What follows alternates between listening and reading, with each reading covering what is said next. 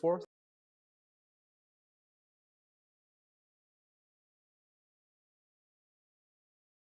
they give discussion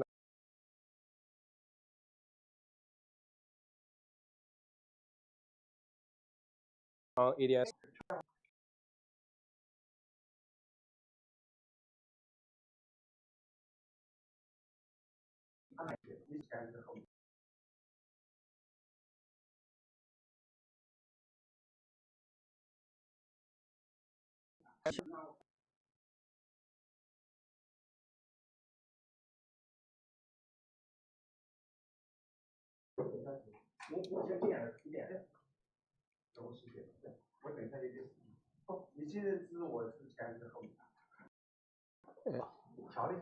你吴老师，你要不行你先来，我没关。And the schedule. 那没事，那吴老师先来吧。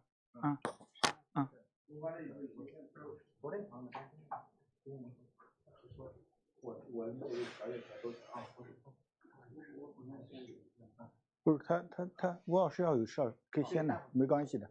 可以换一下。你先来吧。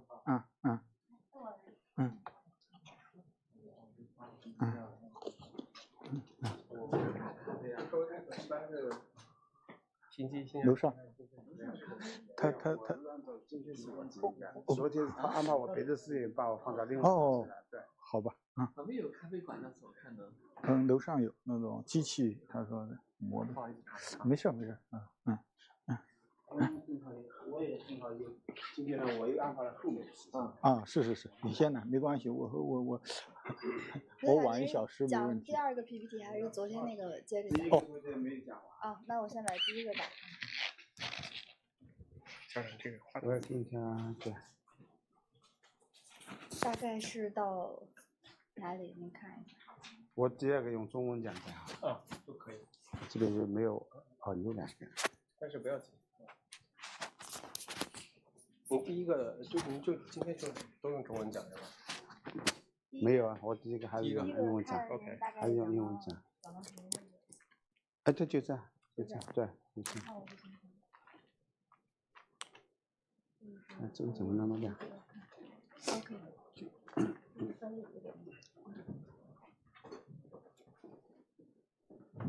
你这个是不是我挡着它 Okay, well, we do a little change in the schedule. So we switch the first and second lecture today. Okay, let's start. The first lecture is given by Professor Yueliang Wu. Come here. Okay, good morning. So yesterday we discussed the gravitational quantum field theory. So today we'll discuss how to build the unified theory within the gravitational quantum theory. So I already yesterday we mentioned how the Dirac equation indicates that the dimension of space-time determine the independent degree of freedom. So then today we will do other way around for the unification theory. So now we already know in the standard model, we have 3 generations, leptons and quarks. So the total degrees for leptons and quarks about 256 degrees of freedom. Then we ask another question. So we have so many degrees, and we will ask what dimension of space-time they call have the motion. And eventually we found if we want to unify all leptons and quarks into a single spinor field, so then we need 19-dimensional space-time. They can move. They have motion in 19-dimensional space-time. Then we have the symmetries in 19-dimensional space-time as this generalized Laurent symmetry or this hyper-Laurent symmetry. And then we have spin symmetry. It's SP118 in the 19 spin-related intrinsic space-time. So then we separate these 2 symmetries, then we gauge the symmetry in the spinor representation. It's a hyperspin symmetry. Okay, and so then all the formalism for formulation or to construct the actions of unification theory is similar to, I think, as the for electron in the 4-dimensional space-time. Okay, so we just based on this symmetry, this we call the joint symmetry, as the Hype-Poincaré symmetry in the 19-dimensional space-time, and also we have this spin symmetry in spin-related 19-dimensional space-time. So then that come to our construction for the hyper-unified field theory. Actually, we want to ask more deep questions. Before, we already know the spinor field, the Dirac field, the Weyl field, and we know the Laurent symmetry, and we know dimensional space-time, and that's one dimension, the temporal dimension, and the other spatial dimension. Then we will ask how they come out. What is more spatial, more fundamental principles to lead to this the symmetries and the space-time why time is different from the space and so on for those questions.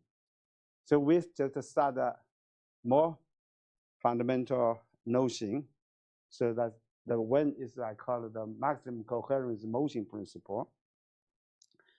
And that means we start from motion.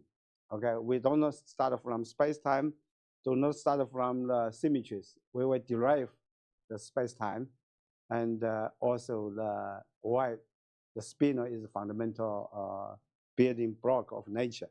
Okay, like electron or neutrino quarks. Okay, so what is the maximum coherence motion principle? The basic notion is that we suppose our universe is composed of fundamental building block, okay? And then we suppose all this fundamental building block has motion.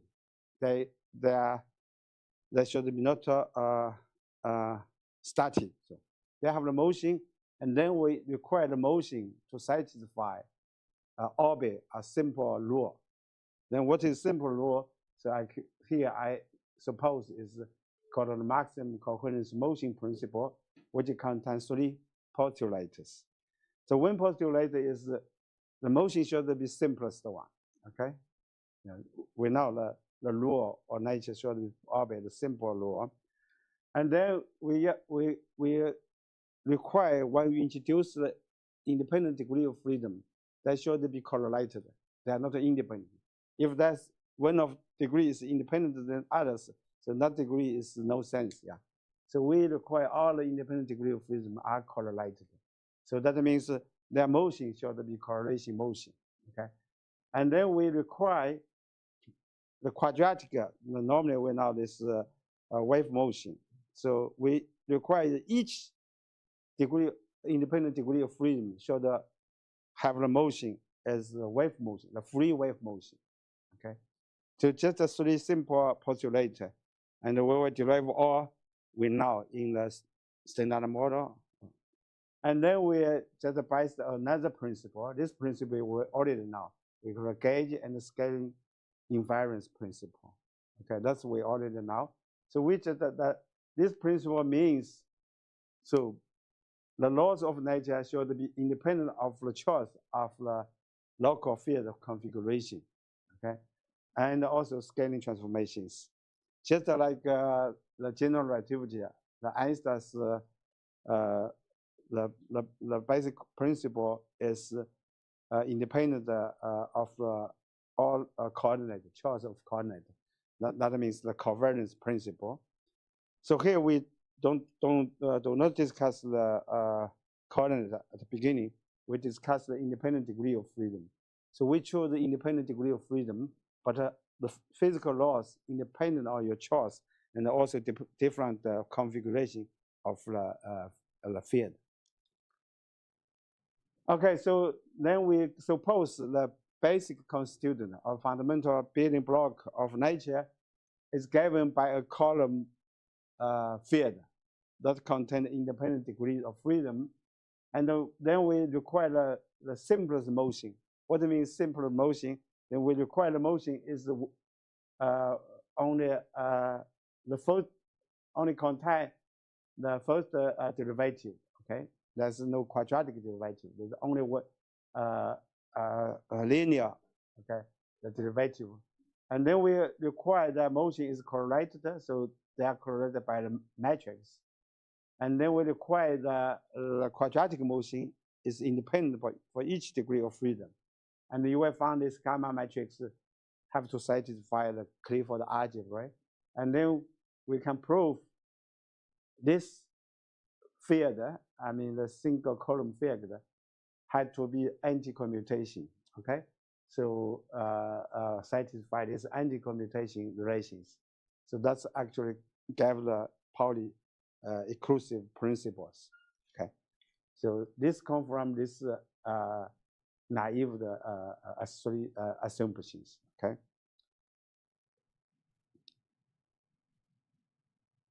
and then we can also prove from this one. We can prove there's only one temporal dimension. Other dimensions should be spatial. Okay. I say this matrix satisfies the Clifford algebra.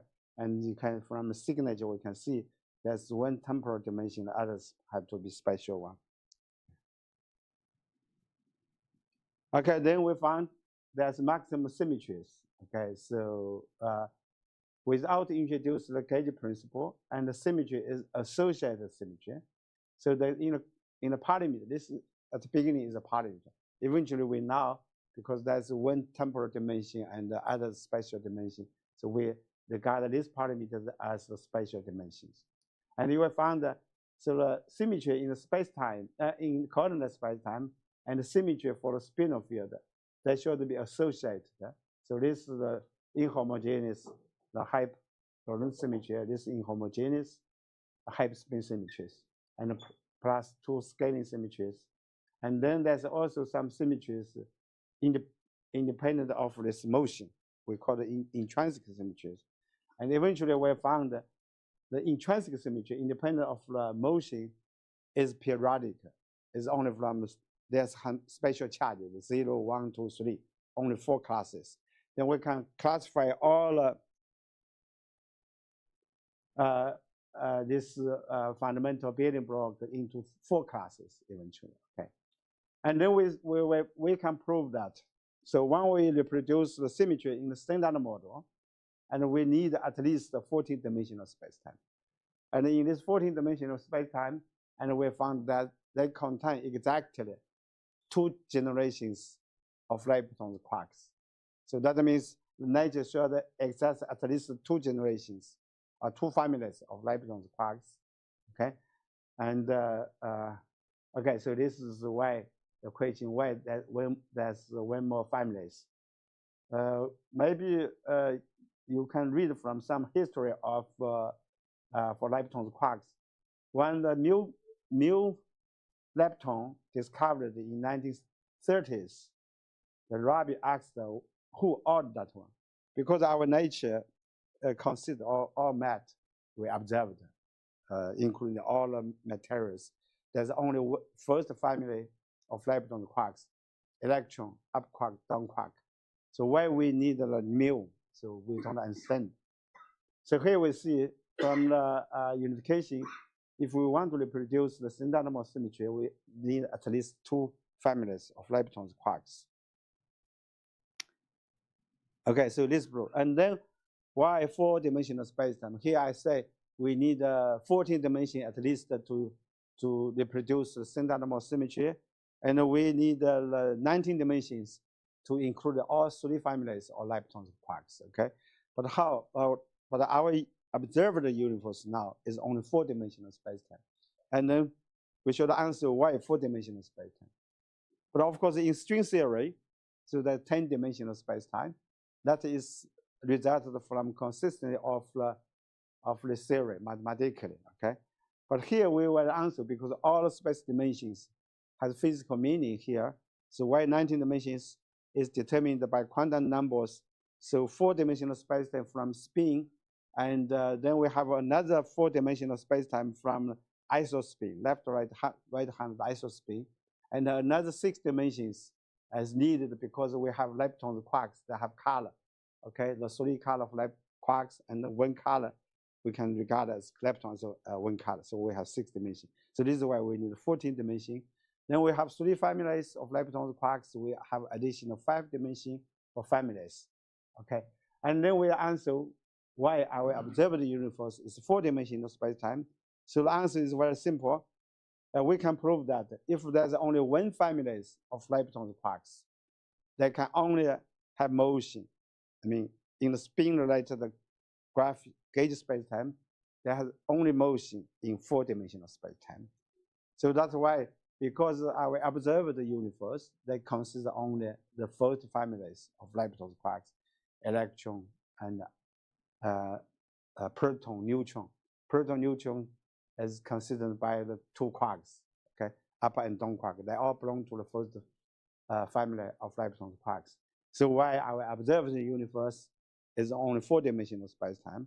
So that means if add leptons, quarks, the second family of third family, or if they have more families, if they get mass, become heavy, and then decay, eventually decay to the only first families of leptons, quarks. They are latest one, so that cannot decay like electron is stable. Of course, neutron can decay, but when they are in the nucleon state, they do not decay, yeah, they become stable. So then we can understand why our observed universe only 4-dimensional space-time, because they only consist of first families of leptons and quarks. Okay, okay, that's some conclusion. Okay, so then we can write down. Okay, in 19 hyperspace-time, 19-dimensional hyperspace-time, we can write down these actions. Okay, so unify all interactions and unify all fundamental building block of lepton quarks. Okay. Okay, then we have the jointed symmetry. Now I call that is the Pangala type symmetry in hyperspace-time, 19-dimensional hyperspace-time, and then we have this inhomogeneous hyperspin symmetries. They are now become jointed symmetry because this is local gauge symmetry. This can be globally flat. Minkowski space-time is global symmetries, and then there's 2 scaling symmetries in coordinate in the field. Okay, so that's all.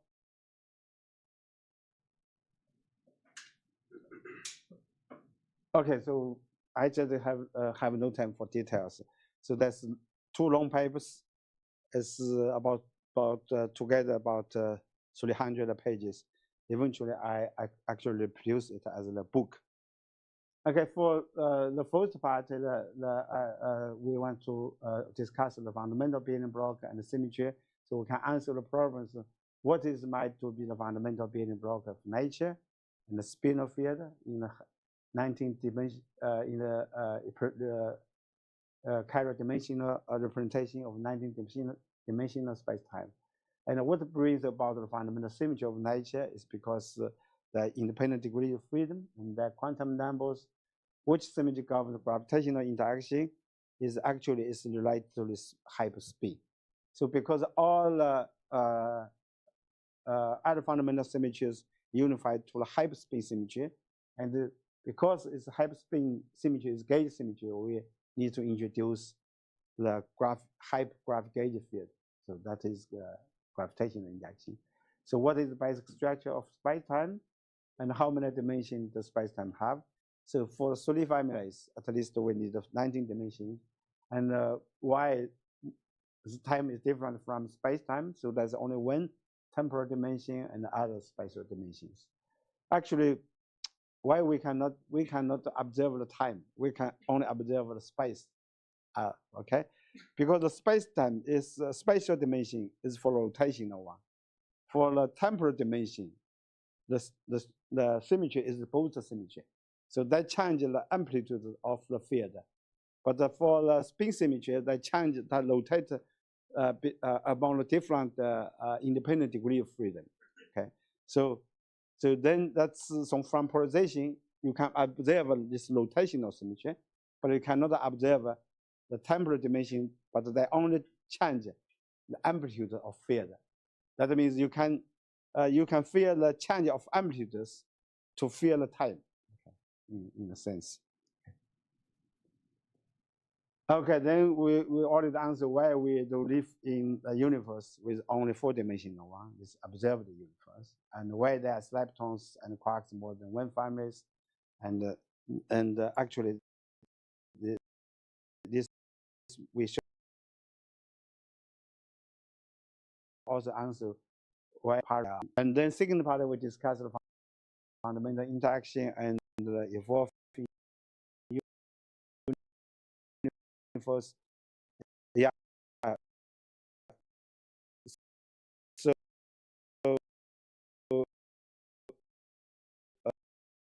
actually, the symmetry govern the winnings.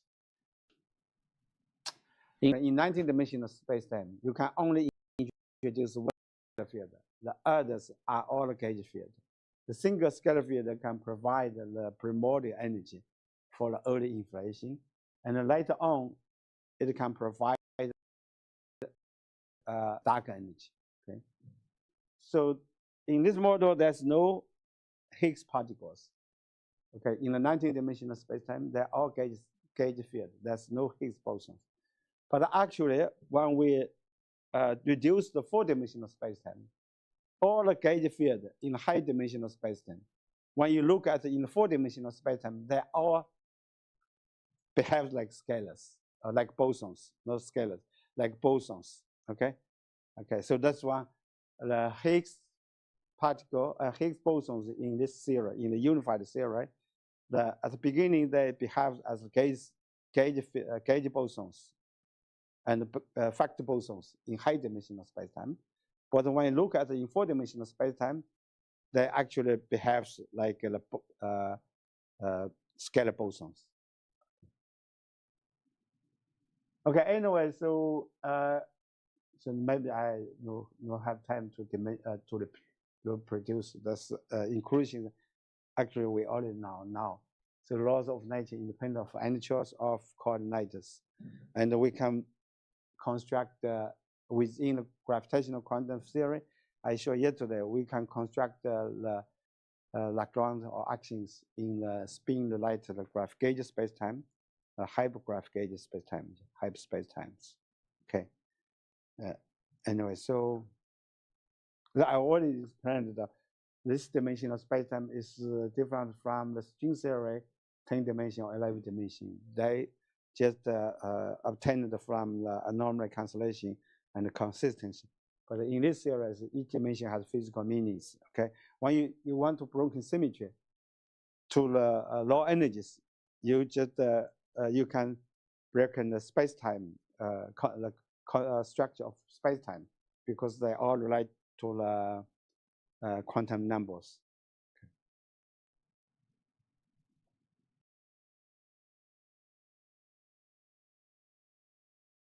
Anyways,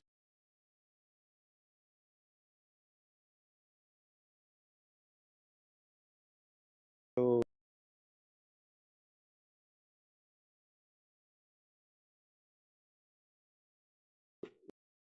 yeah, yeah, yeah.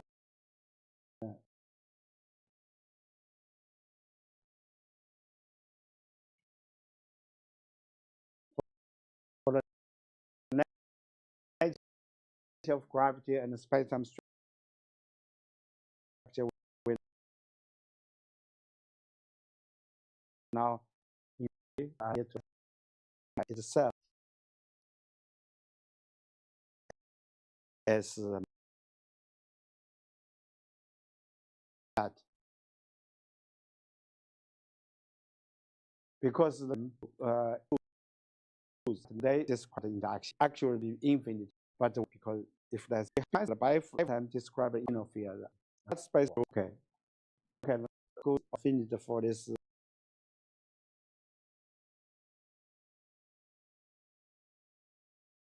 quantum diagonal program.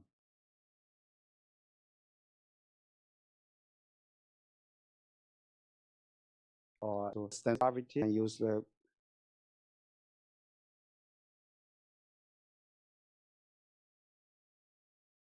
come to that. So the Tianjin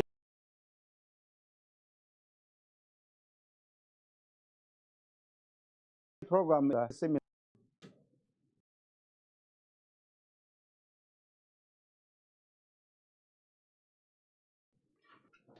But if maybe I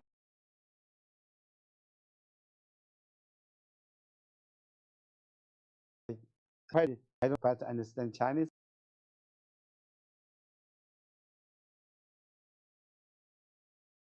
But we still speak. And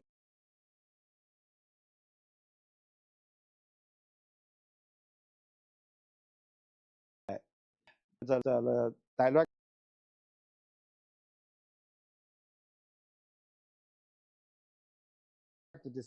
so provide the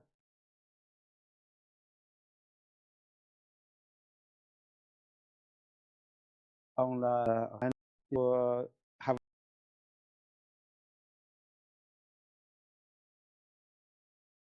deep edge of actually long papers.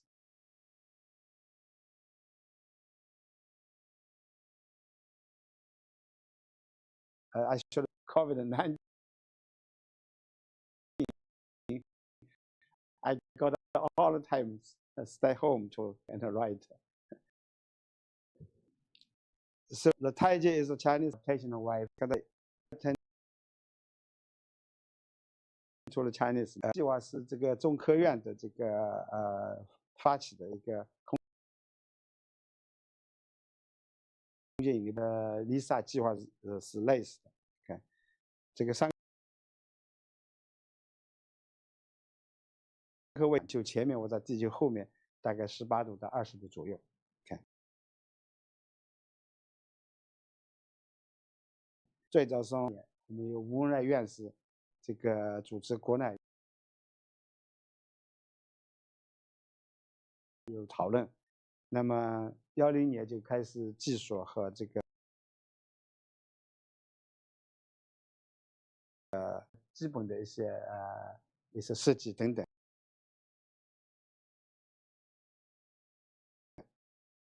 这个大计划是欧空觉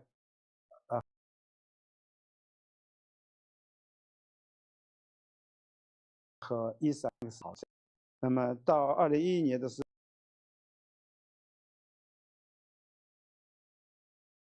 候呢，自己来做呢，他把原来的3颗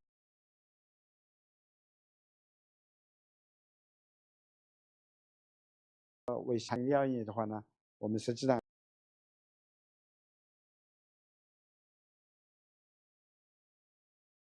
就是参加了他们第一次的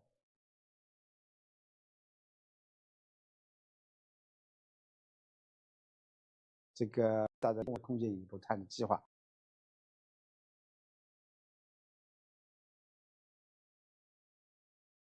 但是什么叫2条腿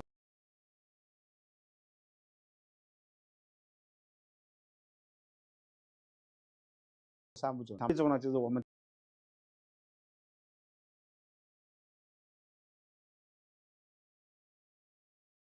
独立的总提出来。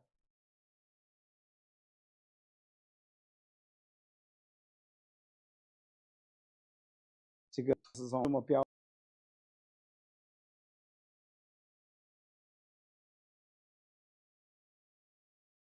在，那么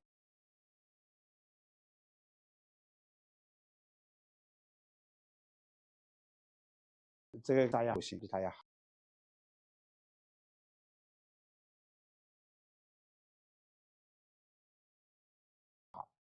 这个核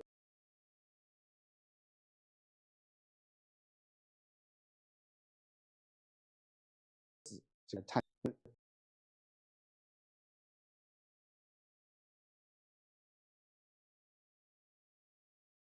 怎么是吧？所以在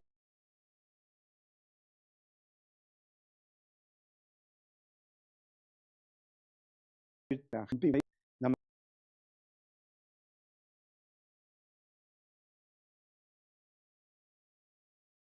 所以我们的零计划接下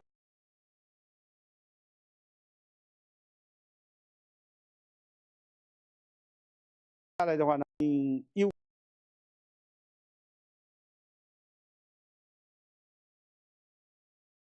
年刚才讲的，2波当时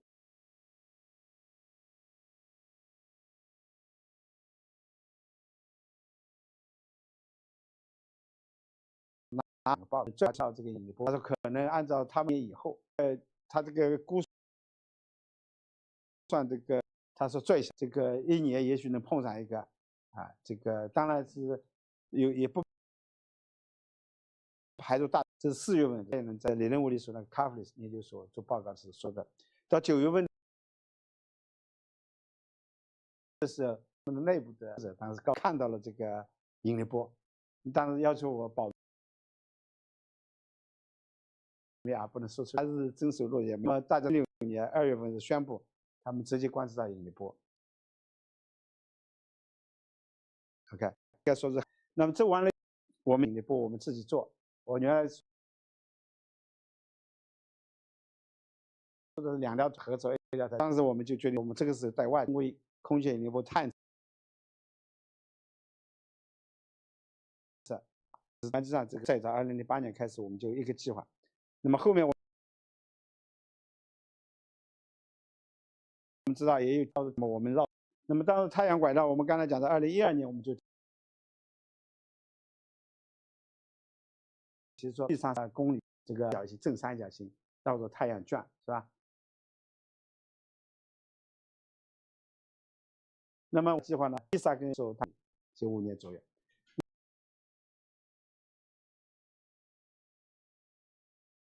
那么以后1年我们也加入100万公里，并且大概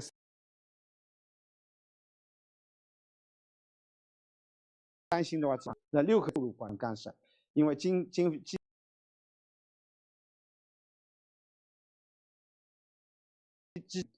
那么后来一直在2012年，我们就一直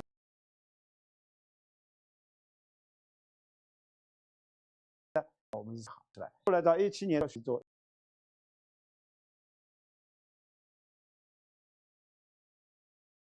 17年 NASA 一个大学召开 ，NASA 说他们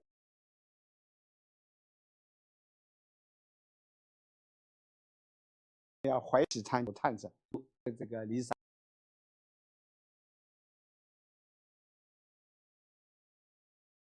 的6路，那么他我说这个就这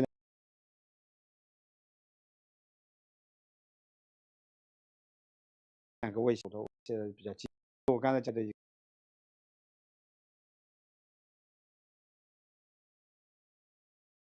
个会议啊，是离散还有伊斯参与的这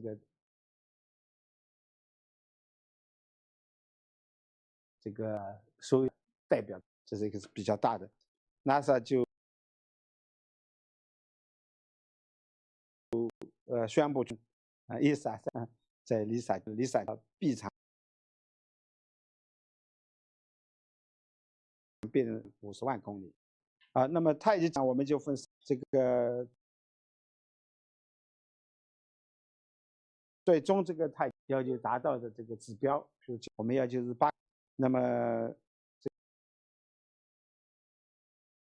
个无脱要求在加速到10的负10每秒每那个进度都是现在这个进度。好，2012年全部太极，接下来呢我们就很这个我们在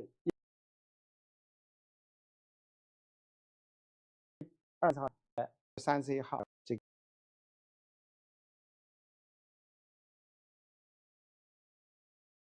个发射分，好，那可这样。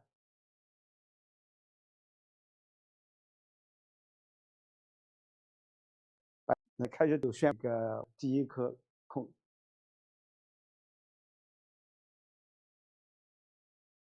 空间实验位置成功，应大学应用这颗位置。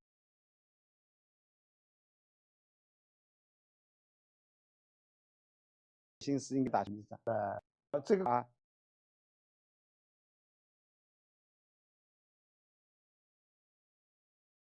花了这个在美国没有做过，那么空间引力波探测跟其他的卫星都是不一样。要将来作为一个载荷的一部分，要保证这个无推的控制，是吧？还有精度，然后时间短，看这任务重等等。就当时参加的平均年龄，很多他们这个30晚上都没过，这个全年参与。那么这颗卫星这个发射成功以后，这个卫星大概180公里，这个离开地球。那么这个卫星呢主要是验证一个可行性，这个方案的可行性。激光干涉啦，这个无拖曳控制啦等等这些。测量的这个激光干涉的精度，那么大概是100个皮米。100个皮米的概念大家知道，就是这个氢原子大小。OK， 那么一个精，那么米就直接观测的这个噪声啊，那么这是噪声，就是说180公斤，假如一颗蚂蚁推一下还是给我测出来，有这么高的精度。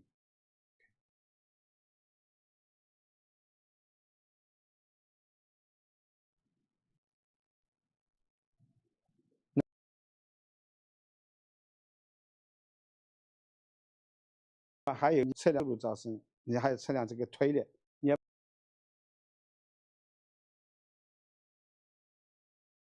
保证到头让相当于在做惯性运动，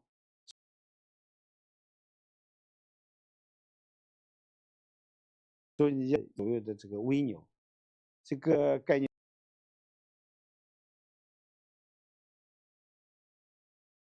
什么概念的重量，就相当于这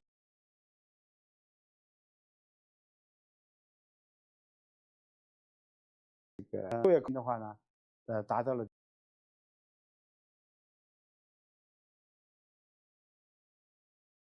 加速度，那么就这个达到的一个精度。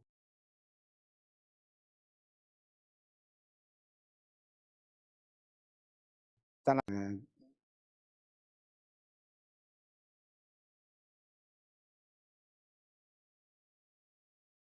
有本这个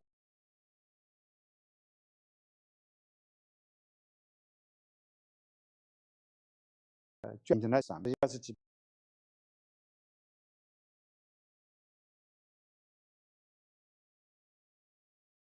我们有3的那个，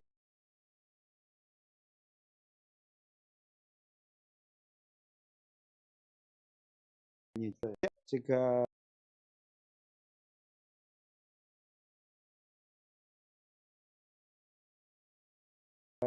设计13年，看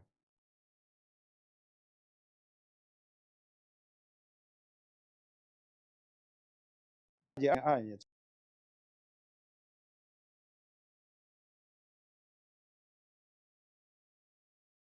那个太就进，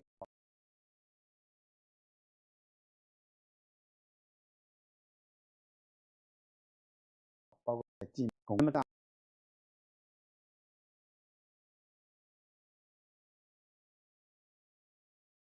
那我们要原来你在一颗卫星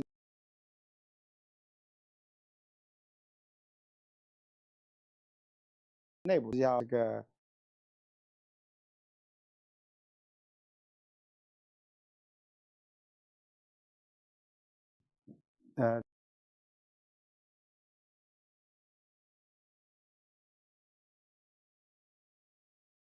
在地球轨道，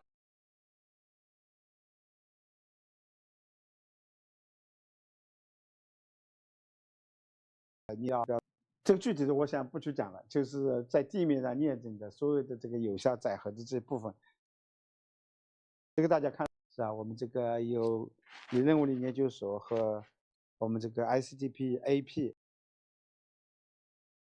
一个数学科学学院，那里边有个太极实验室，这个尼泊宇宙太极实验室，那么但是我们在杭州也是一个这个分中心，相当于那个有这个它也在很人。其他我们参与的单位，主要的单位包括力学所，是吧？包括这个所等等，这个跟有效载荷有关的，前面有讲的，总共有那么大空间中心等等，上海小卫星是吧？是。那么就是说，我们达到的指标，我们现在基本上都达到了，就是地面公宽这些指标。10到15分钟。OK， 对，我再留点时间，大家可以讨论。简单来讲这里边我刚才讲的这个激光8个，我刚才讲的100皮米是原子大小，8个皮米最终节3号10的负15次方每秒米的正余加速比。今年呢，就同学吹一下那个喜马拉雅山，假如喜马拉雅山能动的话，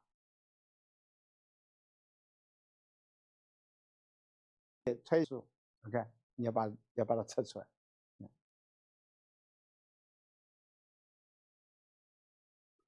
在这包括这个无推力控制，特别是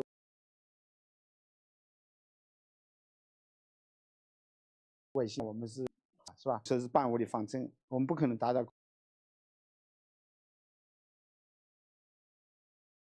空间环境地面数的噪声，差不多地面上的极限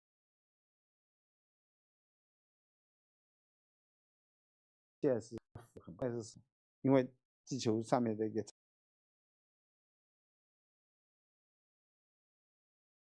噪声，哪怕就非常之敏感。上次我们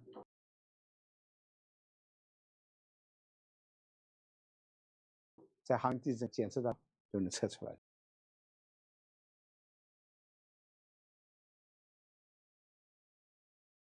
所以按我做一些这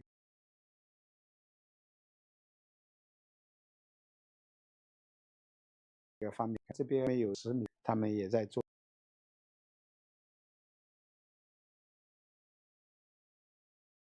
一些测量。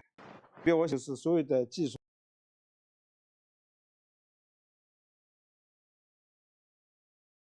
和关系到它成熟度。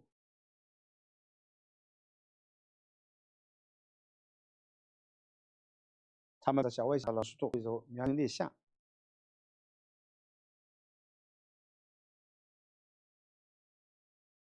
是吧？这些技术大家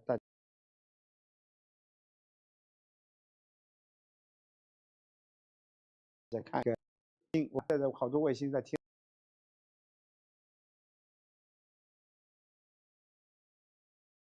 上都是做卫星修理，做无拖曳控。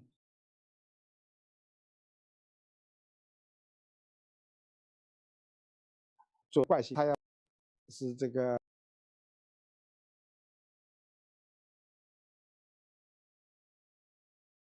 条件偏离以后偏离卫星，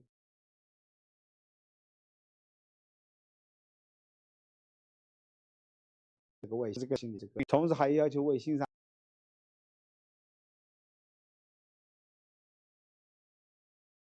面这个磁消除掉。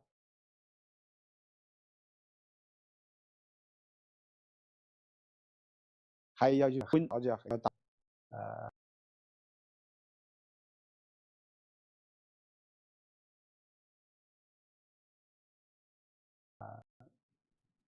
，Mu-K，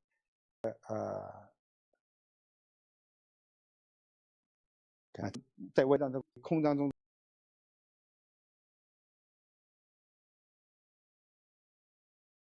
的话呢，要做以后变成无土产。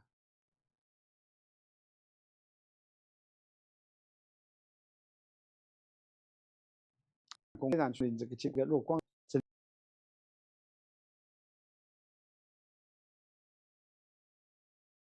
里边像这个就是根苗。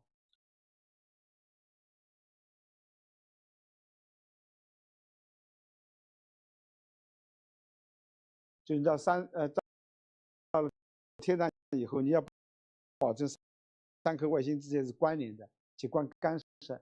你怎么让这个卫星要看到另外2颗卫星？最准的是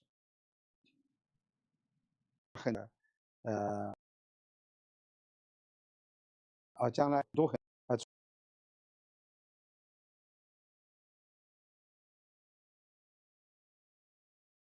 除了干是你路面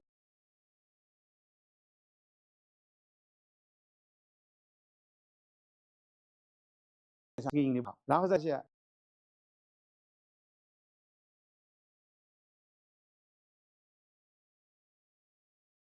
吧？产生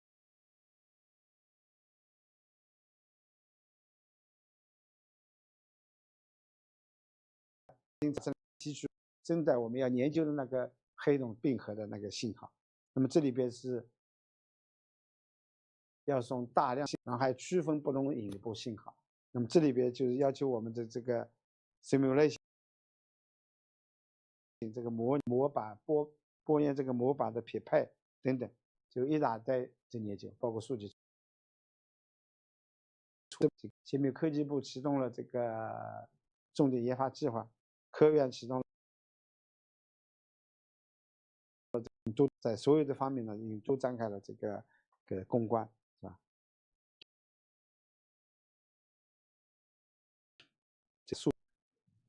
那么骨科呢承担的是这个科学应用系统，将来还有这个处理这个噪声里边有一个叫做这个等等。OK， 到目前为止，刚才讲的我们讨论我们的太极2号的时候，这个是 Lisa Pazfan 手是个意大利的多伦多的，这个是马普所的爱因斯坦研究所的。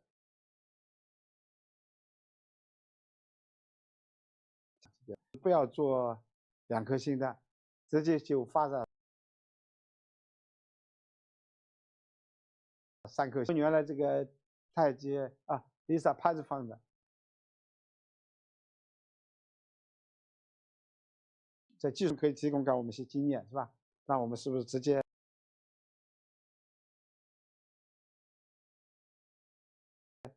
最后提出来，我们是不是不走这个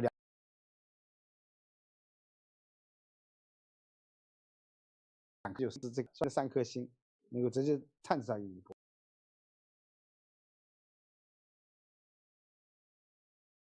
一个标，我想这个从科学界来说，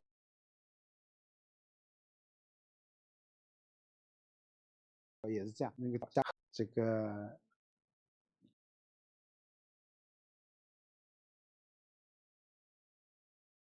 我们官方来合作了，是吧？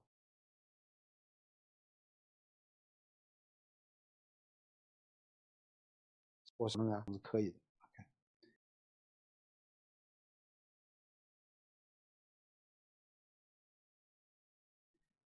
一个这辆黑洞的并合，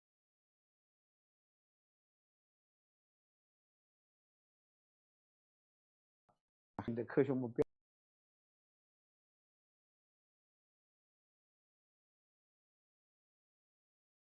是吧？不要致命性和产生的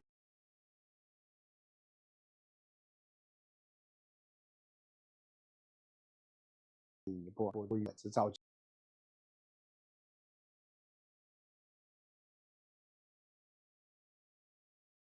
宇宙波样的研究。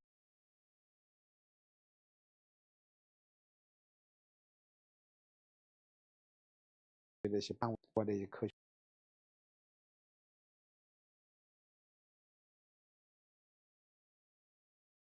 目标。太极呢，我们已经关于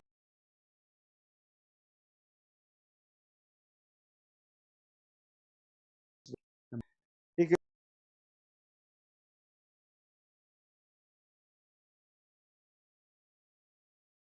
是我们 Lisa， 我们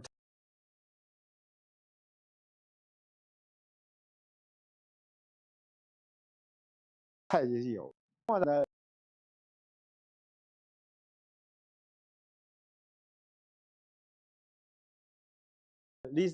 可以多元。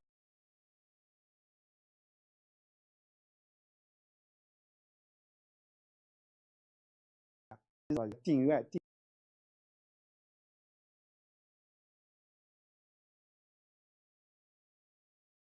位的本身在动，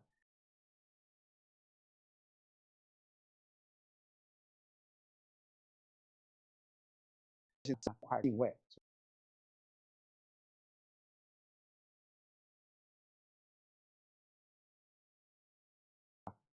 中的。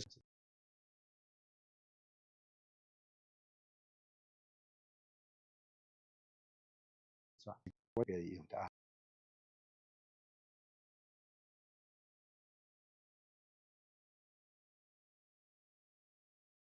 这个关于联网的。那么，假如我们将来还有天琴，那么他们也讨论过啊，不管天琴还是太极，做一些更的这个物理这个。另外，当然就是刚才以后。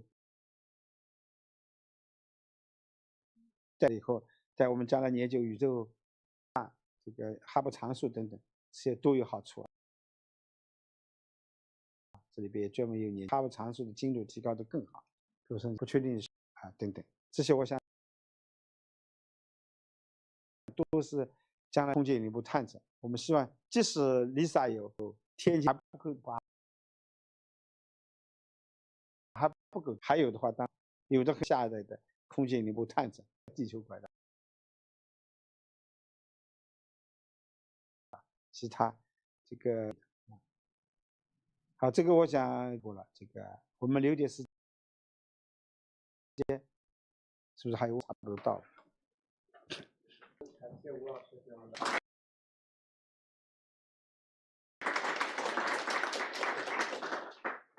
对于吴老师理论的引力波探测，我也同学还有什么？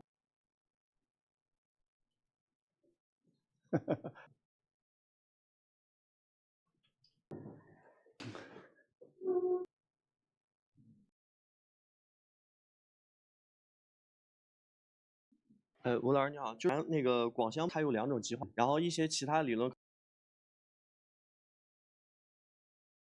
能有4种。我想知道目前的是否能区分化方式模型，以及这个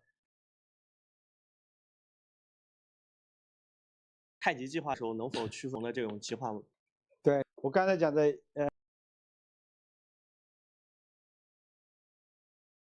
我里边有5种，2种样的是吧？是爱因斯坦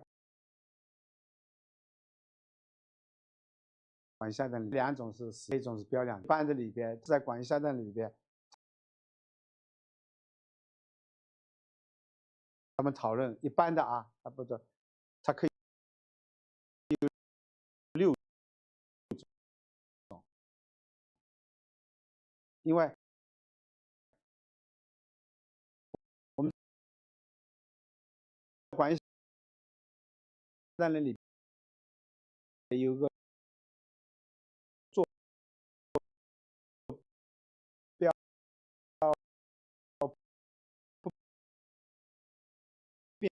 变性，所以你10个边，你这个广义坐标去掉以后，通常情况下一个4个。那么在引力量场里发现呢，它这个广义坐标不变性，还有某种意义上有一种另外一种单个性，这个变性有一个的，但是呢，它的讨论这个极化的模式也都有，但是呢，这个呢，但是在我们的里边，这个模式是比较确定的。这个矢量性的2种模式是跟自旋有关系的。OK， 然后空间的变化，完全是坐标空间的这种变化。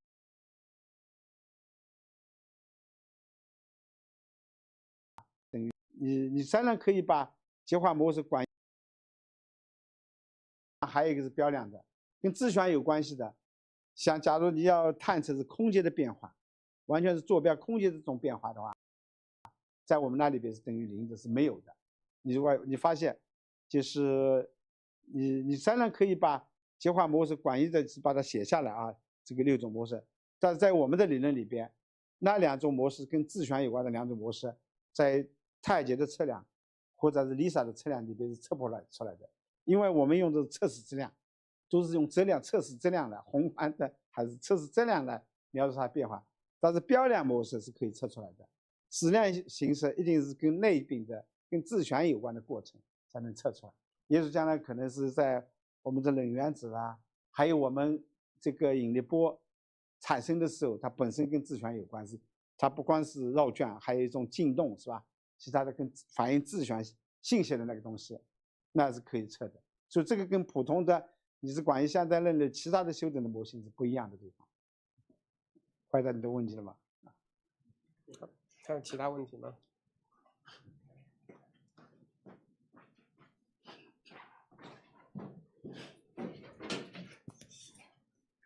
就是一个naive的问题。太极的话，您刚才讲到是在那个太阳轨道上面，对吧？天琴的话是在地球轨道上面。我想知道这2个探测，它的这个不同的轨道到底对它探测有什么样的影响 ？OK， 我想地球轨道、太阳轨道呢，是早在 Lisa 他们以前都是都研究过的。那么它也各有好处啊，各有这个优缺点。这最终，比如包括 Lisa 选择太阳轨道，最重要的一个原因是这个有一个就是一个是要避开地球、月亮的这个影响，还有一个最重要的因素是这个热效应。我刚才讲的这个要求，这个引力波探测要求是在温控要达到100万分之一。OK， 那地球轨道它有白天和黑夜，这2个温差就很大，甚至它可能会影响你的仪器，因为温度变化了以后，在你的仪器的精度会造成影响。所以然后呢，你一定是有一段时间段是不能测量的，只有有限的时间来测量。在太阳轨道的话呢，他们算了，在这个黄道面60度的时候，这个你可以让这个探测仪永远面向这个太阳，所以它的温度是相对来说是稳定的，是啊，这个是一个很重要的。当然太阳轨道离我们远，是吧？你要通讯啦等等，是吧？发射了要花个时间，那么地球轨道比较近一点，这地球轨道也必须高轨啊，不是低轨道啊，一样，大概是这样子。好的，谢谢老师。好，谢谢。那个老师想请问一下，当时太极就是决定把这个臂长设置为300万公里的原因是什么？因为看太极的这个不仅臂长更长，而且一些噪声的指标也更大，就是说当时选定这么个参数是出于什么考虑？不，原来是Lisa原来是500万公里 ，OK。当然我们知道距离越长越好，因为你最后测量的灵敏度是 delta R 比上 L， 所以你 L 越长，那么 delta R 固定的时候，你这个灵敏度越高。那假如说你测量的精度这个 delta R 改变，你能测量的包括激光干涉皮米亮线，你只能到譬如多少个皮米 ，delta R 固定了，那么你这个 L 越长，那么灵敏度越高。当然还有一个就是你长度固定了以后，那就要求你假如长度做短了，就要你这个 delta R 变小 ，delta R 变小就对你的技术要求很高。你比如说你要短了以后，你可能要求1个皮米，我们现在太极是8个皮米左右就可以的，满足300万公里。那你要说只有这个100万公里或者10万公里，你接着要把这个 delta R 要这个灵敏度提高，那你要变成1个皮米，比如说你这个假如这个臂上相差1个2阶，你delta R 激光干涉精度要提高1个2阶，那技术就很难。所以当时我们跟着科学目标，我们满足科学目标和满足我们技术的话呢，我们选300万公里。所以这样子我们8个皮米，我们现在的实验室这个激光干涉方面，像例如说他们已经达到皮米2阶，所以应该是满足的。看，所以你刚才当时说中国起步晚那个技术，那个我们为什么赶300万公里，是吧？当然 Lisa 再找500万公里，它要求的精度更高，10个皮米或者以上就可以了。那么但是的话呢，我刚才讲的就是太长了以后，还有一个激光干涉弱光，在功率损耗以后，你那边接收不到了，还有一个问题，你望远镜要做的大等等。所以最终我们优化了以后，发现300万公里要求我们的灵敏度范围之内，这是比较优化的一个距离。好，谢谢老师。还有别的问题吗？可能时间关系，我们再问最后一个问题。陈老师有个问题好像。啊。那你没关系，多一个私下留他言好。我就想问一下你们那个，因为你们那个探测嘛，它跟那个波源有关系，所以你们需要有一些理论的模板。就说你们的，比如像 Emory 啊或者这些，你们现在谁在负责这些模板的那个 OK 好这方面的讨论？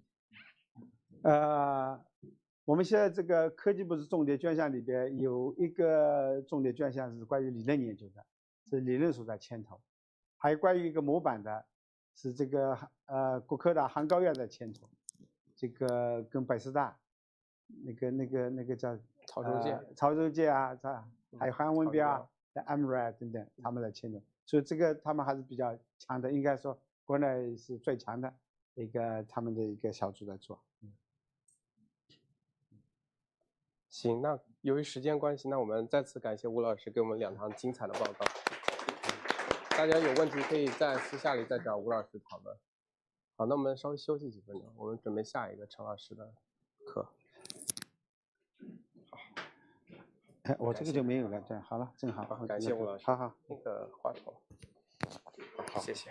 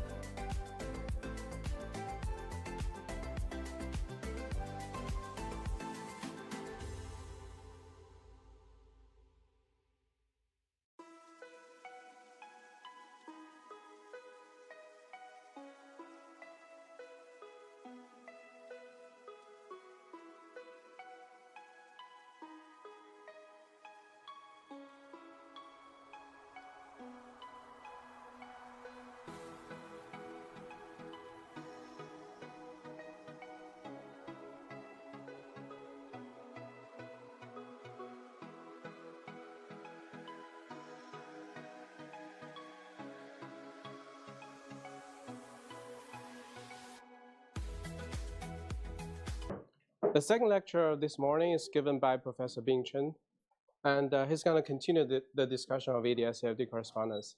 Let's welcome him. So good morning, everyone. So let me continue yesterday's talk. So yesterday I stopped at the larger limit of young years, and so we say that even in 1970s, Ter Hooft proposed that the larger limit of young years is actually a string theory, and so you say it's at that time what Ter Hooft considered is just a pure young years, so no supersymmetry and no conformal symmetry. So we know that young years theory classically it's conformal scale invariant, but quantum mechanically, so we know that the coupling constant is rounding, and so quantum mechanically pure young years is not scale invariant. But so okay, let me skip this slide. And if we but if we consider supersymmetry, and we consider enough supersymmetry, for example, the most famous case, when n equals 4, that means you have 4 copies of supersymmetry. Then the super young years, in this case, is conformal invariant. And this has been proved perturbatively and also non-perturbatively by using some topological twist trick. And so now, if we assume that the theory we considered is scale invariant, and it has some, as I mentioned yesterday, its gravitational dual could be in a higher dimension. So, for example, you have an extra dimension Z, and so the question is that what kind of geometry it should be. And so since the field theory is scale invariant, so that has some scaling transformation like x mu to lambda x mu. And if you consider the extra dimension has the same scaling behavior, that means it's isometric scaling. Then and require that the matrix is invariant under this kind of scaling transformation. Then you will say that this function Wz should be L over Z. L is a constant, a kind of parameter. Then this metric, this 9 element, can be written in this way. And what's this? It's actually the metric of the 5-dimensional anti-de theta space-time in a spatial coordinate, the so-called Poincare coordinate. So it's ADS. So you say that if you have a scaling symmetry, and the holographic dual should live in an anti-de theta space-time in 5 dimensions. So this is a very simple argument. And furthermore, if you are not only scaling symmetry, you have some other, you have some spatial conformal symmetry. So we know that there are some general conclusion.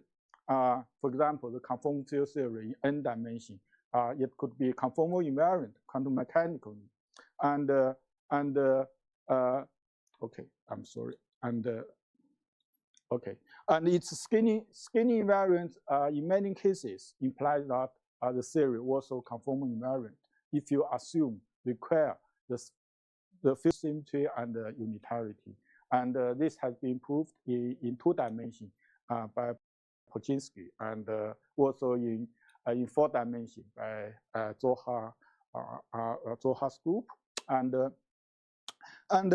also so you have some. If you have extra conformal invariance, then you will say that if your field theory in n dimensions is conformal invariant, it has a conformal symmetry group. It's SO2.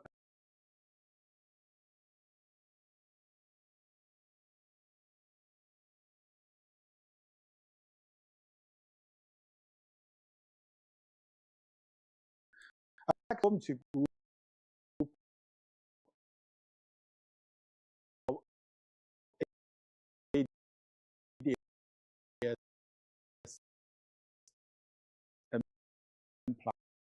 plus 1.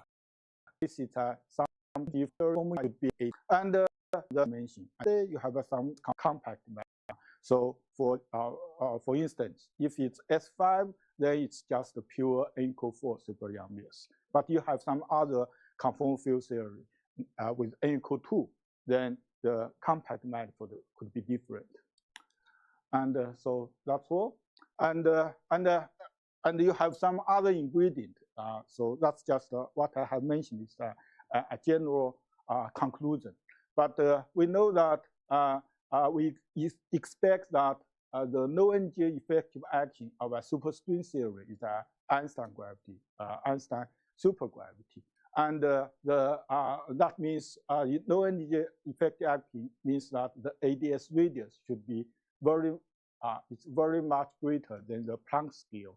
And then you have some more. You can consider some more interesting question that you have you can put in a large black hole in the back, and that require you have a large number of field. And that means you should take in the field theory side to have a large number of field, you have to take this margin limit. So that is from another point of view to say why we should take this margin limit. And also you have strong coupling. And this is because that the graviton, it behaves like a bound state rather than simply a pair of gauge boson. And this suggests that we should have a strong duality. So on the field theory side, it's just a gauge boson, a pair gauge boson. But on the gravity side, you have a bound state of a graviton. So that is in a strong coupling. So this is some intuitive or understanding. And also, we in this ADS5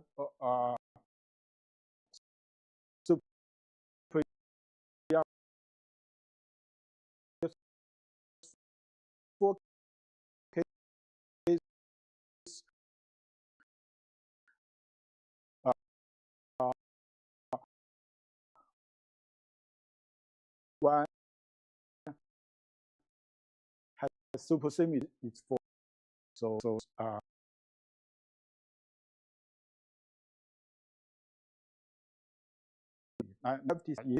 okay, very wonderful is called string duality. So this is this duality from my point of view, it's still not very well understood. It's a quite intriguing relation. So this is I think a few days ago you have Professor Lu should have introduced this diagram to you.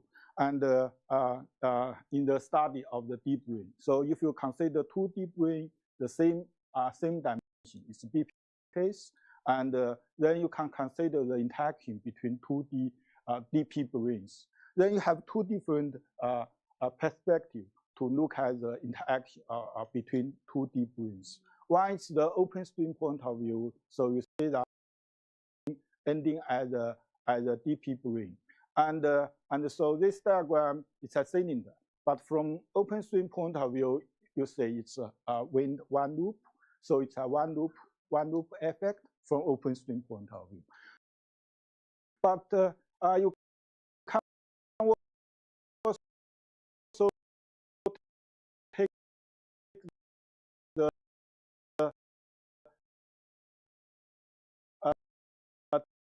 deep brain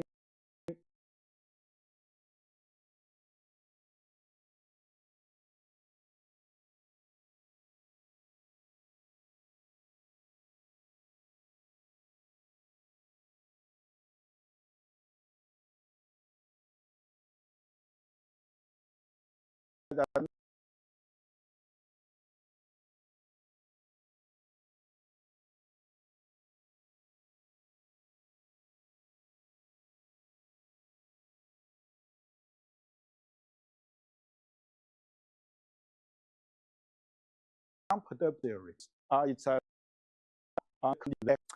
some okay, and we consider the string on the end can tie a closed string coming into the so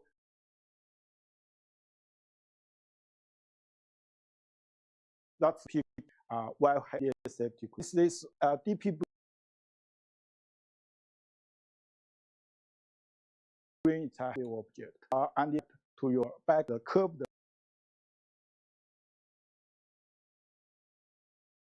back naked in time. That we leave this time.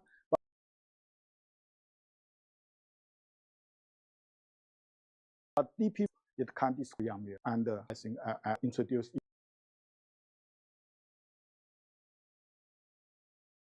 in this that's introduce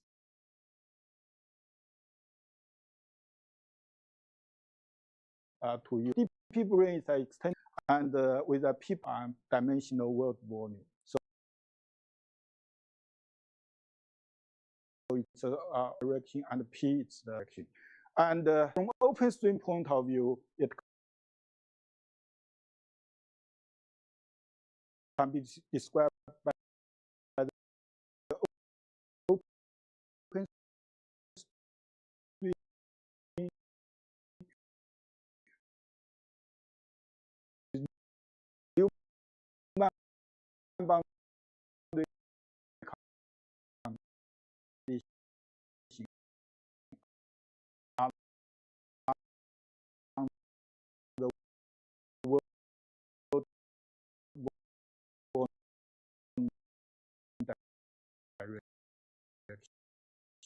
and initiate boundary can be, so that's the interview. That's that kind of you gauge the world also the scalar in the I along the 0 to 3. 5i is the transition from 1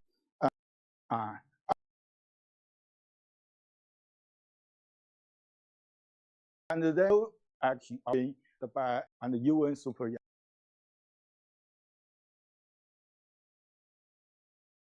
this maximalistic and work and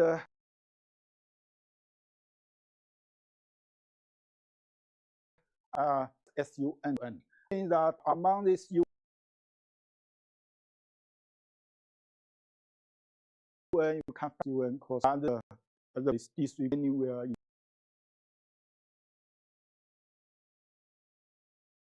your space. That's UN and so one can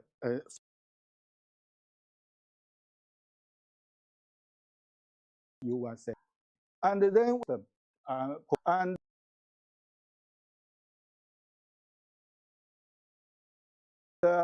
in this test, people the state of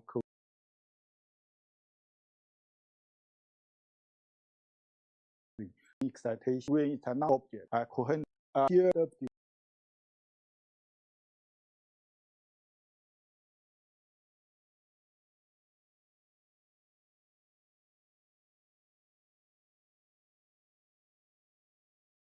Sonitons and some technical stuff. It's quite important.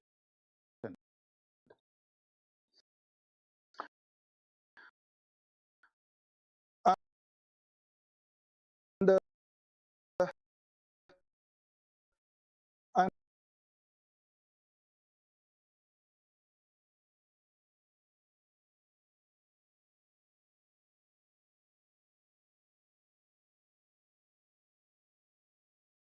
this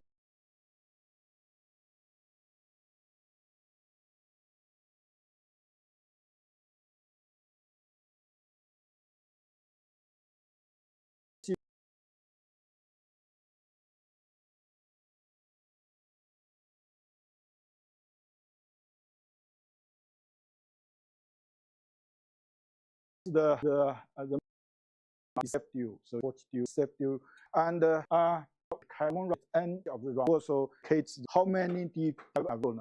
It has no, it's not like a single range. So this this Sonitons solution and the horizon to some are one can consider their mean geometry.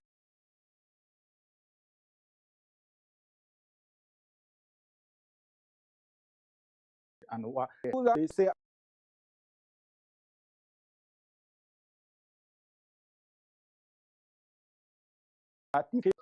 so to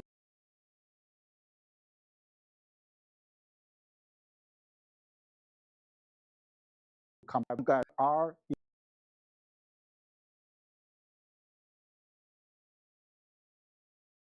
geometry.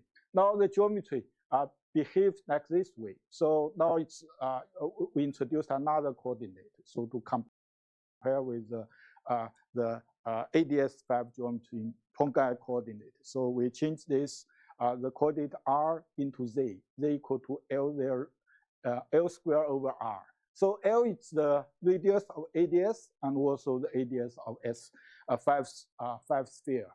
And now, if you take this near Hoyle limit, you get this kind of metric.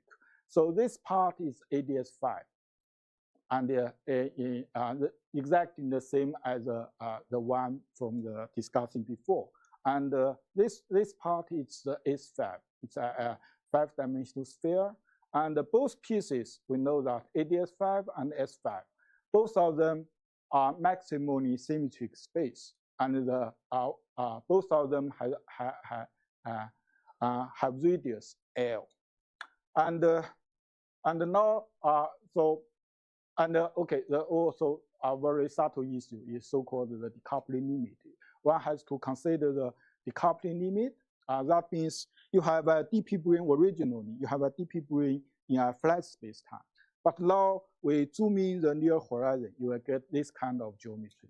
So after you take this so-called decoupling limit, that means the near horizon region gets decoupled from the asymptotically flat region. And this near horizon region, to study the physics around near horizon region, have two different descriptions. One is the gravity in ADS5 cos S5.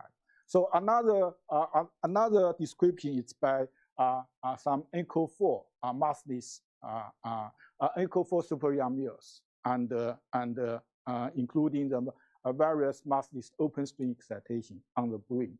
So, and you will see that the asymptotical flat region decoupled completely. So you only what leaves just the gravity as ADS5 cos S5, and also another descriptions NCO4 super young mirrors. So this leads I think this led Madison to suggest some kind of equivalence between the supergravity on ADS5 cos S5 and NCO4 super young mirrors.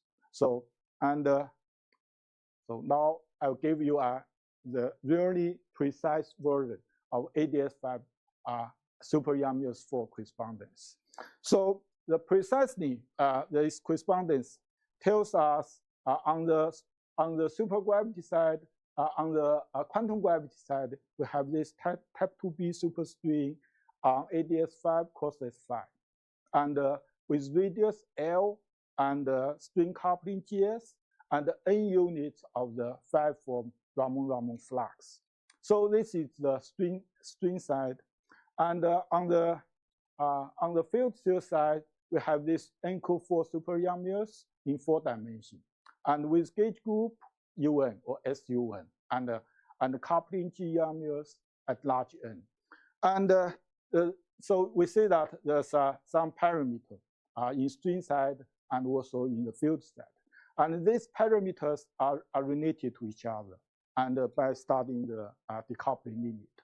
And one will say that the young mirrors coupling related to the string coupling. So it's G young mirrors square equal to 4 pi.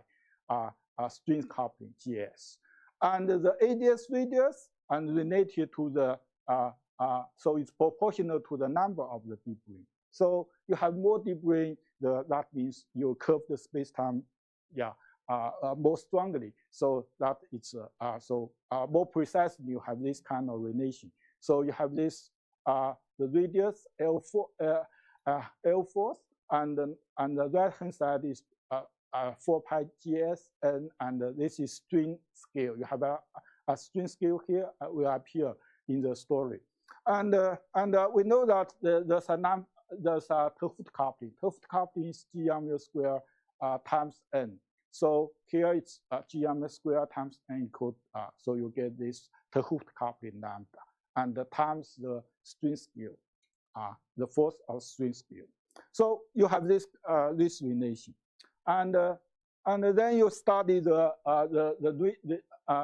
this correspondence. This is somehow it's a quite precise description, but I have to say this correspondence, strictly speaking, is still a conjecture, since we don't know how to quantize the string theory in this space-time due to the presence of this self-dual Raman flux. And so ADS5 cos-5 is a coset model. So somehow you have some world shear theory, and with target space as coset model, that's been well understood. But if you furthermore have this self-dual Raman flux, that make your study much more difficult. So we have no well-established framework to quantize the string in this case. So what we can do is to consider the no energy limit and or some special limit, and to simplify the story. And also there's some strong version of this correspondence, also a weak version. The strongest version is that this correspondence could be true for arbitrary string coupling, and that means also the arbitrary n. So even n equal 2, yeah, it's still true. It could be still true. But in that case, it's very difficult to study, since at the string side, that means you have a strongly interacting string theory. So the string theory in that case is a non-productive. You have the productive string is not enough. You have to consider the string field theory, etc. Okay, so what we can do, I think in most cases, the people study the classical limit, take this also the 't Hooft limit. So in that case, n should be very large. That means your string tag is quite small. So in that case, you can reduce your theory. At the string side, it's a classical, free classical string. So on the other side, on the Yang-Mills side, this corresponds to the, since it's large n limit, that corresponds to the planar limit of super Yang-Mills. So even in this case, there are some study, for example, in the from integral or integrability to study this correspondence, one can study this classical limit, but we can even do more. And we, under this, not only classical limit, we take a further low energy limit. This leads to a weakest version of ADS correspondence. So in that case, in the low energy limit, that means we only consider the massless excitation of string theory. Then in the string side, that means it's not string. It's reduced to the supergravity. It's reduced to the type 2b supergravity, ADS5 cos-5. So on the field side, the same limit give you the n=4 super Yang-Mills, but now you have a strong coupling, so it's at a large lambda. So you see that it's a strong weak duality. So on the field side, you have a large. So since you take large n limit, the effective coupling now it's the 't Hooft coupling. So the 't Hooft coupling is the strong coupling. On the gravity side, you simply have a supergravity that is weakly coupled, and this so that's why we call this ADS safety correspondence. Usually, in most cases, it's called the gravity gauge correspondence. So the gravity is just a pure gravity, Einstein gravity with something else. And on the field side, it's just a Yang-Mills, a special kind of Yang-Mills. So a gauge theory. So it's called the gravity gauge correspondence in this sense. Okay, and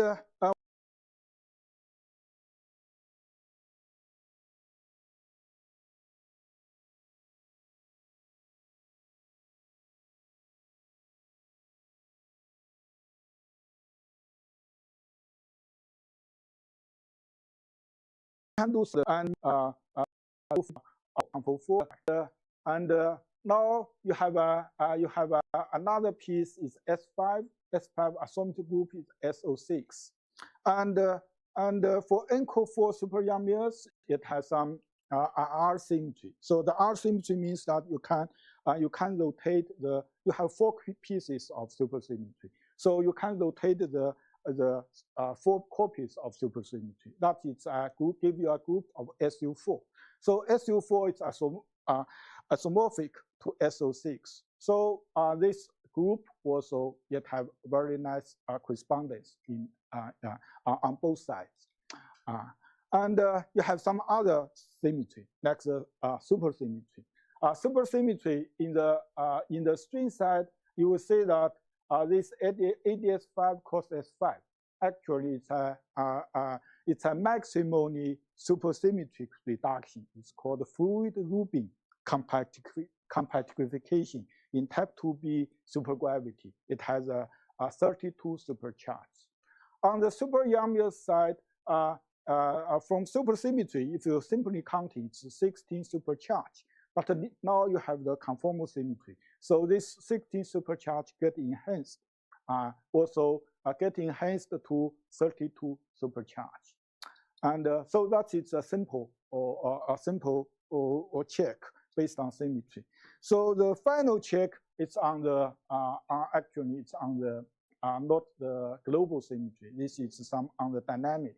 So we know that superstring type 2b superstring for D3 brane is self-dual. So you have a coupling constant tau. So this is a complexified coupling constant.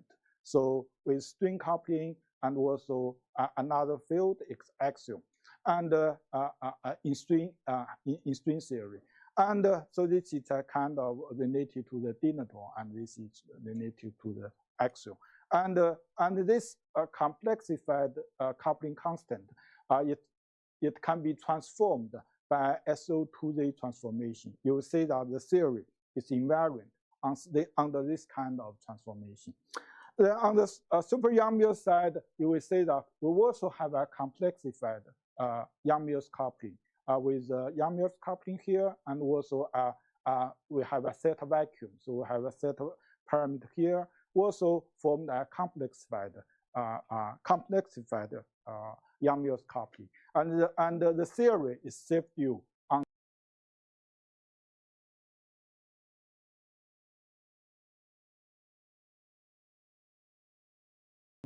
So it's self-dual, so consistent check.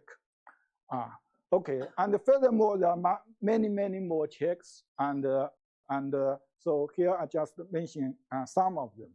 And for example, at the beginning of ADS-FT, that in the beginning error, and the people checked that the spectrum between two sides. On the super Yang-Mills side, one consider this chiral operator. It's BPS and its spectrum, and you can construct various kind of the operator, and it corresponds to the supergravity compactified, Kaluza-Klein compactified on S5, and you have a Kaluza-Klein spectrum, also a series of the states, and one can check that the scaling dimension of this chiral operator corresponds to the like the mass of the KK spectrum. Okay, so that's a first step check, and then one studies the various kind of amplitude protected by the supersymmetry. So with supersymmetry, you can study the on the field theory side, it's strong coupling, but with supersymmetry, it's protected. So you can still do some predictive computation. So on the gravity side, it's weak coupling. So one can study this kind of amplitude protected by the supersymmetry. And furthermore, in general, one can study a partition function. So the partition function is important. So on the box side, on the supergravity side, here the phi could be any kind of the field, and you study with this field with a boundary. So z equal to 0, it's asymptotic boundary. So now it's in Poincare coordinate. So at the boundary, it has a boundary value, phi 0, and then you consider the partition function with this kind of field in ADS phi. On the field theory side, this phi 0 behaves like a source. So you have some kind of correspondence between the operator and here and the field on the back. So this phi 0 is a source term, like J in I think in quantum field theory, and the O is some kind of perturbation. So with a source term, and on the safety side, one can expand to compute this kind of correlation function, and then to check in the back side what you get. For example, the most important one is when you consider the graviton in the back side, so it's G mu nu. And on the boundary side, you have the bounding operator, it's the stress tensor. So, and actually, when you study some like QGP, like you study the nature of QGP. So on the field theory side, you want to use this linear response theory to compute the stress tensor, to read the, for example, eta over S, viscosity over the entropy density that encodes into the stress tensor, the 1-point function of the stress tensor. So in that case, on the gravity side, actually, what you compute is a perturbation of graviton perturbation perturbed a black hole in the center of the ADS5. Then we will find that at the no energy limit, the cross section of the black hole will correspond to the eta over S. So that's why you get a very simple answer. Okay. And there's some other check next a special limit next the PP wave geometry. That means you have some null orbifold. You zoom in the null orbifold, then your space-time. In that case, not ADS5 cross 5, but a PP wave geometry. And in this case, the string theory is solvable. And one even can use this net cone quantum field theory, string field theory to study the string acting, string interacting. And on the Yang-Mills side, one can consider beyond the planar limit. So that's a very strong support of this ADS safety correspondence. So it's not only the planar limit. So what I mentioned before is simply supergravity and the super Yang-Mills. But in this case, since one can do quantization of string theory in PP wave geometry, one can even consider the string interaction in this case. So, so this is work by Madasena and Bernstein and Nastase in 2002. And furthermore, starting from the 2002, there's lots of work to study this correspondence based on the integral structure and the semi-classical string. And also there's other kind of check.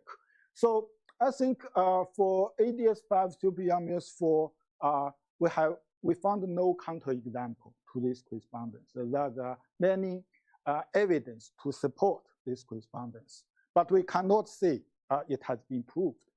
So as I emphasized before, we don't know how to quantize the string theory in ADS5 process 5 with Raman on self-due Raman charge. And so perturbability we don't know, and non-perturbability it's even harder. Okay. Okay, let me see. Okay, so the ADS safety correspondence. So I think what I have told you, it's the message is that this ADS safety correspondence, at least for ADS5 super Yang-Mills 4, it's well established, and I think almost everyone believes that's true. And with this correspondence, so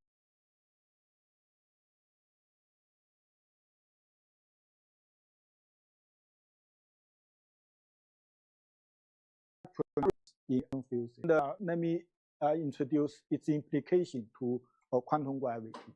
So it provides a new way to define string theory. So and usually string theory, we define a string theory in a target space-time, then we have to try to quantize the string theory. But now in this case, even though we don't know how to quantize string theory, but we know it has a safety due. So in a sense, we use this conformal field theory at ADS boundary. We can't define a string theory in the back, even though we don't know how to deal with the string theory directly. And then one may study string theory by using super young years. And there's some various kind of study, like the tensionless string, and the higher spin gravity, and the string interaction in the PP wave case. And this has been checked. And also one may use this ADS-FT correspondence to investigate some long-standing problem in quantum gravity, like the information loss in black hole evaporation. I think you saw this diagram yesterday in Zoya's talk. And so we say that this is you form a black hole, this is the horizon, and this is singularity. And we know Hawking radiation. It radiates a pair of particles, and one particle escapes to the infinity, now infinity, and another particle fall into the singularity. And this pair of the particle, they are entangled with each other. So when you compute, so there's various aspects of this information loss. One aspect is that the entanglement in the radiation. So you have some kind of the page curve.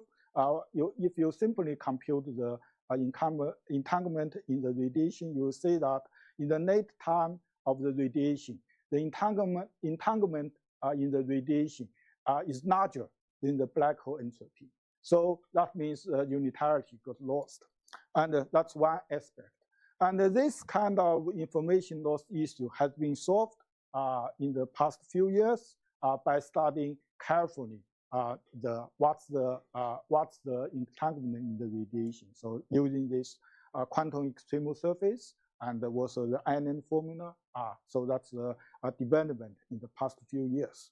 And so even there's some other aspect in information loss problem. And but ADS-FT correspondence simply tells you in principle, you don't need to worry about that. You don't need to worry about the information loss. Since from this correspondence, we know that a black hole in the back, it corresponds to a special state in the boundary safety. It corresponds to a thermal state in a boundary safety. So we know that in the super young years or more general, in a safety, its evolution is unitary. Anyway, the information it's still there, and so that means what happened in the back, you don't need to worry. The information should be somewhere. Maybe it's not easy to read them, but you don't need to worry about the information loss from this ADS-FT correspondence.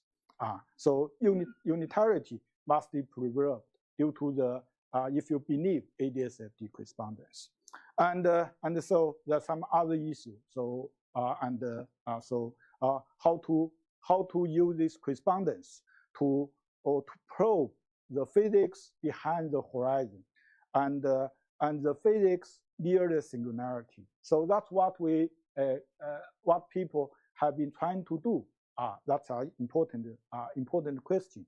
And so classically, we know that when the matter falls into the horizon, it will fall into the singularity. But near the singularity, we know that at that scale, the quantum effect should be very important. That means if you have a quantum gravity theory, your singularity should be resolved in some way. And people wish to use this ADS-FT correspondence to study the physics near the black hole singularity, also the physics near the cosmological singularity, if you have a well-defined correspondence. Okay, so that's the implication of ADS-FT correspondence to quantum gravity. So another remarkable lesson from ADS-FT correspondence is that is so-called imagined space-time. that means the space-time itself could be not fundamental. So from the correspondence, we know that we have a boundary safety. Then we can, from the boundary safety, we can emerge a space-time. And the space-time in this case is not a fundamental one. It could be.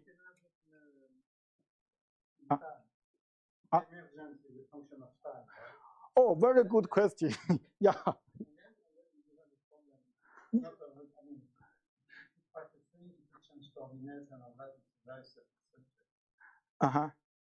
Yeah, that's so what we can do now is emerging of a space direction. The people also think about that, but it's a very difficult question. If the time also can be an emergent notion. Yeah, we don't know. Yeah. Yeah, that's yeah. And for space, it's related to this radial direction. It's related to the arc scale in the field theory side, and okay, that's fine. But for the time direction, it's yeah, we have no good idea in that case. Yeah. Okay, so then one may ask the question: what's the nature of gravity? So the gravity. So we have studied gravity for several centuries, but so from ADS-FT correspondence, it seems that what we know about gravity could just maybe it's an illusion. It's not a true fundamental subject in nature. Yeah. Okay, and on the other hand, since we have this strong weak duality in ADS safety correspondence, then it allows us to study various strong coupling issues in various field theory systems, ranging from the low energy QCD and superconductor, superfluid, non-fermion liquid to quantum phase transition. And this area has been developed very fast in the past 15 years and or even maybe 20 years. Originally, I think start from the KSS bound is somehow around 2005, and so that leads to a lot of work. So this now we even have some textbook on this so-called applied ADS-FT. And this is the study of the various problems in QCD, the low energy QCD, and this is for some quantum matter, and this by Sachdev and his collaborator. And this one is by Liu Yan, Sun Yawen, and postdoc supervisor Zanon and Xiao. And there's another textbook using this holographic duality to study the various problems in condensed matter physics. So if you are interested, you can look at that. Okay, and so finally, what I say before, it's we use this ADS-FT to study the condensed matter problem. In the past few years, there are very interesting development. It's to the people working on condensed matter physics, they propose a duality. They propose ADS2 duality. So this is so-called the SYK model. So this is Sachdev, Ye Jingwu. He's not here, but he will give talk tomorrow. And Kitaev. So I think it's in 2015. Kitaev in a talk, he proposed that this kind of model, this SYK model, could be due to a homographically due to a gravity in 2 dimensions. This is jetty gravity. So this is spend a few minutes to explain. This is SYK model. So SYK model itself, it's a quantum mechanical model. There's only time, and one consider a Majorana fermion in this case. and the Hamiltonian is quite simple. It's with a random coupling. So this J is a random coupling. You have a full fermion interaction. And this model is exactly solvable if you consider some special limit. And this is random coupling. That means it's itself. If you take the expectation value of yourself, it's simply 0. But it's J square. The expectation value of J square is not 0. It's just J square over n cubic. And n is the index of this I. So the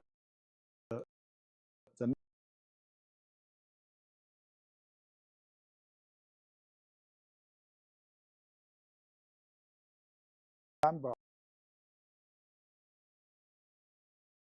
of the Majorana fermions. Large limit some strong coupling system, but you see that you see not in SYK model exactly. And interesting. And if you consider the IR effective action of this SYK model, you will find that this SYK model actually is it's no energy. It's IR effective action. Actually, it's a kind of Liouville action. So this is the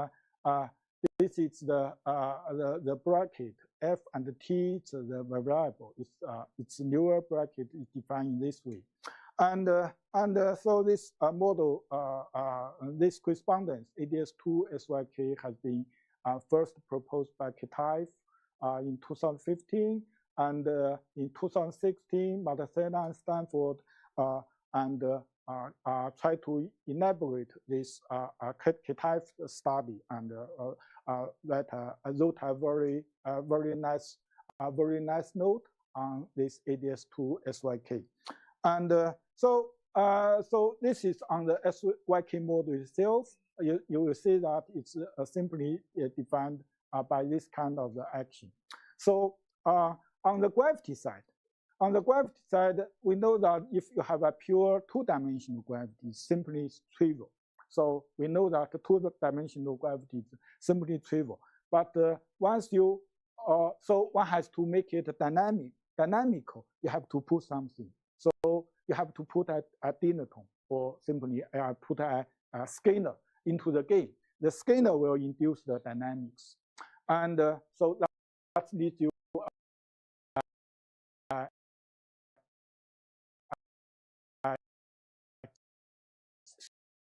So the jet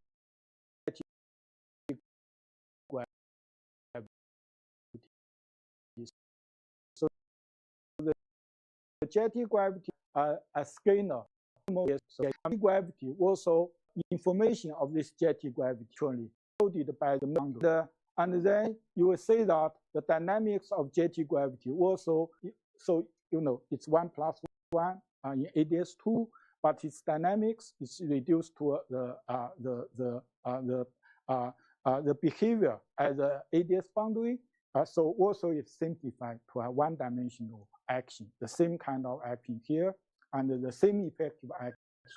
So then one get a new correspondence between the jetty gravity and SYK model as the boundary. And then one may use the SYK model to study the physics of the black hole, the various kind of physics, quantum chaos, etc. Okay, so this is a very interesting development starting from 2015. So you see that it's out of our expectation. This correspondence first proposed not by string theory, not by an expert in gravity. It's proposed by an expert working on this quantum phase transition, on this stuff. And so that is somehow it's some kind of feedback from the expert in other area. Okay. So so finally, let me give some general remarks on ADS safety.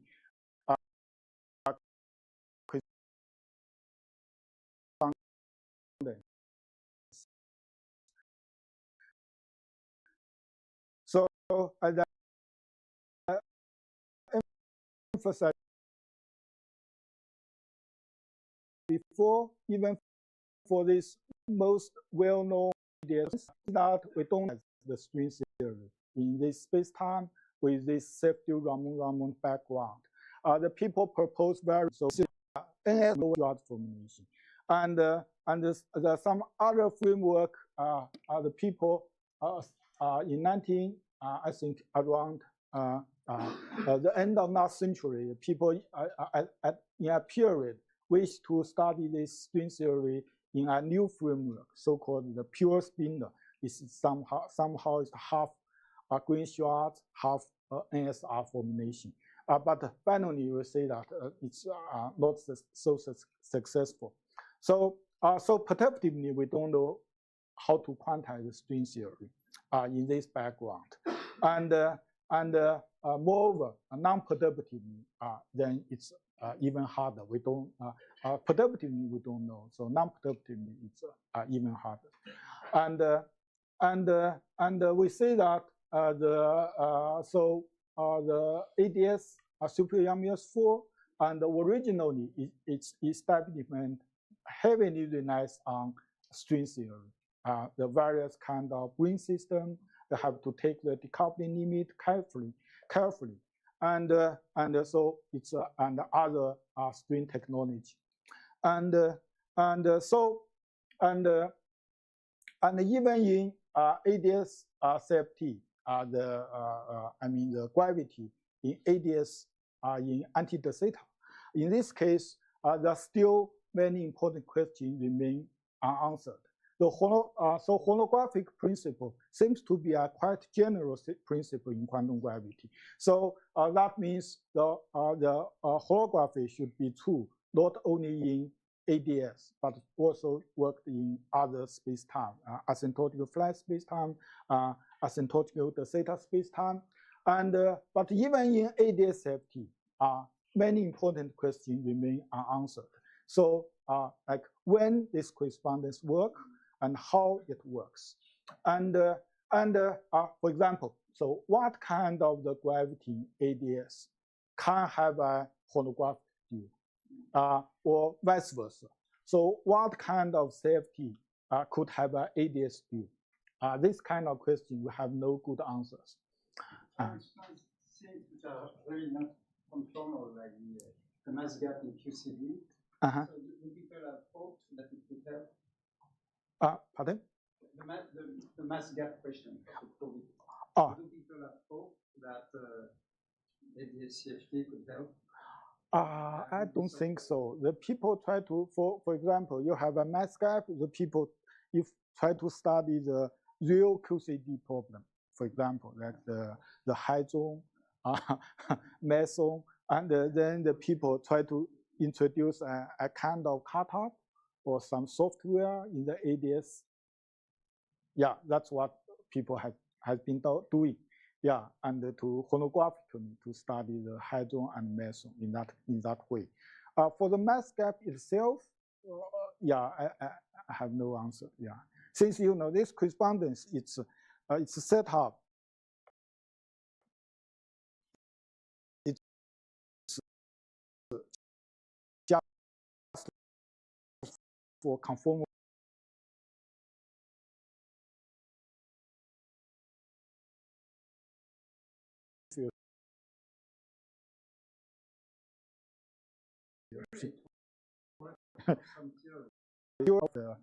Polyakov try to understand. Yeah, still open. So what's that? The Kitaev model, it has to do with the experiment. I mean, is it related to experiment? Huh?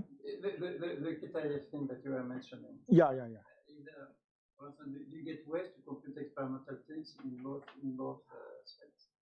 On the JT gravity side, I don't know what's the experiment, but on the SYK model that has been applied to study this quantum phase transition, this stuff. It can be mapped, theoretically. I mean, yeah.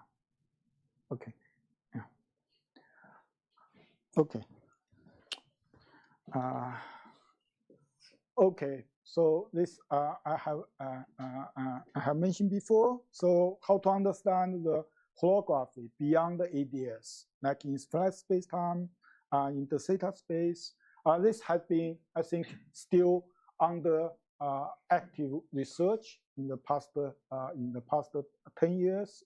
This kind of problem, and one clue is that we have to for a flat spacetime or the theta spacetime is very difficult to establish the correspondence from string theory. From string theory, since you will say that you have very severe restriction to use the string technology. So I think in most cases, one only can establish the ADS-FT correspondence.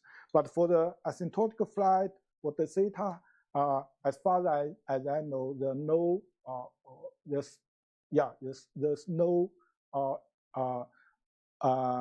establishment from string theory, and so that requires us to understand this general holographic principle from other point of view. Like we use a different approach, different angle to investigate the holography. So yesterday I mentioned this bottom-up approach to study the asymptotic symmetry group of gravity is one way. There's some other way, and for example, so this is using the quantum entanglement to study these kind of questions. So I think starting from the 2006 and Yu and Takagi,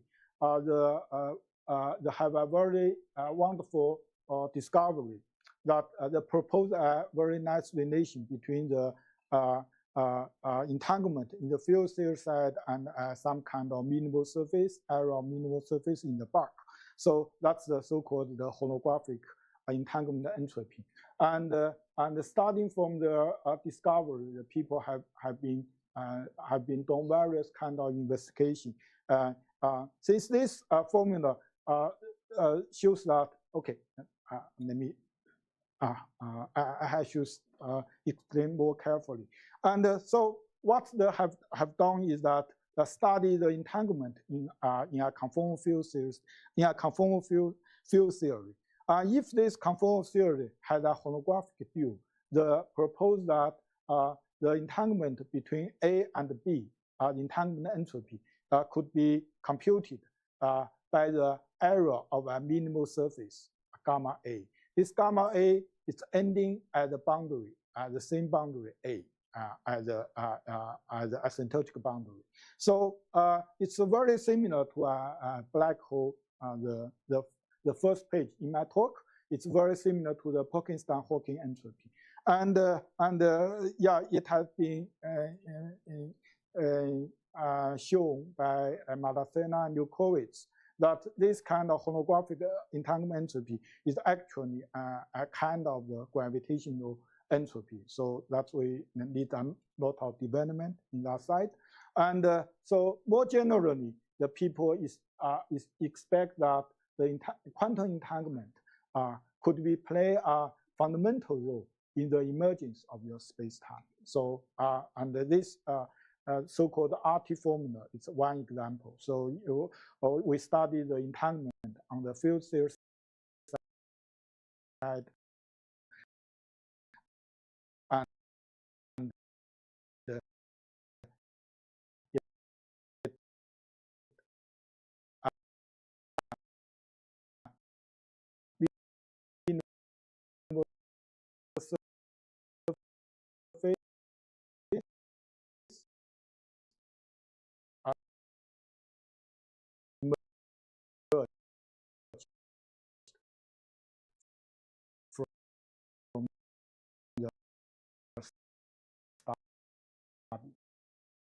so I think, just more. There should be one more.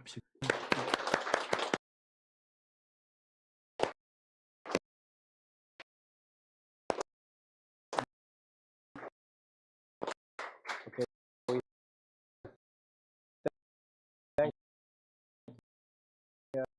Professor Cherry pedagogy overview.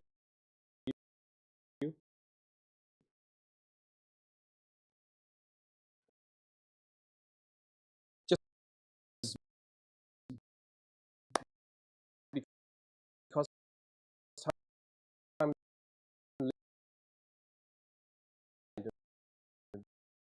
just very. I hear some from who open duality in modeling relation.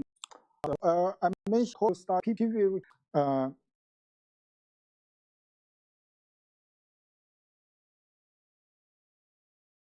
Let me see.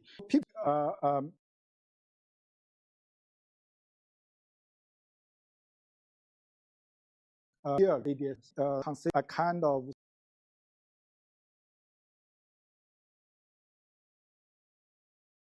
special and the PP wave geometry.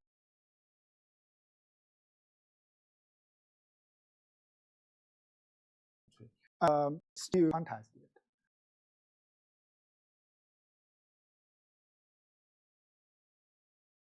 Adapt even has a field theory.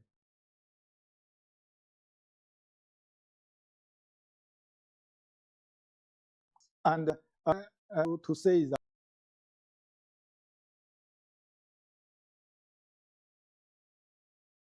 applied the PPV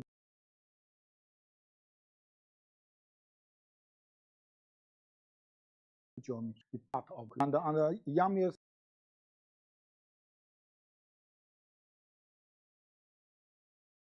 says yeah.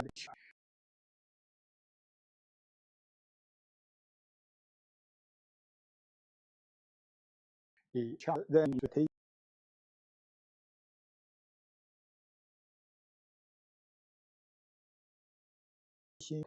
string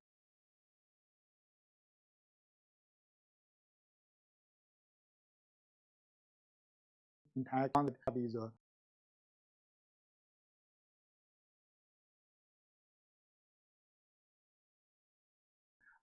with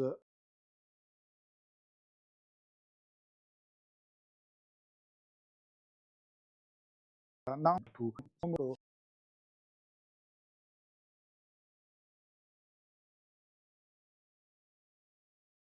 that okay.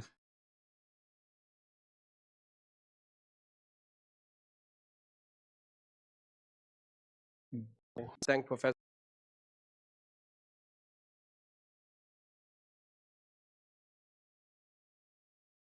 Chen. Okay, let's break.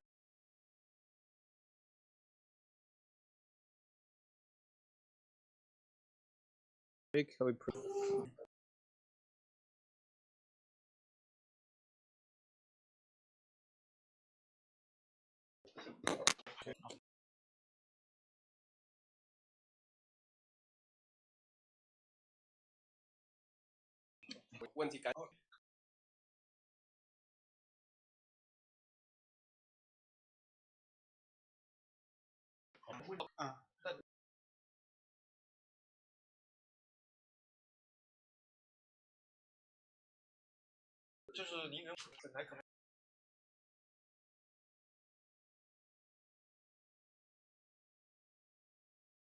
有的量原则上。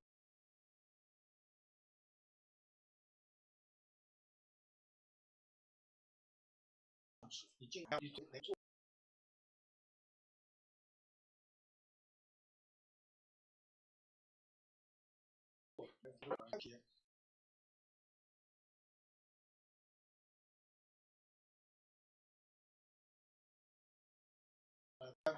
Me?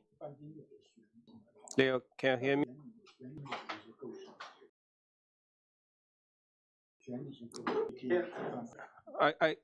So it's lecture.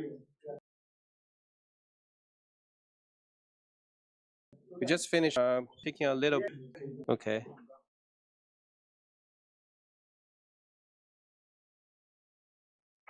Break and start your.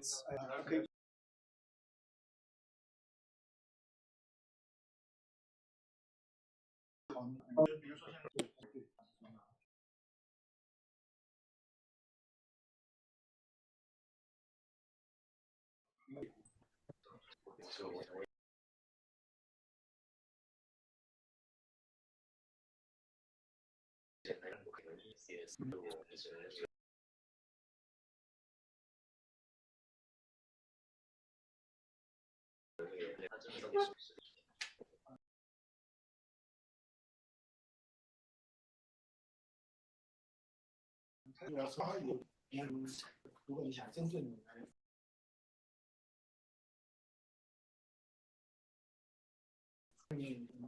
很多问题呢，真好。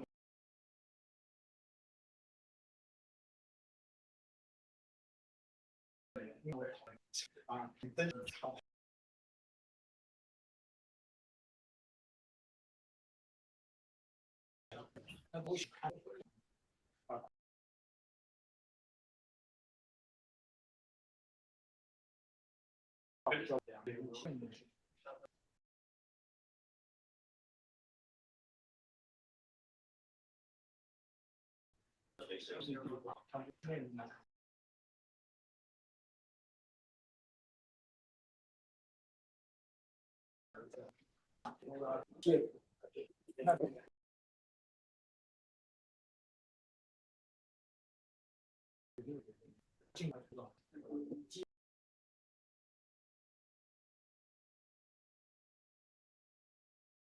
接近啊，也是重视。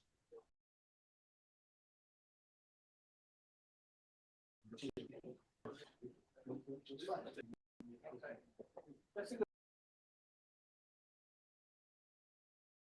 我觉得呢，其实要小心，因为我觉得你看，这样做像，然后学卖的，这样还有更多，就是你这边很难用来学。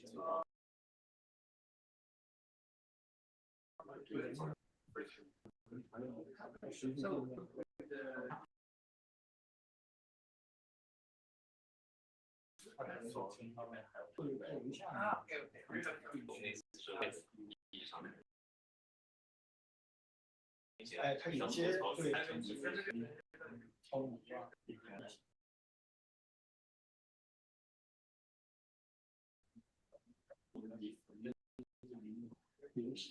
啊，啊，很流行，在某些阶段。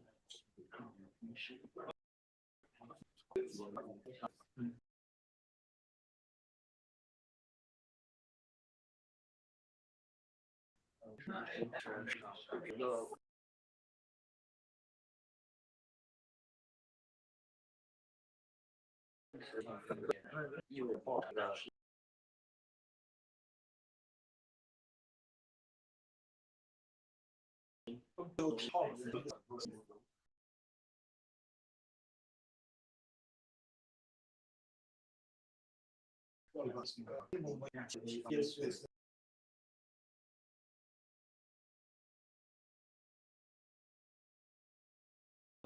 不下去，看你脚，看你。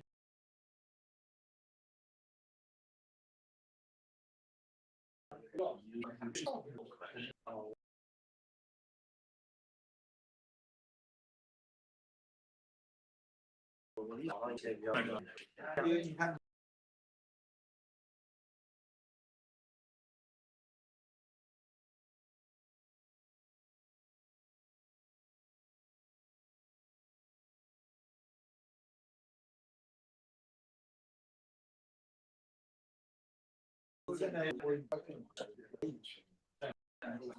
Leo, share.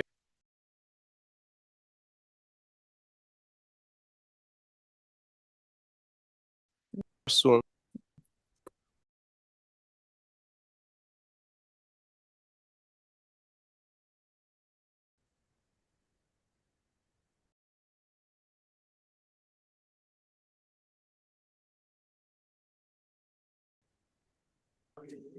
Yes.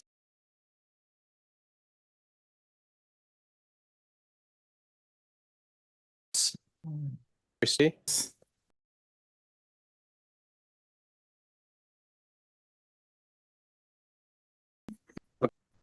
Get.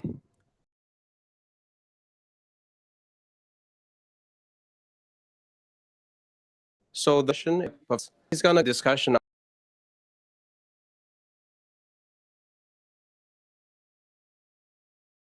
black hole theory. Last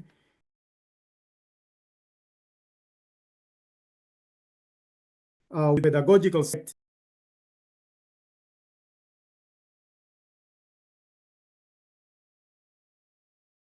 And on the question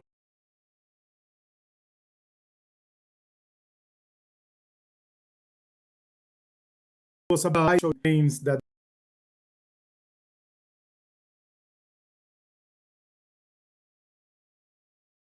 they are reliably determined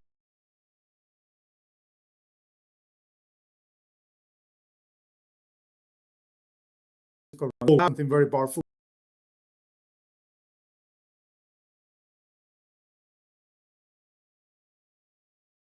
And issue a formula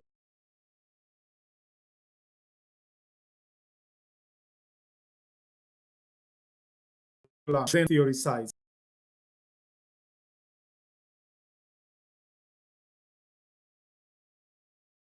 So I think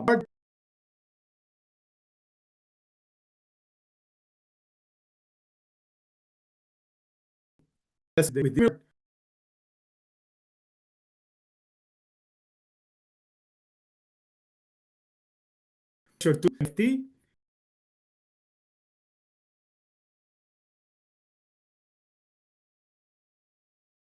So I'll, but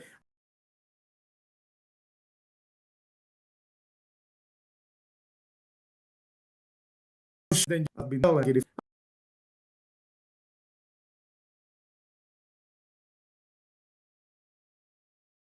after this in a context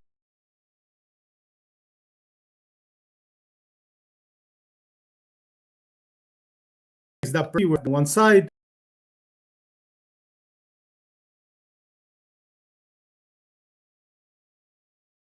and then this a little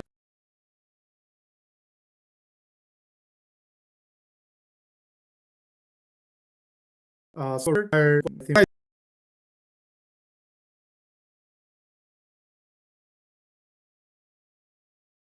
so that's possible.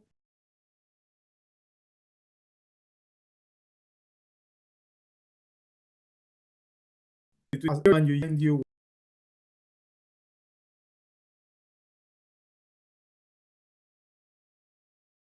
but the data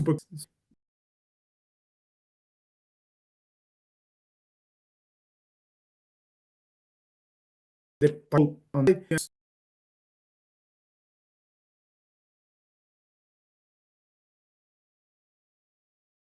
that about this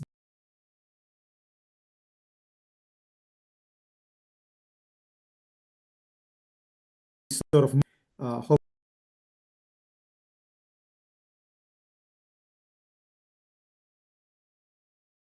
in the play of manipulation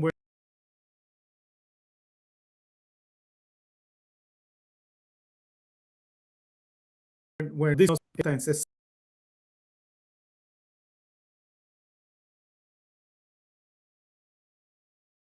the space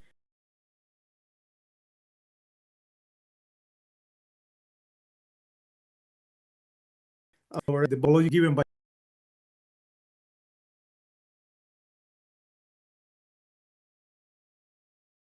the black so ready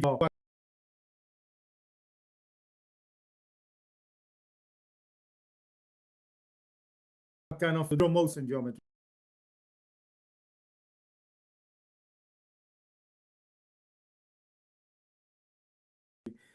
Don't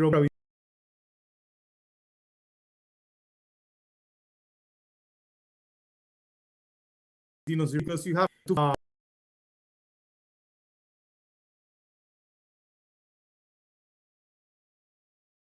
M9 per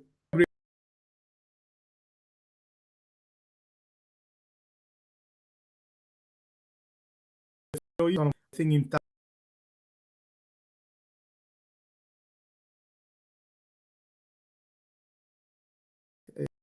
Why is this?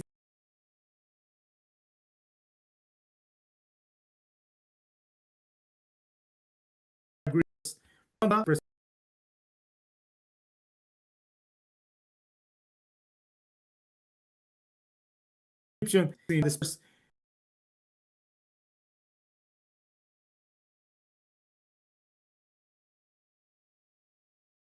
time, what is the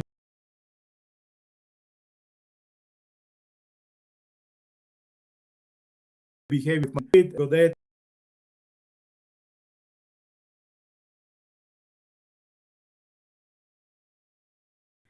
so direction.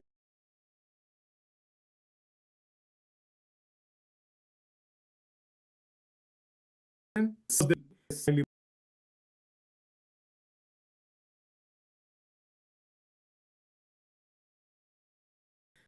and about this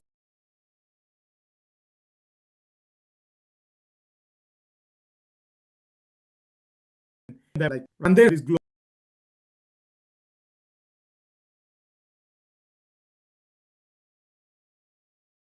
this concept and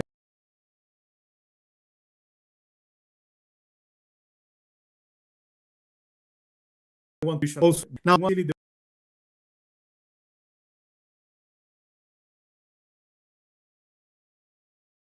coefficient yesterday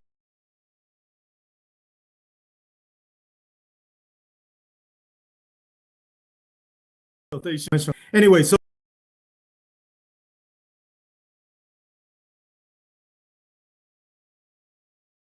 I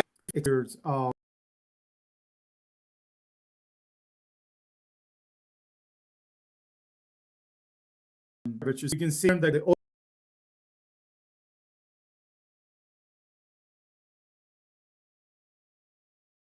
scalar and this is Ricci times f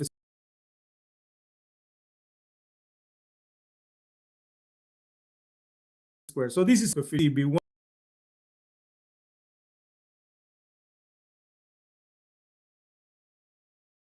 b2 function field.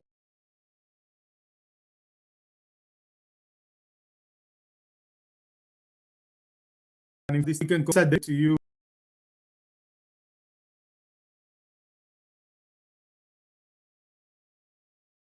normally. So we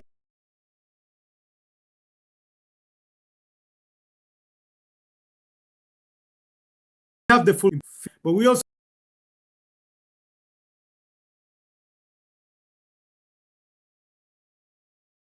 see a whole. I can compare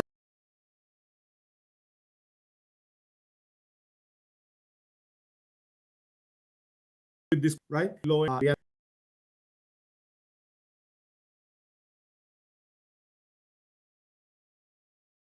I combine energy with headline.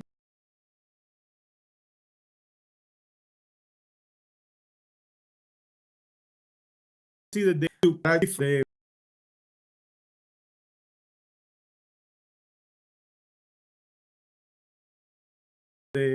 I know this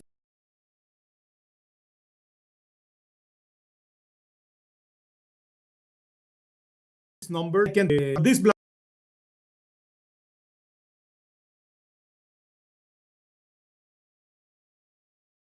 hole like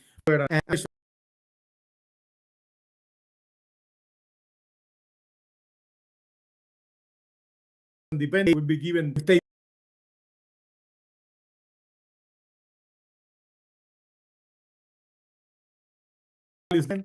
what this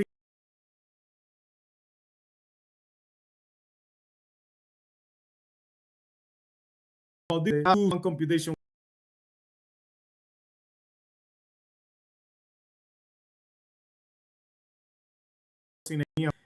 and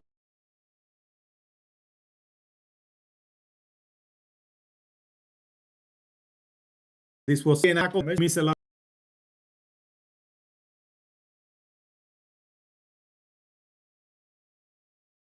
of information size answer. So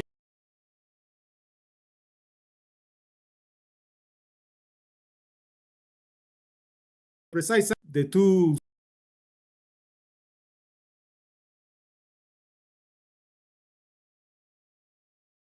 so here maybe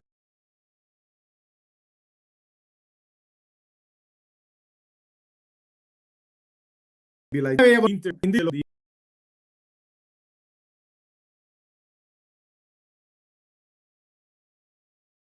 entropy is action.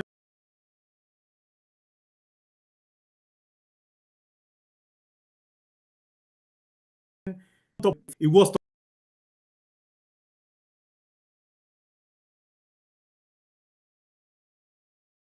topological using ADS.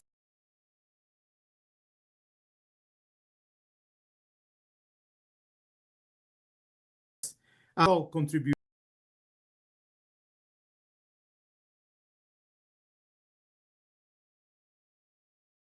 The different comes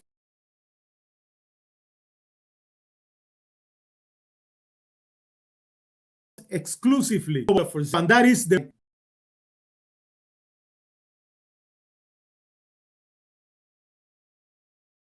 number of zero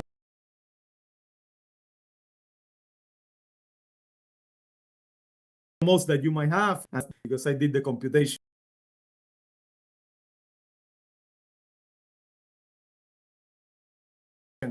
Contribution. You can see that the log matches. It doesn't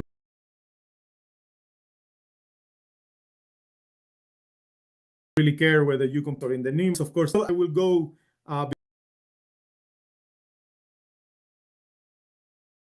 because that we are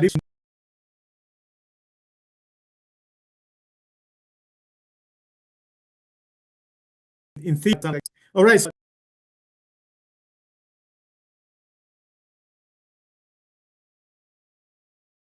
you know what I do beside.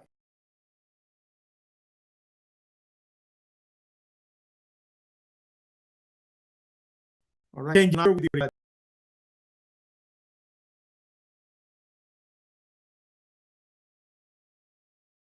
What we theorem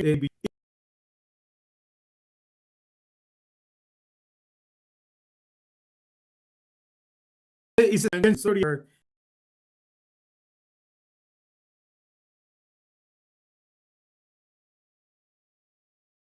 now is this gauge group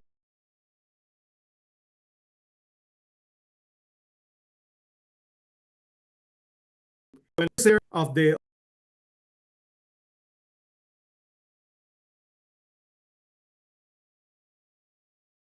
quiz there.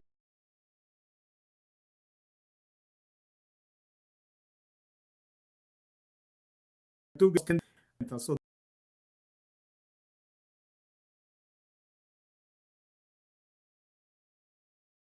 they are anti the theory.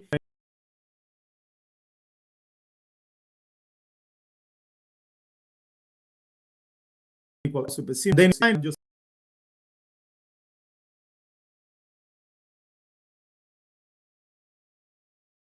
telling if you're interested.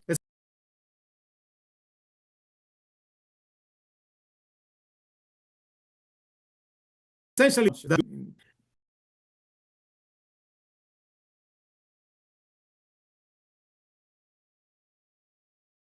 the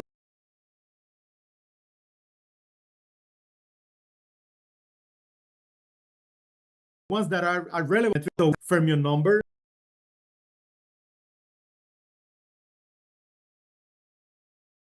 It would be on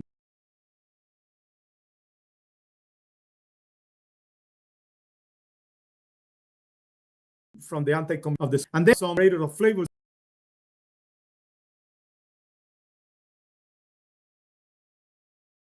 Symmetries that I can found that we know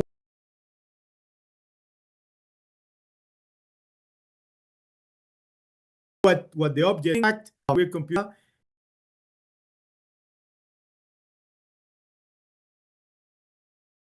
Use Lagrangian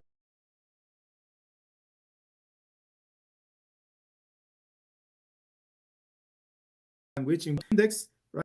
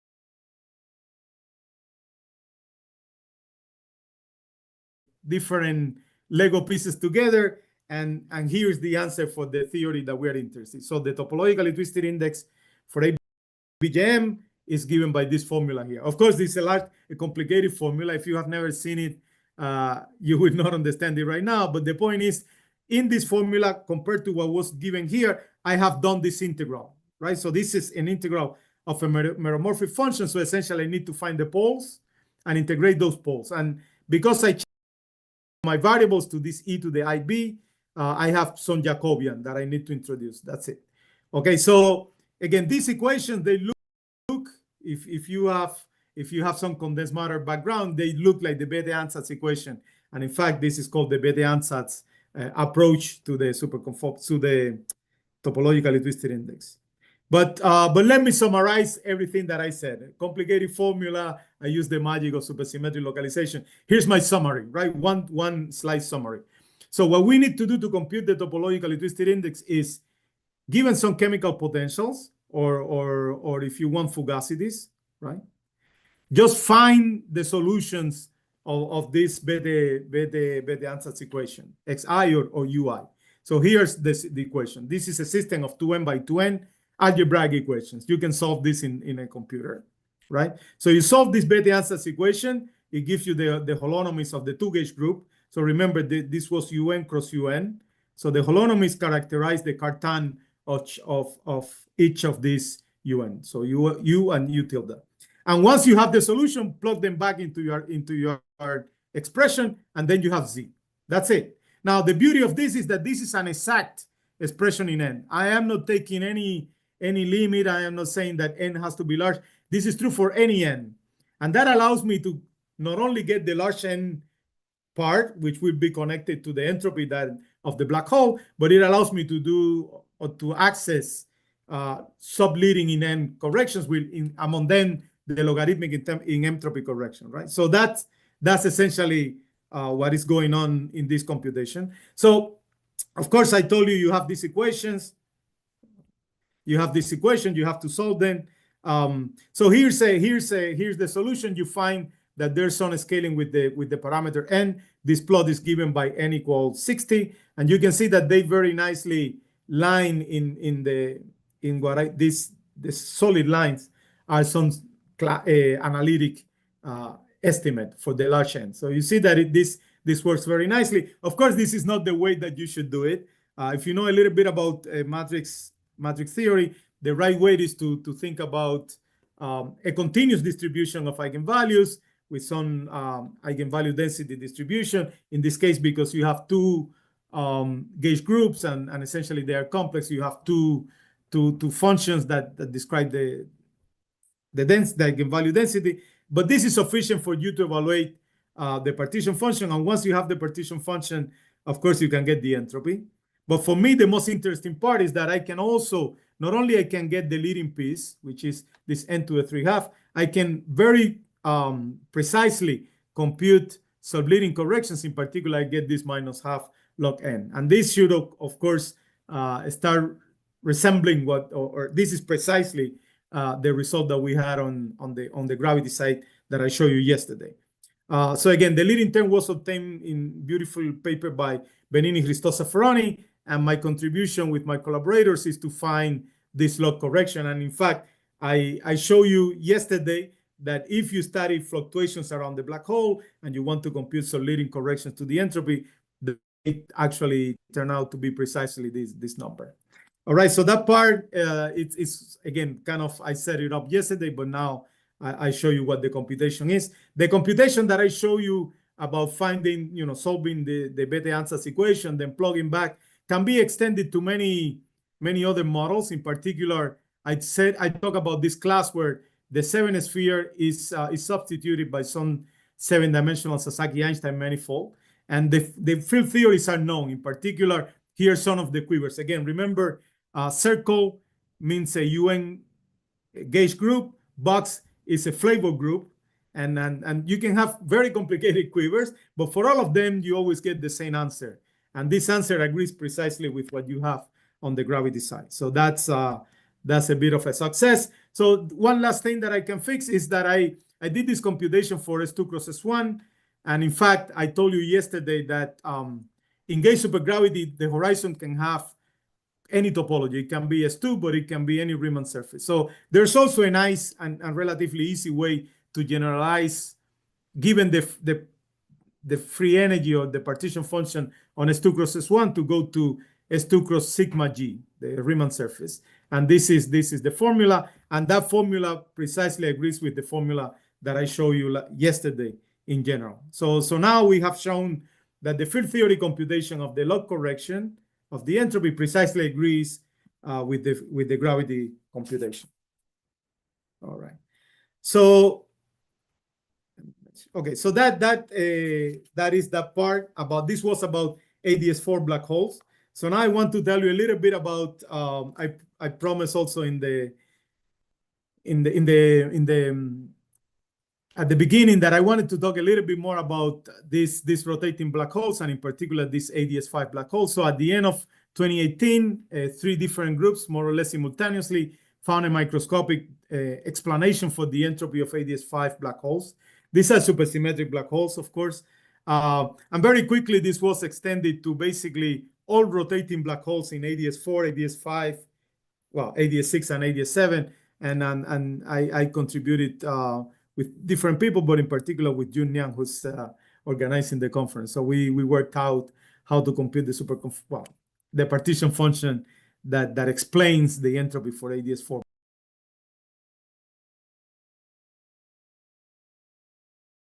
You have now for all ADS4, 5, 6, and 7.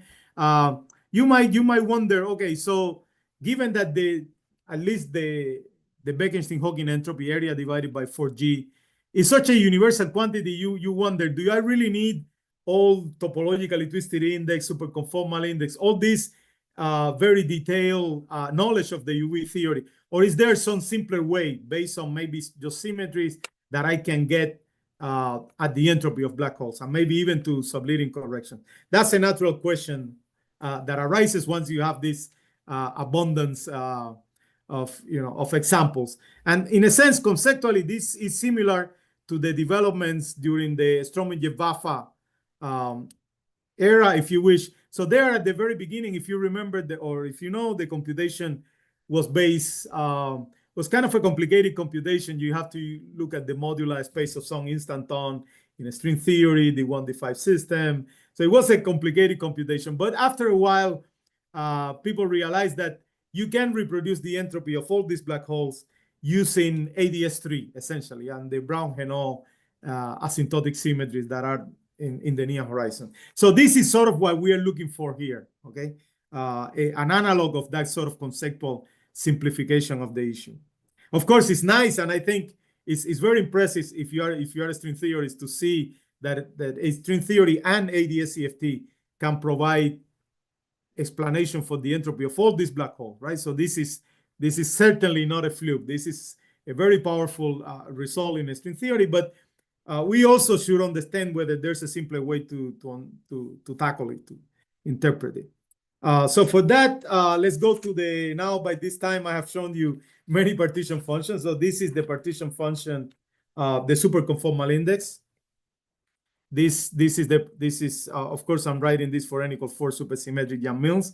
This is the prototypical example of ADS-CFT. This n equals 4 super Yang-Mills dual to type 2B string theory on ADS5 process 5. So this index counts 116 BPS states in n equals 4 super Yang-Mills. If you have some other theory that has n equals 1 supersymmetry, then it counts a quarter BPS. So only one supercharge is needed. Again, here you have your what you remember from your even undergrad standard class, e to the minus beta h. But again, it's supersymmetric, so it's decorated. It's actually some sort of with an index, has minus 1 to the f. And then there are two angular momenta, J1, J2, that I can use to refine my partition function. And then again, global charges. These global charges are in the Cartan of SO6, if you wish. So it's all understood. All right, so this partition function, again, can be computed using localization or other techniques. And what I did with some of my collaborators,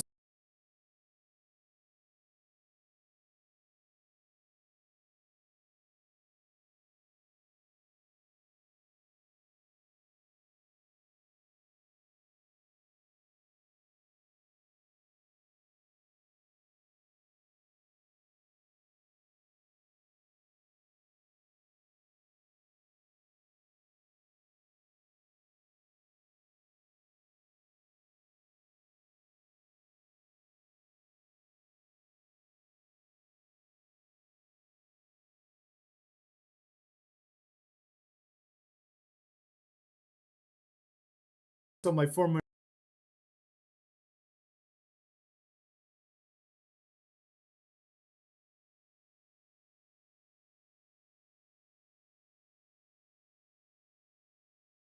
after that, there was a paper by Kazani and Komagorsky, and also another paper by Murthy and Ardehali that tackled this problem, and again, reproduce this log. So this log is there in field theory. I computed it with my collaborators, but many other groups have confirmed that this is there. So it would be wonderful to have some understanding of this log correction from the gravity side.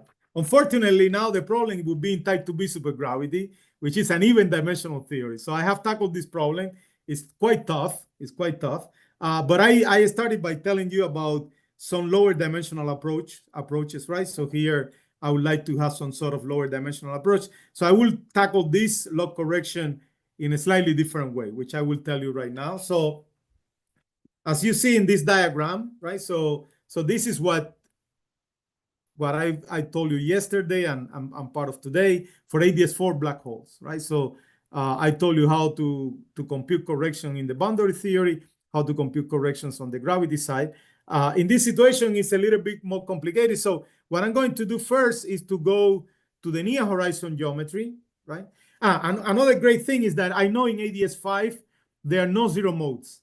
So I know that I'm unsafe. If I go to the near horizon, I'm not losing a lot of any information for that matter about the log. So that's really crucial. I cannot do this for ADS4 because I'll be missing global information. But for ADS5, it's okay. So in this case, if you go to the near horizon, then you can apply Kerr-CFT and get an explanation for the entropy that is also microscopic, right? So you have some CFT2. In that CFT2, you do a counting using maybe Cardi formula, some kind of counting formula in CFT will give you precisely an explanation for the entropy. That's sort of the path that we want to follow. So the right approach, because these black holes are rotating, these are not spherically symmetric, so it's not so simple to get to the near horizon, is to apply Kerr-CFT. So Kerr-CFT was introduced in this paper by Strominger and collaborators. And for the case of ADS black hole, Honglu was a big contributor. So he has two papers. I think he lectured in this school as well. But anyway, so that was done in 2008. More recently, again, in collaboration with Jun Yan and also my student, my ex-student, Marina David, we revisited this problem for these black holes in complicated gauge theories. And we found that for all the black holes, all the black holes, rotating black holes, ADS4, 5, 6, and 7, we can run this argument, go to the near horizon, and apply CERN, and we do get a microscopic explanation of the entropy. So that was encouraging. So after having this success, we decided to tackle also the logarithmic correction. All right. So again, just a picture is always clarifying. So a lot of the computations were done at the boundary. So we have a boundary CFT, and that was clarifying and computing for us the entropy of the black hole. But now we're going to be working in this area, very, very close to the near horizon. We apply CERN to find a statistical interpretation of the entropy. And again, this is in my paper with Marina and Jun, and that paper described this term, right? The big chunk, the Bekenstein-Hawking entropy, for all the black holes that I discussed at the beginning. Now, at the level of a technical level, so CERN provides some CFT2, and in this case, it has n global U1 symmetries, right? So they're conserved charges. It's not just a CFT2, the simplest CFT2. So in fact, these are the conserved quantities. But if I know the partition function, right, I can do a Laplace transform and get the density of a state. That's the microscopic derivation of the entropy.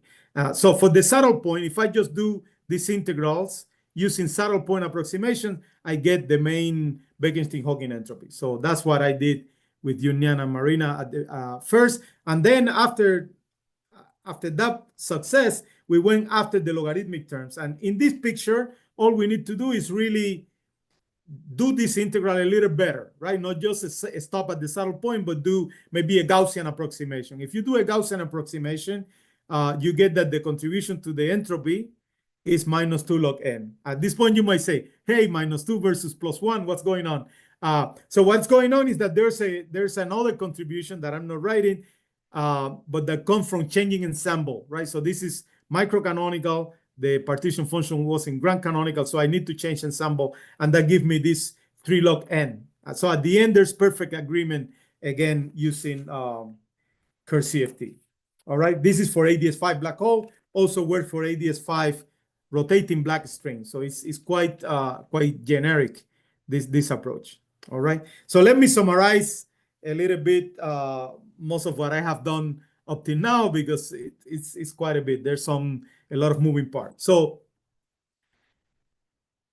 yesterday and between yesterday and today, I convinced you that the log correction to the entropy of magnetically charged ADS4 black holes that are ADS CFT dual pairs, including very complicated quivers. S7 is the quintessential example where I have ABJM and ADS4 cross S7, but I can also do it for all these 7-dimensional Sasaki-Einstein, and it always agrees. Okay, I show you the computation yesterday on the gravity side, today a little bit on the field theory side. Good. So I also, this one I did not show you in detail, but I mentioned that I can compute the log corrections of ADS4 black holes that do not come from N2 brains. So they come from RAP N5 brains, RAP on hyperbolic 3 manifolds. So there the computation on the gravity side is what I showed you yesterday. And on the field theory side, it's much harder because it uses some other technique, the 3D correspondence, which it will take me a long time to explain. But believe me, the field theory there, it's anyway. So that is part of what I have done, and I have 1 or 2 slides yesterday trying to convince you of that. I have not shown you the field theory, but believe me, or you can look at any of my papers that address that issue. All right. So then I discussed this sort of bottom-up approach to corrections, where I try to understand more specifically where is the correction coming from, the near horizon or the full space. It turns out that in even dimensional ADS, for ADS4, I bet for ADS2, it does matter. It does matter a lot because the issue with the zero modes and global contribution.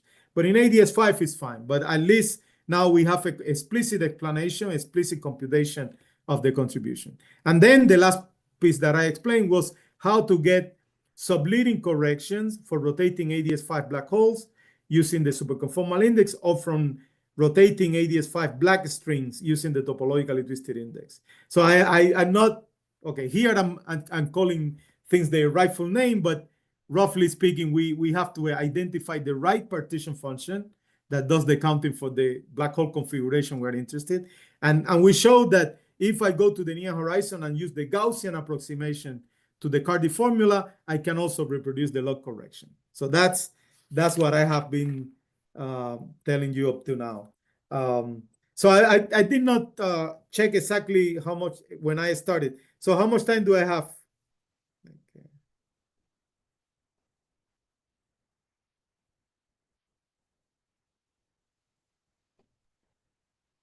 You still have about 15 minutes. 15 minutes. Okay. All right. So let me start. Okay, I'll tell you a brief version of this log temperature correction because I think this is quite interesting. I will not go into details, although I have some slides with technical details, but I will stay.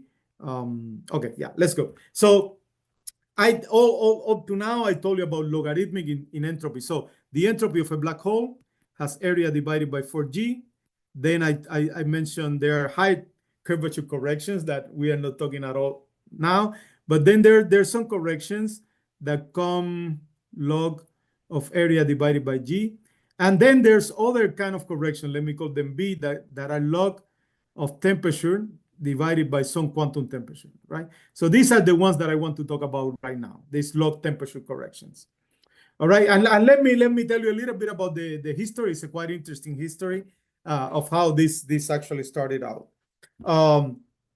So if you take any black hole, and I will show you some example if I have time. But if you take any black hole that is close to extremality and you expand its entropy, the entropy goes linear with temperature, while the mass goes quadratic with temperature.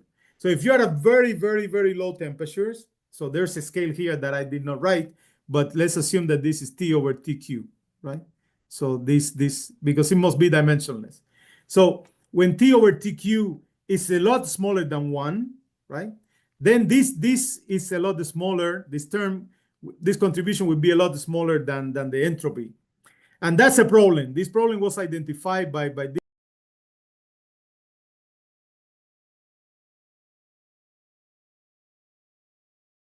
and I thought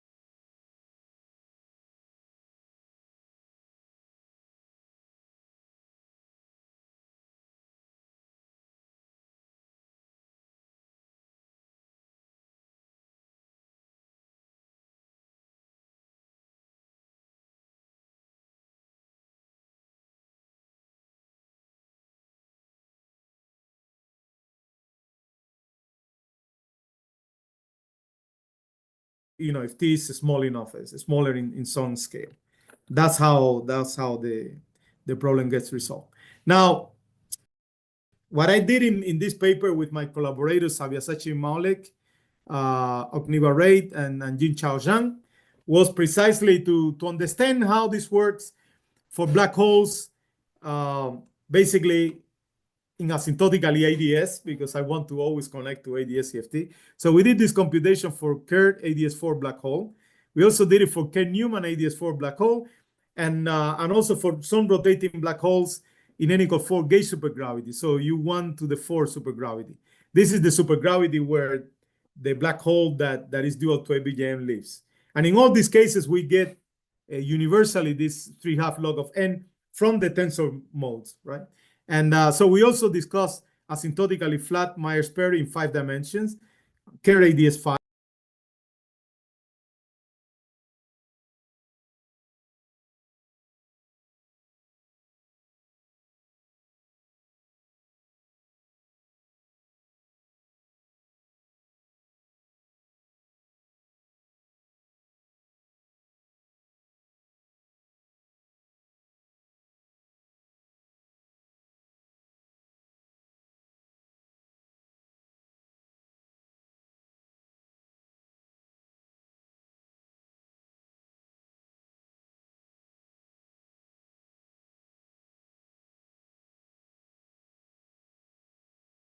And of course,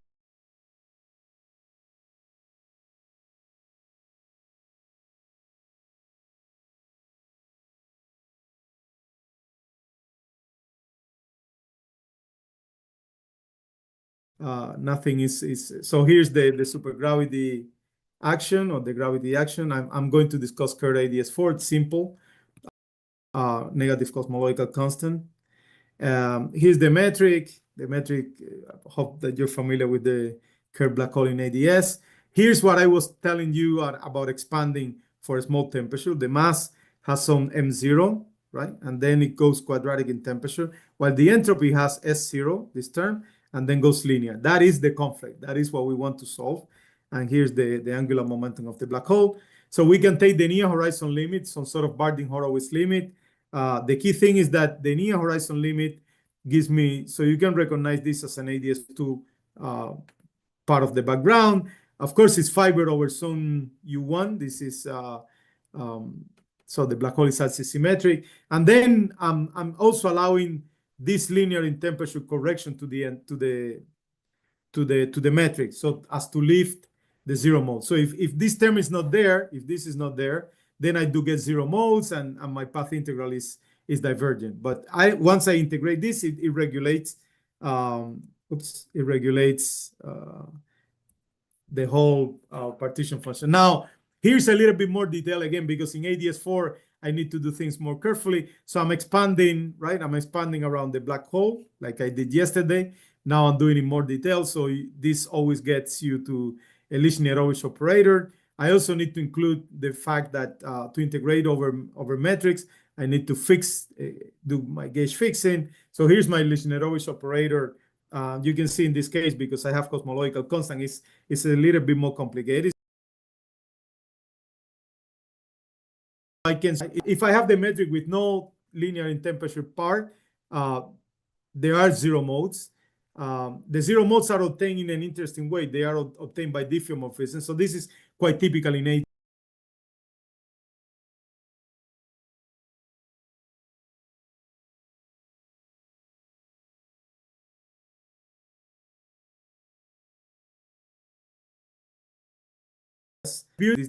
What can in this 0 mode? What are the diffeos that generate that isometry? And more interested, I want to see what the diffeos are at infinity.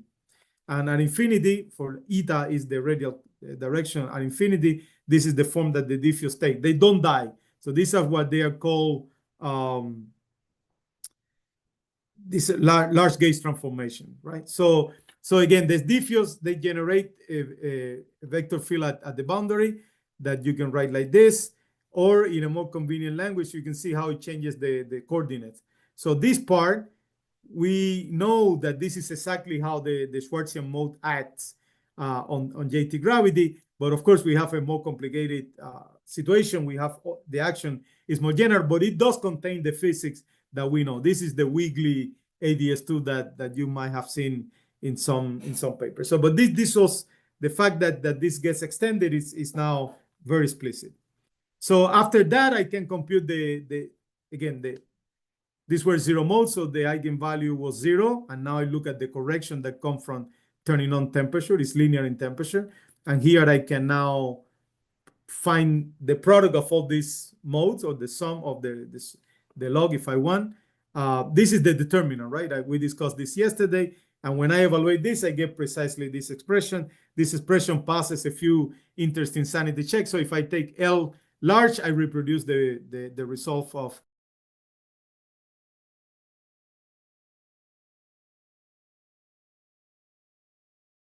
that this is independent of the ensemble that you're using. So this term, as I said, this term, log of T Hawking divided by T quantum, dominates the one loop partition function of very small temperature. So small with respect to TQ. And that is, again, the way out of the puzzle. And it's important that we can do it now for rotating black hole in many, many examples. So I just show you the computation for Kerr-ADS4, but in the paper we did it for Kerr-Newman ADS4, Kerr-Newman ADS4 in n=4 gauge supergravity, the theory dual to ABJN. We did Myers-Perry, which is asymptotically flat in 5 dimensions. We did Kerr-ADS5, and we did, not completely, but some of the parts, some aspects of the 5-dimensional U1 cube gauge theory, which is the dual to n=4. So in all these cases, we find the same contribution from the tensor, and we know that it comes because there's some isometries in the ADS2 throat, and then there's some specific cancellations in the Lishnerovich operator, independent of the matter feed that you turn on. All right, so now you might be puzzled, like, oh, why didn't you tell me about log corrections yesterday when we were? But yesterday I was talking about supersymmetric black holes. So I want to show you a counting that convinces you that this does not apply or is not relevant for supersymmetric black hole. Because in supersymmetric black hole, we will have a contribution from the graviton, which I am saying is completely universal, this 3½ log T. But then the gravitino, in n=2 theories, I have 4 gravitinos, and each is a fermion that contributes -½ And then I have a vector that contributes +½ so the overall contribution is 0. So supersymmetric black holes do not suffer from this log correction. These are for black holes in that are non-supersymmetric. So that's why we are okay from what we did last time. So I think this is more or less what I wanted to tell you.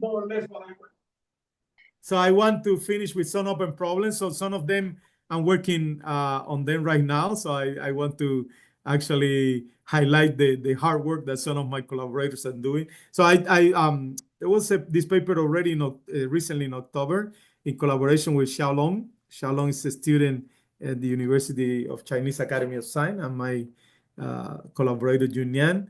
And we are about to finish, it's about to appear another paper with Songyuan Yue, who's also a student at the University of Chinese Academy of Science. So these papers deal with trying to understand these fluctuations, these quantum fluctuations for near extremal black hole in the ADS context. So because we have ADS CFT, we can see if they change the phenomenology of ADS condensed matter, or we change or how they affect issues in the fluid gravity correspondence, which is a very important result in ADS CFT. So I'm also working on how these corrections affect Hawking radiation. And so yesterday there was a question, and I think that was referring to a paper by Iliesu, Pennington, Brown, and Usak, who did this for spherically symmetric black holes. So it is really interesting to do it for rotating black holes, Kerr-Newman black hole, because black holes in the skies don't have charge, but they do have a lot of angular momentum. And just to finish, I want to emphasize that there are many black holes I will leave you with proof that there are many near extremal black holes in the sky, astrophysical black hole. And I think that we have learned a number of lessons, studying supersymmetry and studying black holes in ADS, but some of these lessons we might try to take to actual astrophysical black hole. And in particular, given my collaborators in China, I am excited about exploring whether there's any imprint in gravitational waves that come from this near streamer black hole. I want to leave you with this table. It's hard to see. I know it's hard to see, but let me leave you with this table. This is a table from a PhD thesis at the astronomy department here in Michigan. That essentially these are all examples of kind of solar mass type black holes, and this is the spin. This is the parameter that is angular momentum divided by the mass. A1, right, represent a stream of black hole. And you can see that the majority of the black holes are really here, very close to extremality. So I think this is exciting, and I leave you with that. You're young and powerful, so I wish that you get excited about this and write some excellent papers that will bring some of these ideas into connection with black holes in the sky. So thank you very much.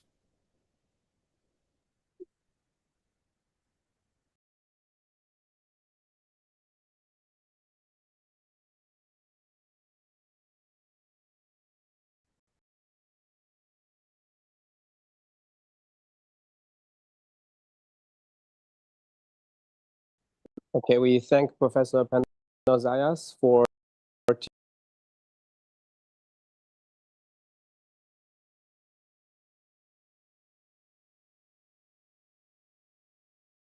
some modern applications of VDS-FT. Hello, Leo. May I ask you a question? Yes, please. Hi. Generalization to the Kerr black hole case, because in the Kerr black hole, the zero mode is quite different from the rotation mode and do not have the rotational mode. It seems in the so do you think there is enough technique to? I think it is exactly. I mean, if you look at JT gravity, this is the reparametrization mode. It acts on the boundary, right, on eta. It also acts on time by shifting time. It just happens that mode it also acts on the beauty about this computation, and I think this is really, at least for me, what is exciting about this kind of computation is that it is not that I start with, let's say, 4D gravity and I do dimensional reduction to 2D and then I see, this 2D has JT. No, this is not what we're doing. What we're doing is we are tackling a problem always in 4 dimensions and realize, right? So here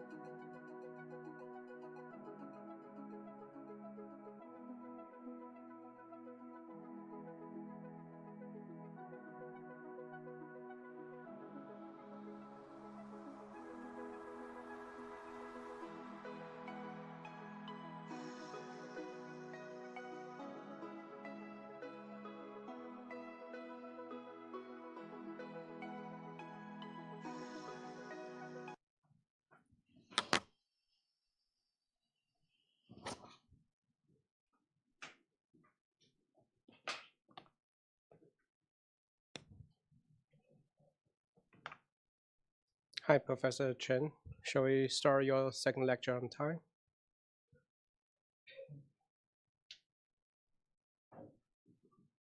Hello.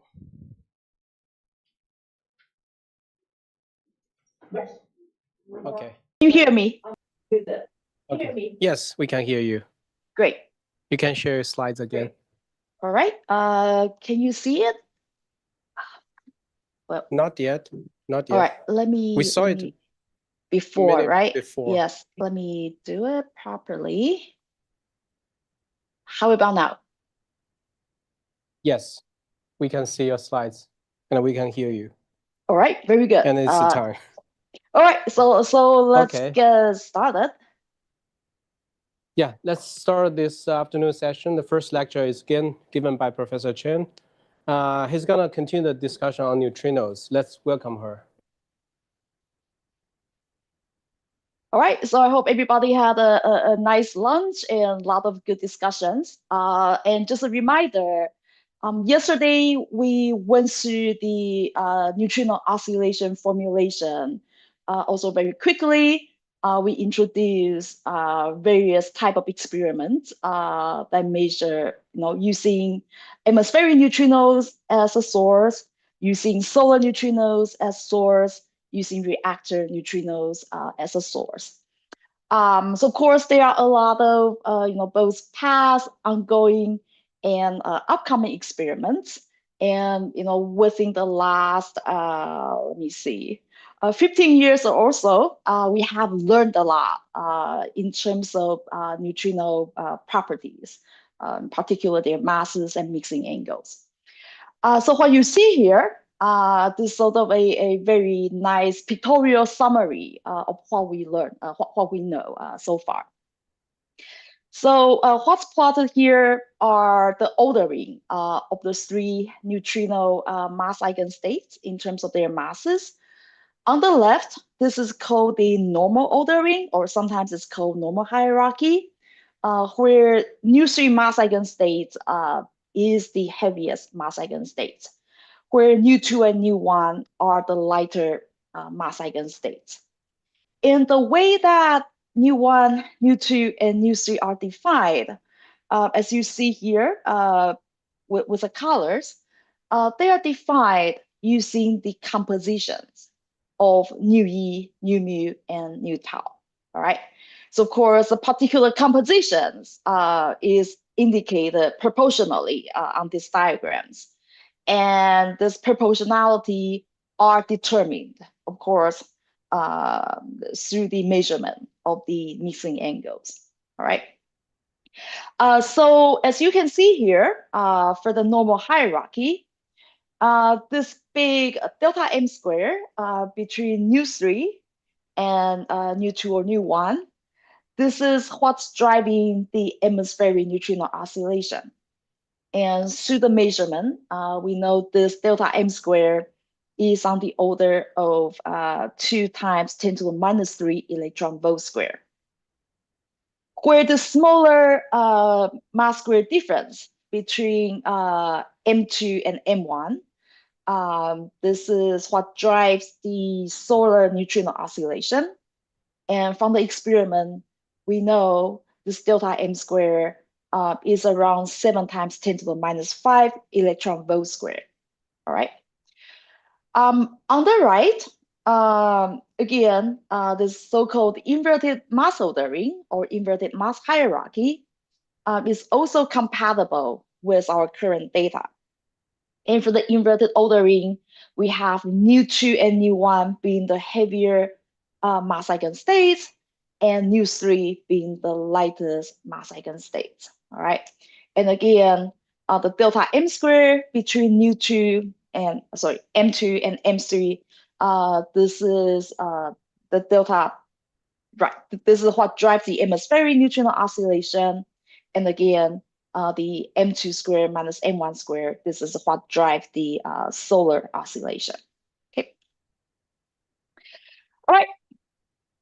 In terms of the mixing angles, again, the three mixing angles are describing the mismatch between the mass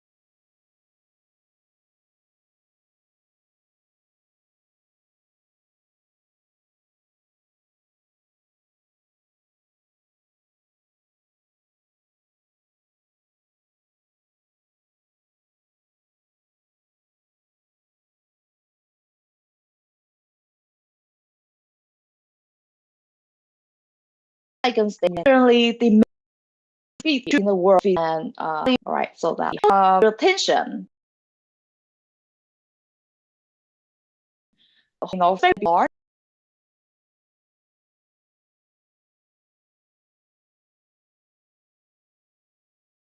But it is attention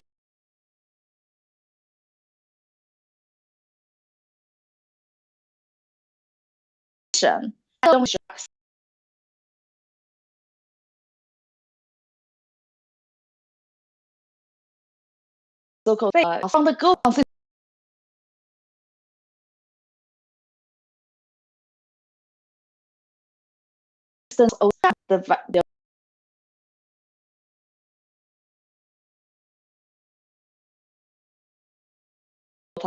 from degree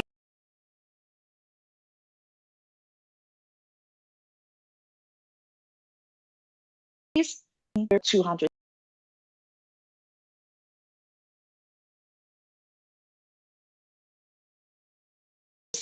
But on the other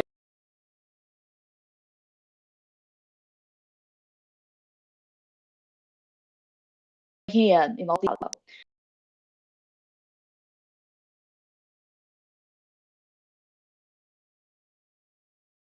all right, maybe all the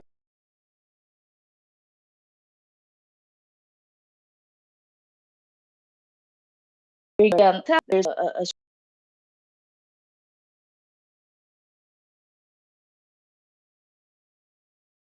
strong preference this year.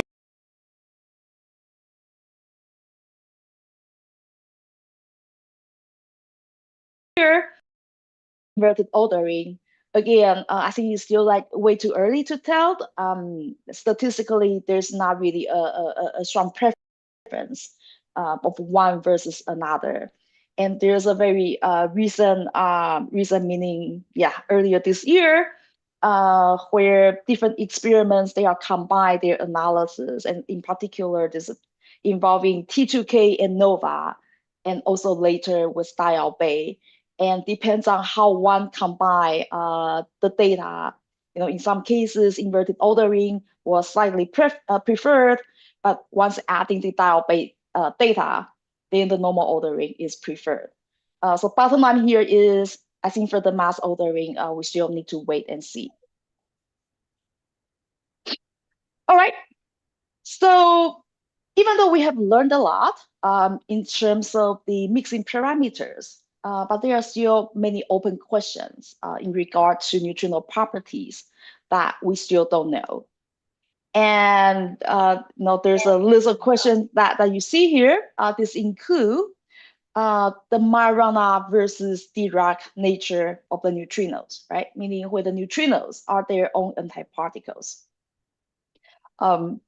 Whether there is CP violation in the lepton sector, right? Whether delta CP is 0 or 180 degrees, or or is it like really CP violating? Meaning if it has a value that is deviating from 0 or pi, right? What is the absolute mass scale of the neutrinos, right? Because neutrino oscillation only gives us the information about delta m squared, but it doesn't really tell us what is the absolute mass scale of the neutrinos, right? So this is still an unknown.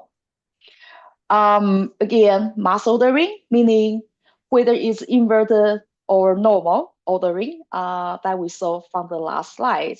In other words, what is the sign of the delta M13 squared? Okay? Whether there are only 3 neutrinos, or are there more neutrino species, namely are there stereo neutrinos? Again, this is still an open question. And the last one, last but not the least, is the precision. Meaning, we see theta 23, which is very close to maximum, meaning 45 degrees. But it is, so far, the best value is deviating from maximum, right? And of course, this question about precision is very relevant when we are trying to build models to explain, right, the observed mixing angle. In other words, if theta 2,3 turns out to be exactly maximal, meaning 45 degrees, that would strongly indicate that there is underlying mu-tau symmetry, right? But if the theta 2,3 deviates from 45 degrees, what that is telling us is that this underlying mu-tau symmetry must be broken. And right, how big the deviation is would correspond to how big, right, how badly the symmetry breaking is, right? So these are sort of the open questions, still outstanding questions in regard to neutrino properties. And of course, there is a suite of current and upcoming experiments that are aiming at address these puzzles, right? And of course, in order to understand these properties from a fundamental at the fundamental level, this will require beyond the standard model physics. All right, so now I'm going to move to the theory side. I just show you those more like final neutrino property related questions. And of course, fundamentally, so far this observation of small neutrino masses and their large mixing also pose certain challenges theoretically, right? The first challenge has to do with the smallness of the neutrino masses, right? I just show you the 2 delta m square, both are in the sub-eV electron volt regime. But if I put the possible neutrino mass pattern on this mass spectrum that I showed yesterday, what you see is there is a huge gap, right, between the neutrino masses and the charged fermion masses. Right, so the question is why the neutrino masses are so much smaller compared to the charged fermion masses. Right, so that's sort of one question. And another layer of the question is why do all the masses order the way it is, right? So this is the so-called fermion mass hierarchy problem. And of course, if you compare the observed lepton mixing angles, they are really large. Right, so what I show here on the bottom part, these are the corresponding range of values for each PMNS matrix elements, right? And if you compare this with the range of values in the CKM matrix elements, you see a very, very big difference. So in other words, the smallest elements in the leptonic mixing matrix, meaning the 1,3 mixing angle, this is smallest in the leptonic mixing matrix, but this corresponds to the largest mixing, right, in the quark sector. So the question is, why do leptonic mixing angles are so large while the quark mixing angles are so small? And of course, a related question is, what is the precise value of the Dirac CP phase in the lepton sector? All right, so I just mentioned that. And of course, these different structures correspond to the mismatch between the weak interaction eigenstates and the mass eigenstates. So what that's telling us is, quarks do not really mix that much, but for leptons, it is totally the opposite. All right, so of course, all these patterns that we just saw, are not really explained in the standard model. In the standard model, these patterns are accommodated by a very large number of free parameters in the Yukawa sector. So my first question of the day for you is, how many parameters do we need in the Yukawa sector of the standard model, assuming neutrinos are Majorana fermions?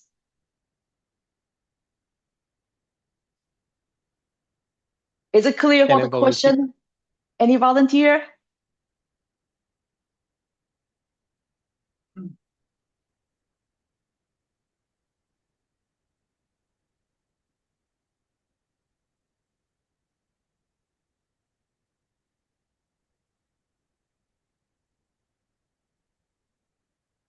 How many?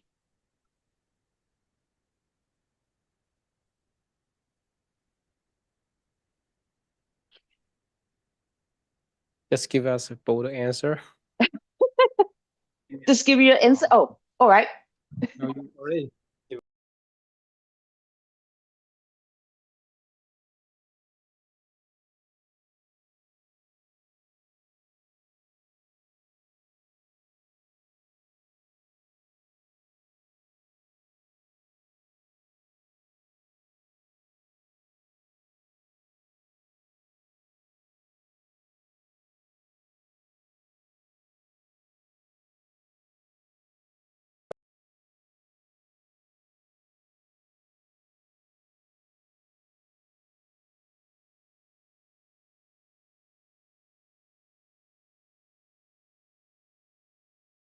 Sir.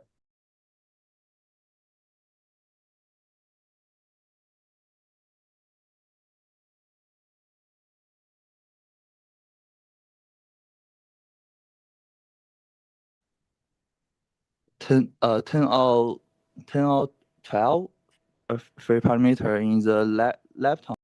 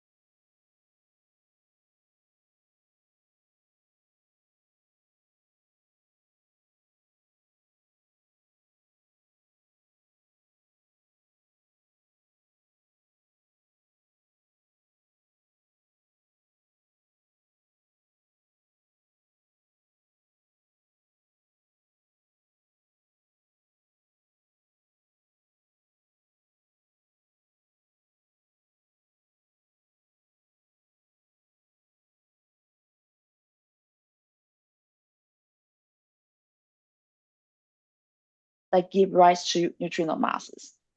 Right. Okay, so a related question, which I don't think we will have.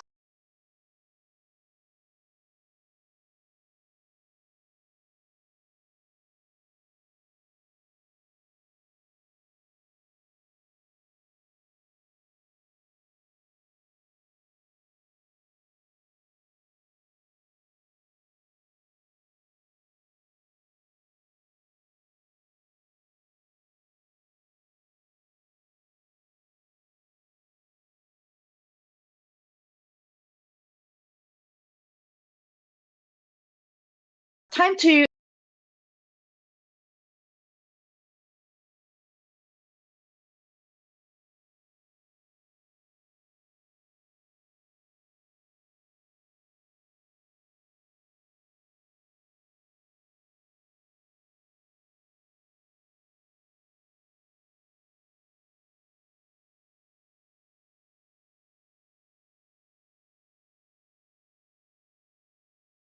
is to add right-handed neutrinos, right? So once I add the right-handed neutrino, which is a gauge singlet under the Cinder model, we can then write down the so-called Dirac mass, just like what we do for all the charged fermions, right? Even though this is okay, but there are certain issues, right? Even though I can write down this operator, but there are certain issues. And the first issue is why the Yukawa couplings are so small, right? Because the Higgs web is 126 100 GeV-ish, and in order to get a neutrino mass on the sub-eV level, I need the Yukawa coupling constants on the order of 1 part in 10 to the 12, right? So that's like very unnatural. And the second issue with this approach is the question why there are no large Majorana mass terms for the right-handed neutrinos, right? Because the standard model symmetry allows the right-handed neutrino mass term. And therefore, any operators allowed by the symmetry should exist in the Lagrangian. So if I were just like to give a Dirac mass term only to the neutrinos, then there's this question, like what forbid the Majorana mass term for the right-handed neutrinos, right? The second option is to add a Higgs SU2 triplet. And this, of course, give rise to Majorana mass for the left-handed neutrino. And again, this is an exercise for you. This is following up to the question that was asked yesterday, right? Why is this term allowed? And this is really just SU2 gauge, the SU2 group theory. So it's a nice exercise for you to do at home, right? To convince yourself that products rule give you a pure singlet, right? All right. So even though we can add a SU2 Higgs triplets and write down such a Majorana mass term, but the question then is, why is the vacuum expectation value of this Higgs triplet much smaller compared to the Higgs web, right? So these are the issue if I'm just going to do things so simply. So generally, in these models, new fields are introduced only to generate neutrino mass. And secondly, there's no understanding of why neutrinos are so light, right? This is a bit ad hoc. All right. So if we take the approach and assume that, the standard model is an effective low energy theory with some, and what that means is there's new physics above certain cutoff scale. And in my effective low energy theory, those new physics effects would appear through the so-called non-renormalizable operators. And these effects are suppressed by powers of the small parameters, namely the electroweak scale, which is a characteristic scale of the standard model effective low energy theory, divided by the cutoff scale lambda. Neutrino masses can be generated by the so-called Weinberg operator, which is a dimension 5 operator of the form of HHLL, right? And given that it's a dimension 5 operator, it is, it has to be suppressed by 1 power of this cutoff scale, big lambda, where small lambda, ij, these are the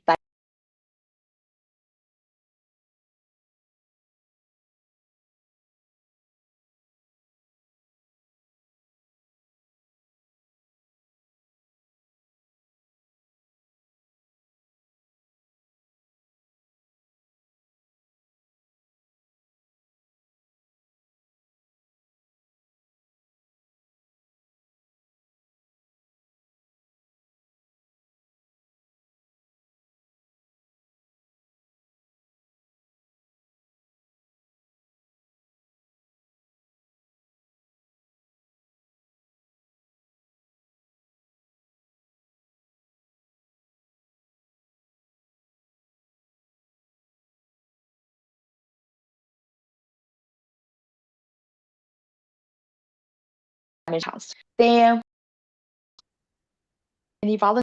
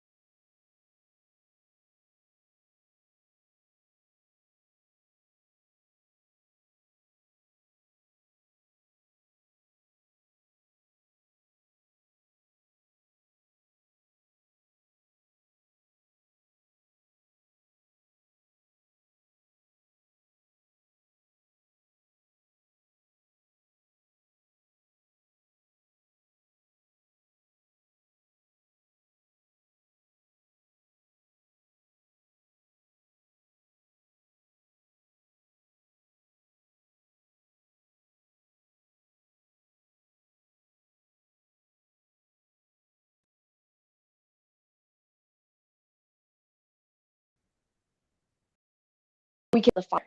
I stand for the right-handed neutrino.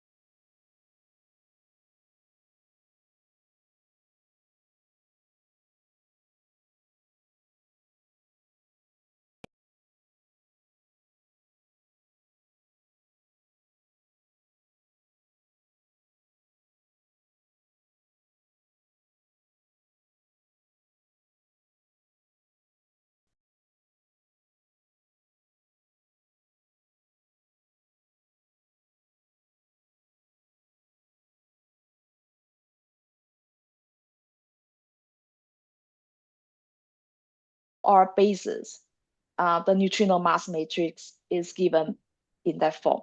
Okay, where in the open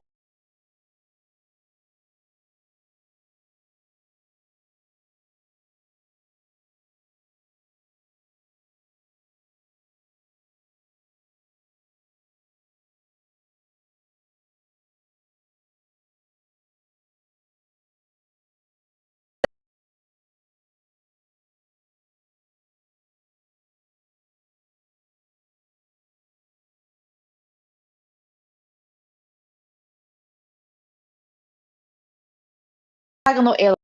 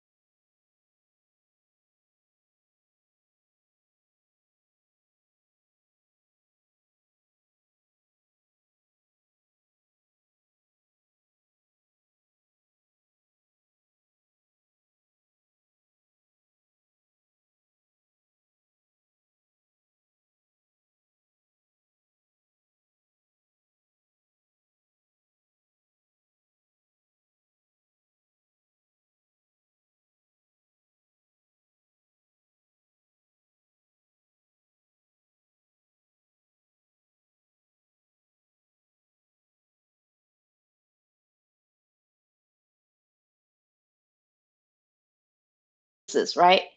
So my question is, if I go back to the Lagrangian here, yes, I have this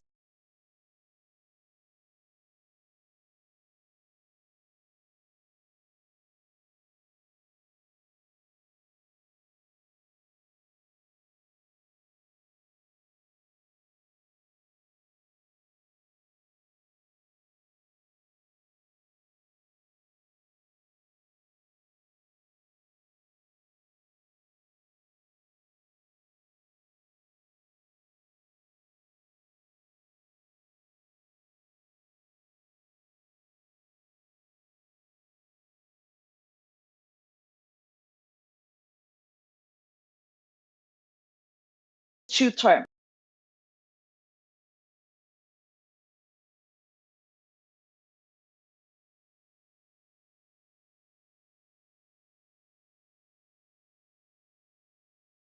Just with one right-handed neutrino and the lepton doublets and the Higgs, or do I need something else?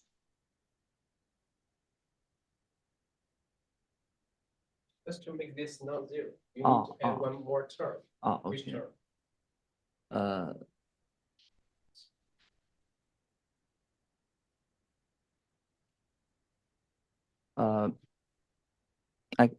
I think maybe just add a left hand, add a Majorana mass for left hand neutrino.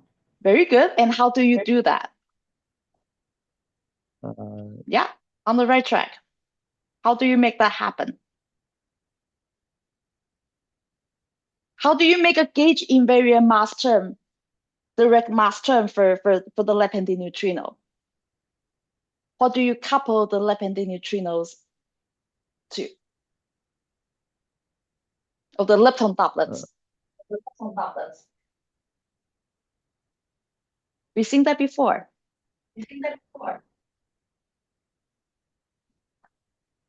A Weinberger operator for left hand neutrino.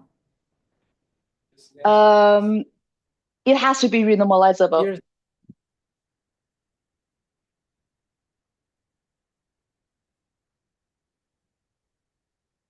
Maybe just add a triplet Higgs or a scalar with the vacuum.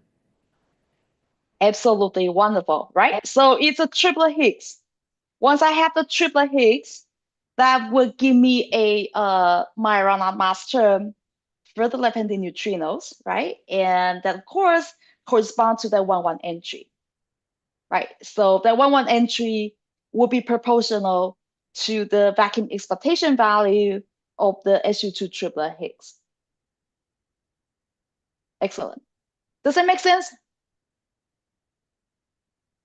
All right, good. All right, so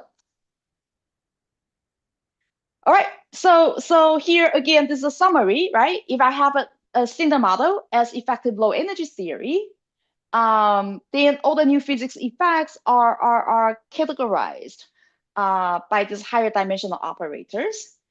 And it turns out that there is only one dimension 5 operator, which is the Weinberg and it is the Weinberg operator.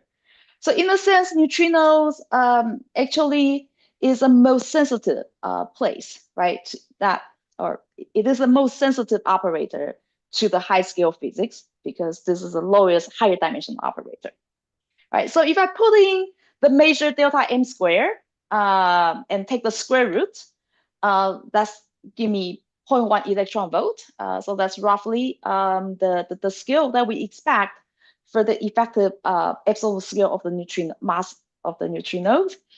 If I put in 100 GeV for the Higgs depth, and if I assume all the one-dimensionless coupling constant lambda, it turns out the scale for new physics has to be on the order of 10 to the 14 GeV-ish, all right? And of course, this scale is very close to the scale of grand unification. And again, given that Weinberg operator violate lepton number by 2 units, neutrinos are Majorana fermions. All right, so of course, there are many ways to UV complete the Weinberg operators. And various ways just get its own name, right? So the so-called type 1 Cecil mechanism, this is a Cecil mechanism, sort of the standard version of the Cecil mechanism, where the portal particle that UV complete the Weinberg operator is a right-handed neutrino, okay? So I show that right there. Where the type 2 Cecil mechanism is the middle diagram here, where the SU2 triplet Higgs is a particle that UV complete the Weinberg operator. The so-called type 3 Cecil mechanism the portal particle is the SU3 triplet fermion. All right, and you can see how the diagram looks. Right, so all these three three type of portal particles and contributions, they are sort of work equally well in terms of their ability to UV complete. The Weber operator. All right, I say that. And of course, for the type 1 C-cell mechanism, where right-handed neutrino is needed to UV complete the Weber operator, this can be embedded in the grain unification, grain unified theory very nicely. And in particular, this right-handed neutrino is predicted in grain unification, grain unified theory based on SO10. All right, so again, I think probably most of you already seen what grain unification is. Basically, the 3-gauge coupling constants of the standard model runs, right? And if there is supersymmetry, the 3-gauge coupling constants meet at one point. And that scale where the 3-gauge coupling constant meets is around 10 to the 16 GeV. And of course, in this framework, the quarks and fermions, they are unified into single multiplates, right? That's based on SO10. So in other words, in SO10, quarks and leptons within one generation are unified into a spinor representation, which is 16-dimensional. And so here, just give you the decomposition. There's 15 of them are the standard model, one generation of fermions, and the extra degrees of freedom turns out to be a gauge singlet under the standard model gauge group. And therefore, right-handed neutrinos is actually predicted if we go to SO10. All right, so now I'm going to just move on. I just address, right, where do neutrinos get their masses, the mass generation. But the remaining 10 minutes or so, I'm going to move on to address the flavor structure, okay? And I think I can, maybe let's skip this. All right, and the whole idea here is really, right, if I have, enhanced symmetry in my model, the symmetries would give rise to relationship, between the particles and between the coupling constants. And therefore, this would allow us to reduce the number of free parameters. In other words, there could exist relationships, among the observables that enabled us to test, such models experimentally. All right.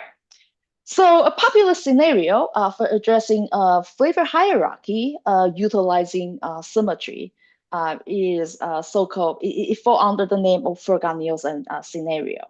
Okay, so this is a very sort of, should I say it? Simple is not the right word, but okay. So let's take U1 symmetry, right? The simplest symmetry that we have. And suppose the 3 generations of fermions, or leptons, to be more specific, carry different charges under this U1 symmetry. So depending on the charges, the U1 charges of the standard model leptons, and different generation of standard model leptons, each term,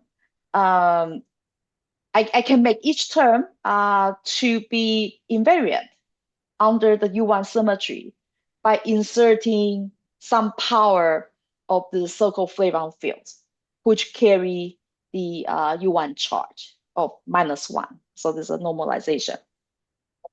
All right, so as you can see here, the NF here, this is the difference of the charges of the right-handed charged lepton and the lepton doublets, all right?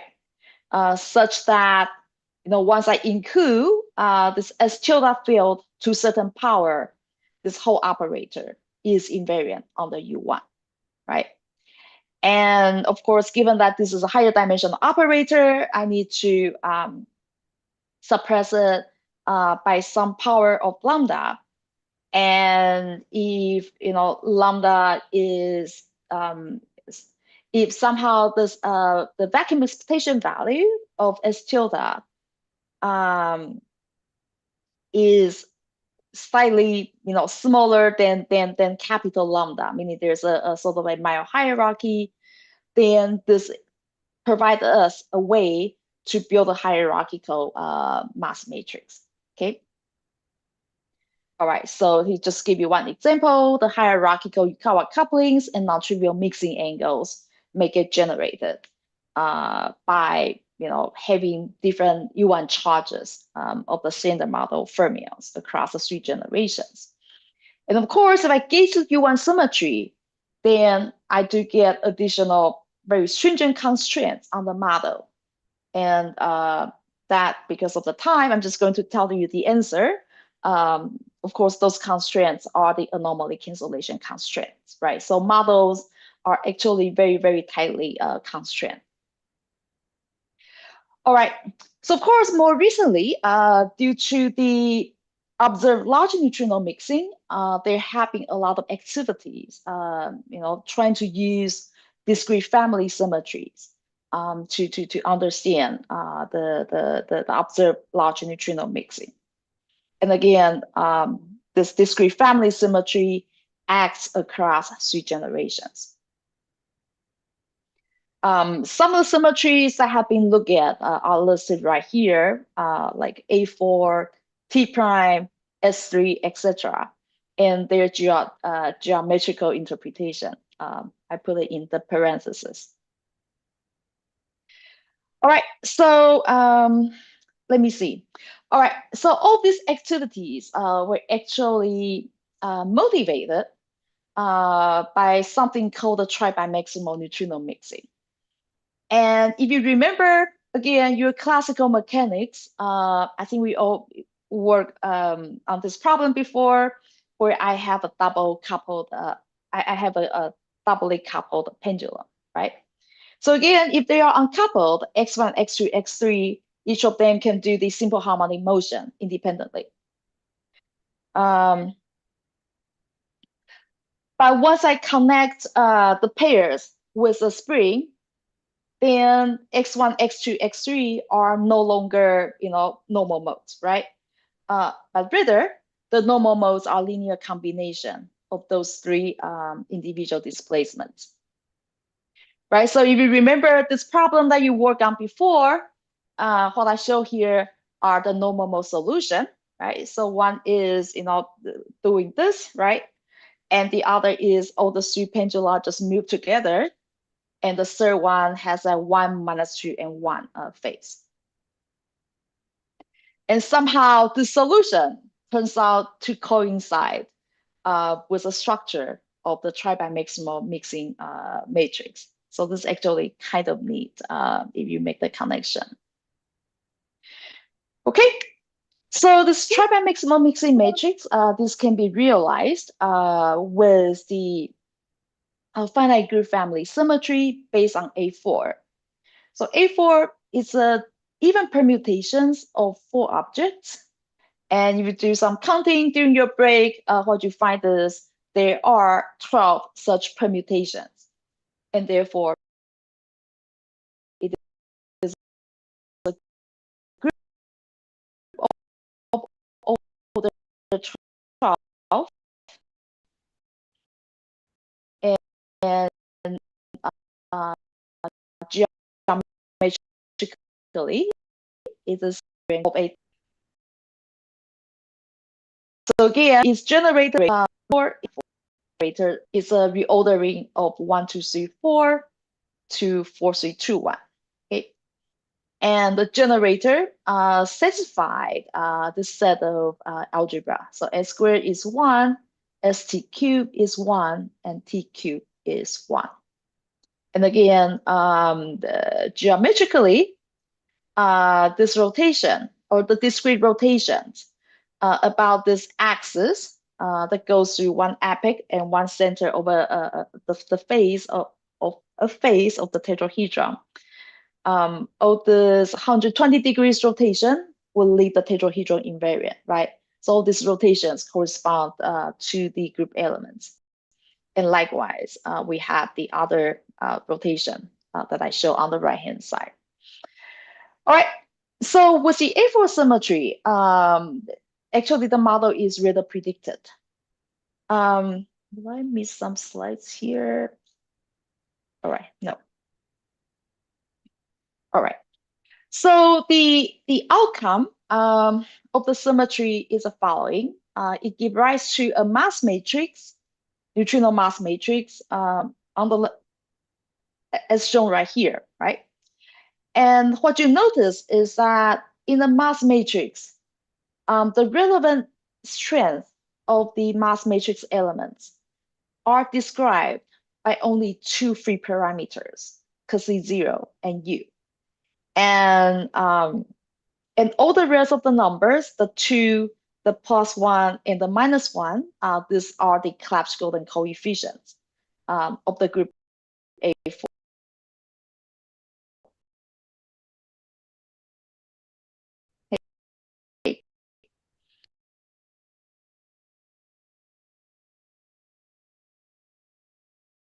And what's interesting about this is that we assume tricks, as you see right there. All right. So in a sense, the predictions for the mixing angles in this particular case are entirely group theoretical, right? Meaning it doesn't depend on any arbitrary parameters, but it's fixed by the group theory. And that's why, you know, this approach has generated a lot of attention, right? And of course, even though the mixing angles depends only on the group theory, the mass eigenvalues do depend on the free parameters C0 and U. But given that there are two free parameters, what that means is there is one relation, all right? So again, in this framework, it is possible to generate neutrino mixing angles entirely from group theory. All right. So the way it works is here's a model. To get that mass matrix that I show you, the 3 generations of the lepton doublets must transform as a triplet under A4. And the right-handed charged leptons transform as one double prime or 1 prime. So these are the irreducible representations of A4. The standard model Higgs, it is a pure singlet under A4, and the operator for neutrino masses are given right there, right? So I have the Weinberg operator, but I also make use of the Fergal-Nielsen mechanism, or Fergal-Nielsen-like mechanism applied to A4 symmetry. You know, from the group theory, I know the 3 cross 3 give rise to the product rules of 3 plus 3 plus 1 plus 1 prime plus 1 double prime. And therefore, by picking up the triplets and the singlets from the HHLL, and then I can couple the whole thing to a triplet of flavon fields and the pure singlet flavon fields. And that's where the 2 free parameters come in, okay? So this is a model, which I know I go through like way too quickly, but just trust me, with this, you get the mass matrix that is shown right here, okay? And of course, you do the same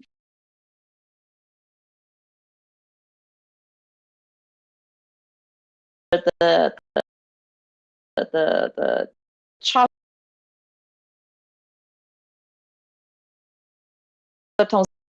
sector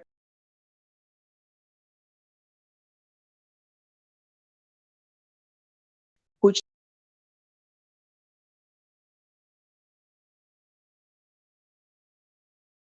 turns out to be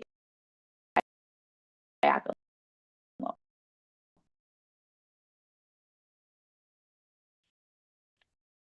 Okay, if you click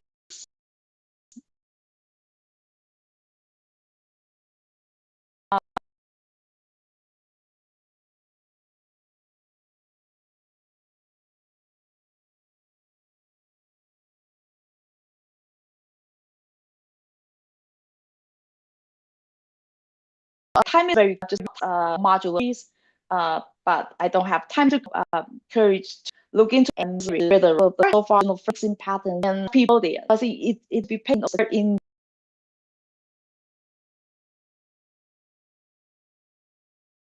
the big for it takes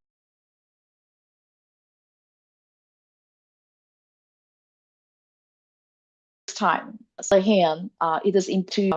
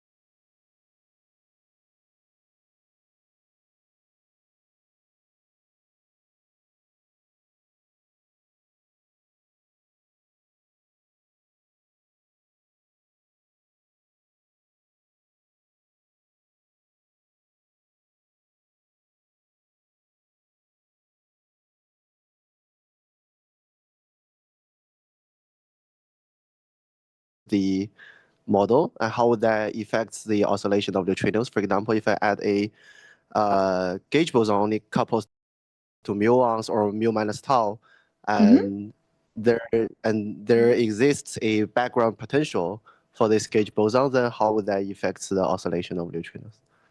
Right, so depends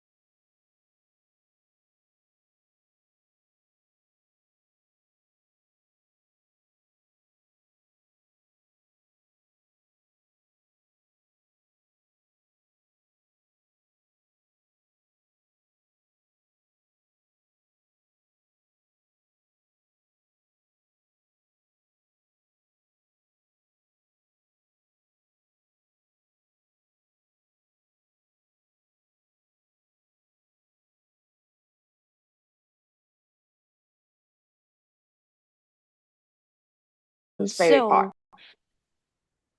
So in the future, like Juno and Dune also aim to measure the mass ordering. Precisely. But I have noticed that the Dune actually is a medium baseline experiment, and Dune is actually a very long baseline. So why these two experiments have different baseline, and they can also aim to the same ordering measurement? Right. So let me see whether I have a slide. Let me see whether this is a good place. Just trying to find the slides that I have. Oops. I think, okay, so I think the best way to see is, remember yesterday we wrote down this 3x3 transition probability, right? Which is involving, the products of the PMNS matrix elements. So one can actually expand it, right, and write it in terms of the mixing angles and the delta M square. And so depending on, when one design the experiment, right, we always want to maximize the efficiency, right? So there's the energy of the neutrino beam that would be important, and whether we sit at the first maximum or second maximum of the oscillation. Again, that's also a factor in determining the baseline, right? And of course, there's also the yeah, there's a lot of echo. That's why I'm stopping every 5 seconds. All right, so once one include the matter effects, one has to also modify the oscillation, the formulation, right? Because the formulation that we wrote yesterday, that's in vacuum. So I think your question is, why do this different experiment have different baselines, and their capabilities are they can measure similar properties? Was that the question?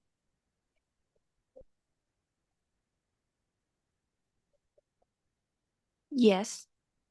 Right. So I think this is like a rather complicated. You really have to go in and put different pieces together to see it.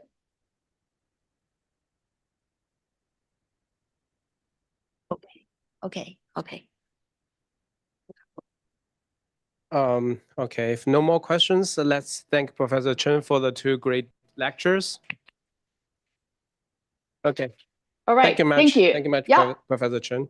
Yeah, and if there are any questions, you know how to find me. Just send me an email, and I will be happy to continue discussion.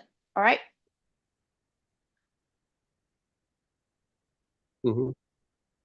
Okay. See you. Hope to see you next year. Bye. Bye. Okay, let's take a few minute break.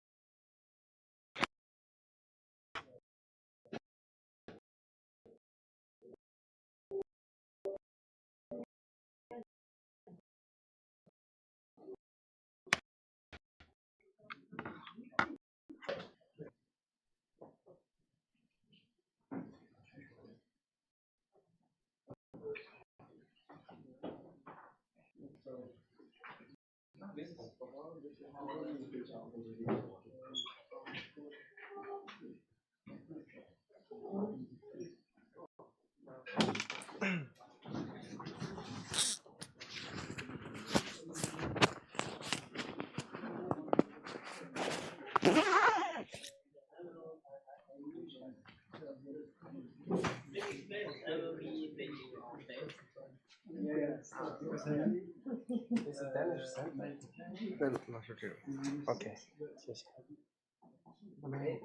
您用那个，好，这个给报，这个是买面的。好。So I guess we still take a few minute break. Otherwise, it's too intense. 放100C 的 PDF 啊，然后我重新考了一次。好。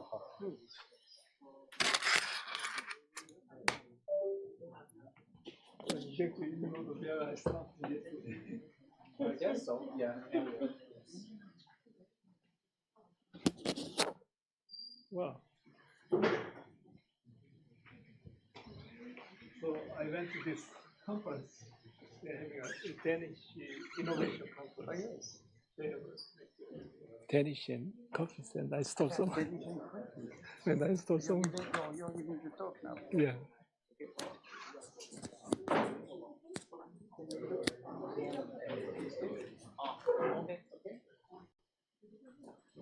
Yeah, I see. So we can go and I can go and. You can pretend to be Danish. I'm Danish. You're Danish. I want to be as a Danish.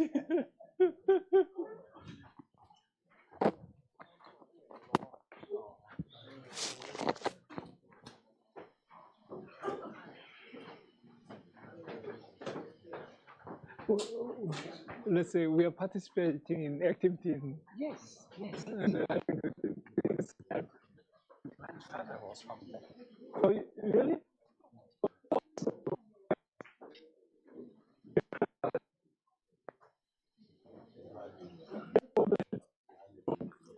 This is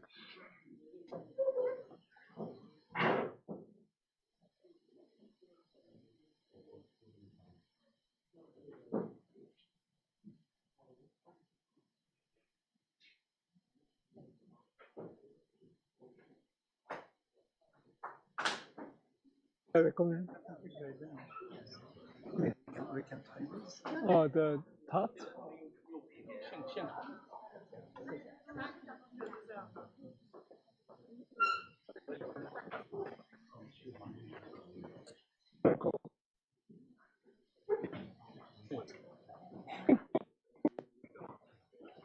You want to do the French tart?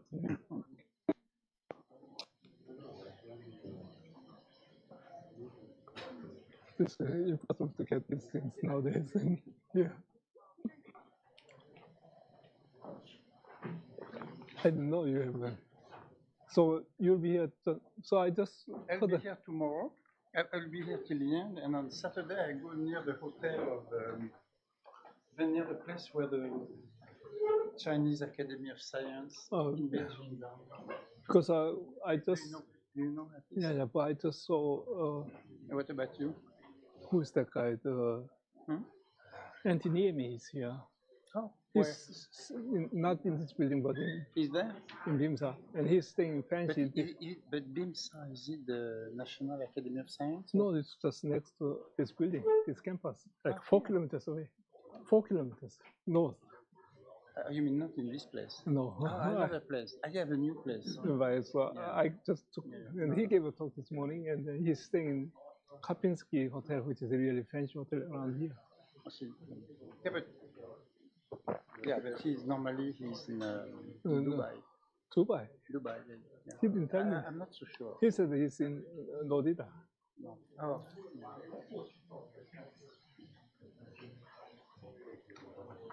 But you will stay here for a while, or in China? I started my job here. I got retired. So I'm here for 5 years. You have a job here? 5 years. They give jobs like that. But you have to be in this area or in Beijing? Up north. Up north? Just 4 kilometers away. But I have to go to Beijing teaching next semester twice per week. Yeah. Anyway, this retirement is absurd. This thing of retirement is absurd. What over time? The fact that at 65, 60 people have to retire. No, well, makes no sense. Well, but if you go to state, and it's all professors say, oh, then the young guys don't have jobs, and that's absurd again. They wouldn't have more jobs, or less or more. It's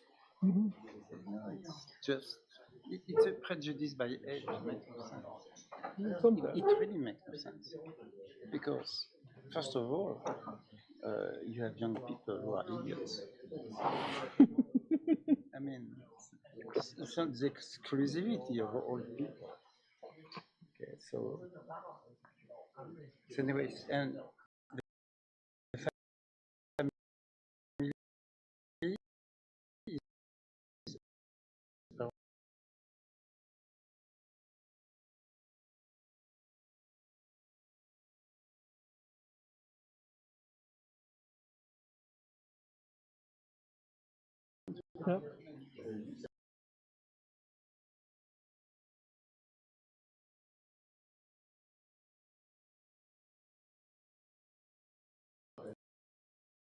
My wife is.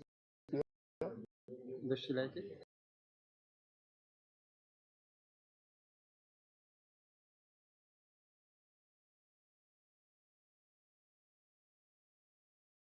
By Professor Kimyeong Lee, who will continue the discussion on solitons. Let's welcome him.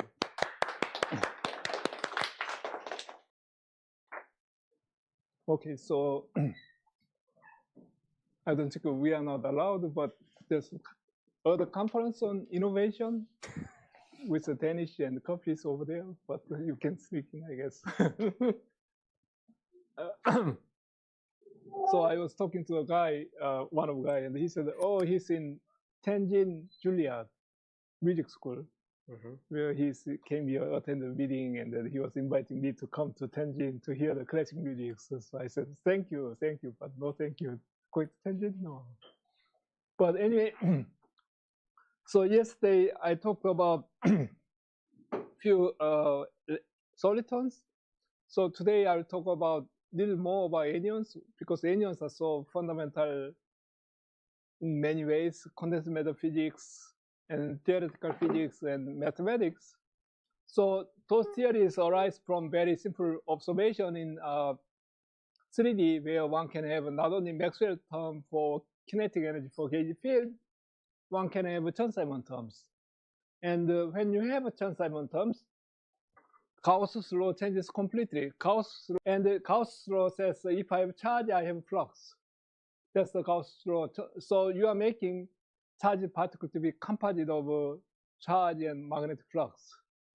And with that, because of you have charge, and if you have magnetic flux, then you have current, so you can define the angular momentum. And also with specific potential, you can have a bound on the energy given in terms of magnetic flux. Then one can have some vortex or cuboids in depending on whether you are in the symmetric phase of potential or broken phase of potential. In this case, you have 5 to the 6 potential, so you have two degenerate vacuum, symmetric phase and broken phase.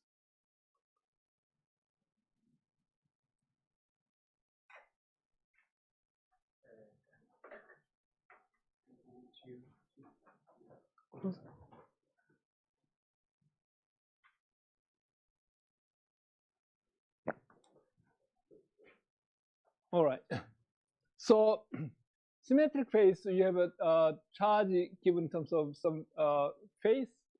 It's not vorticity and flux, and they are related by Gauss's law. And broken phase, we have a magnetic flux vortex, which is related to vorticity of scalar field, and flux is quantized by 2 pi n, and the 2 pi is like a minimum Dirac flux, which you cannot observe using the charge one object, because around form phase is trivial. And then you have charges also quantized. Now, if you calculate the angular momentum, then interestingly, sign changes depending on symmetric phase and broken phase. So especially when k equal to 1 and q equal to 1, so that's minimum charge and the minimum Chen-Simons level, then angular momentum in symmetric phase is 1/2. And broken phase, k equal to 1 and the flux is, say, 2 pi, which is k equal to 1, then again you get angular momentum, but minus 1/2. So half angular momentum minus 1/2 angular momentum are fermions. So broken phase fermions are possible, but not anyons. But symmetric phase, you can have anyons or fractional spin. If k is bigger than 1, then spin becomes 1/2k, which is smaller than 1/2.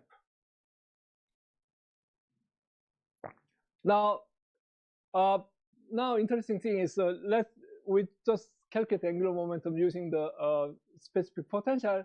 but we don't need to. We can, angular momentum is nothing to do with shape of potential. So we can think about K equal 1 Chen-Simons theory with lambda pi 4 interaction, forget pi to 6 interactions, in which case in 3D, lambda has a dimension of mass because pi has dimension of mass to 1/2. So pi to 6 is dimension is, but dimension 3, but pi to the 4th is mass square, so lambda has to be mass dimension. And then effective coupling, if you do Wilsonian running coupling constant, then in IR, this effective coupling goes to infinite, such a way that there's and the lambda pi 4 with plus 4 plus lambda is repulsive force between particles, and this contact interaction between particles, which is 4-point interaction, goes to infinite. Turns out this theory, because k equal to 1, as I said, in symmetric phase, we have spin 1/2, and broken phase, we have spin minus 1/2. So it's sort of 3D Dirac fermions. And the Dirac fermions, you cannot be in the same state because of Pauli exclusion principle, and that comes from the IR that lambda runs to infinite. So contact force is infinite, which means the two particles cannot be on top of each other, so which is Pauli exclusion principle. So very simple calculation tells us that k equal to 1 Chen-Simons theory with this IR Wilson Fisher fixed point of this theory is identical to 3D massless Dirac fermions, especially if you go from, say, positive mass to negative mass, in which case, positive case, you have sort of cuboid type of object, and the negative mass, you have a vortex type of things. And this physics is equivalent to fermionic mass added to it, where fermion mass, if it's positive or negative, in 3D, this one changes the spin of the fermions. And because it is parity order terms, such a way that bosonic mass square, I mean this parameter m square, can be positive and negative, and that's equivalent to the fermion mass being positive and negative. So this is amazing duality between fermions and bosons. So this is the place where Chen-Simons term added to scalar P becomes a fermion. It's free fermion. And this simple duality between fermions and bosons has been generalized to a lot more cases by including interactions.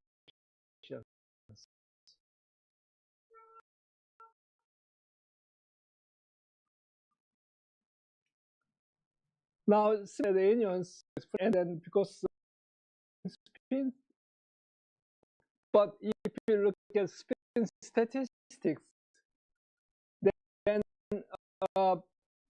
two anyons account then an orbital angular. So especially if SNS is one, orbital angular momentum has to be odd integer, so that you cannot have angular momentum 0, which is which makes two particles on top of each other. So that's the right statistics, and you can calculate this using around form phase of quantum mechanics between two particles with flux and charge, and that generates this fractional orbital angular momentum. So total orbital angular momentum is 2m plus 4s. And remember this fractional part, previous calculations show that is proportional charge square, and in this 4 is 2 squares, that's why it's 4. So spin and orbit together is 4s. On the other hand, if I have anti-anyons, then I say the same spin, but anti-anyon has opposite electric and magnetic flux, which means that around form phase is opposite to this guy, so orbital angular momentum becomes 2m minus 2s. So if I sum all the angular momentum, there is 2 times integer. And of course, we know if I particle and anti-particle, means I should be able to annihilate them into a vacuum, right? So total angular momentum should be 0. And this case, very nicely, orbital part cancels the spin part of it, so that you can annihilate. And anyons are supposed to appear in the fractional quantum Hall effect. We don't know much about this, so let me just show the pictures. There are experiments, there is observation, lots of Nobel Prize has been given, and I don't think people have observed anyons yet. And if you observe certain kind of anion, especially non-abelian anion, which we haven't talked about, then that will allow us to do quantum computer calculation, and that will allow us to much more stable quantum computers. But people haven't observed the non-abelian Fibonacci anions yet, but those will be also a really amazing breakthrough. So this is quite often an interesting field. Now let's go to magnetic monopoles. So magnetic monopoles are proposed in late 19th century by Pierre Curie, who is the husband of Madame Curie, and then also by Henri Poincaré. I guess both of them are two French scientists. And magnetic monopole is similar to electrons, where you have a magnetic field that comes out from monopole uniformly. And so divergence of magnetic field is just delta function at the point. So if you have a charged particle moving along this magnetic field, then the equation of motion, Newton's equation, will be this. And because the magnetic field is uniform, there's no rotational symmetry is still preserved, so there is a conserved angular momentum. And using equation of motion, you can see that conserved angular momentum is not ordinary r cross mr dot, which is mass times velocity, which is not conserved, but this combination, including r hat, is conserved. And you can see this one is the Eg electric charge times magnetic charge by 4 pi. And basically, if I have a magnetic charge and electric charge, then magnetic charge comes in, and magnetic field and electric fields are coming in from two particles. And then E cross P, the pointing vector, is going around this r hat, and that generates this angular momentum. And that's how you can calculate this using pointing vectors. So this part of angular momentum is carried by electromagnetic field, and the equation of motion knows about this. So because this one is conserved, so suppose I have an angular momentum direction, then you have particle point somewhere. Then if you make an inner product of this object, then you can see r hat and the orbital part is vanishing because the orbital part is r cross mvr dot.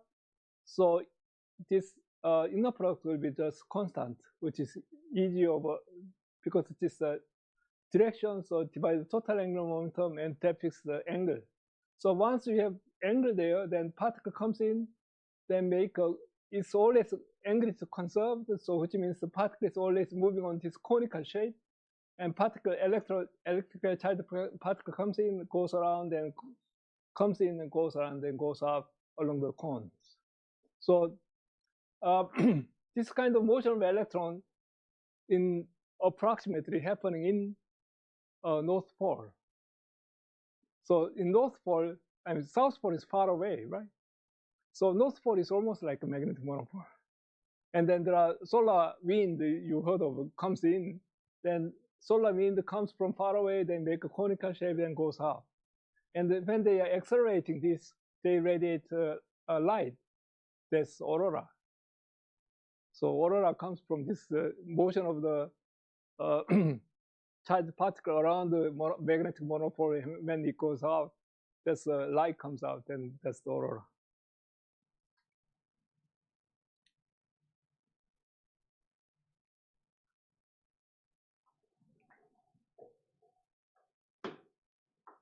Now, to do quantum mechanics, you have to introduce vector potential. So one of gauges you put because once you put a vector potential and then you write down the magnetic field as a curve of the vector potential, then divergence of that magnetic field is equal to 0. So you have magnetic monopole, then there cannot be. You need some solenoid coming which supplies magnetic field, and so this configuration has a solenoid along the south pole of the origin, because that's the place where theta equal to -1, cosine theta is -1, so then that's the place where d phi is not well defined. So there's a solenoid along the south, and that's called the Dirac strings. And this solenoid is unobservable if the around form phase around the solenoid is 3,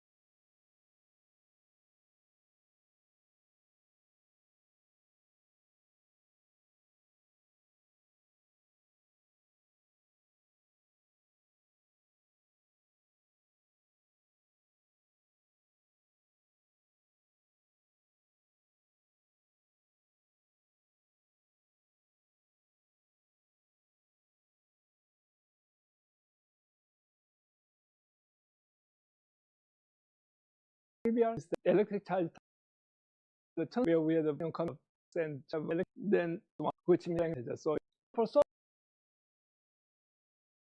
soliton appears like SG2 which belongs to adjoint representation.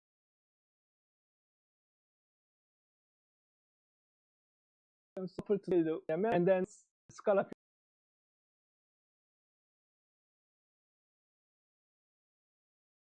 the kinetic, so if you have one because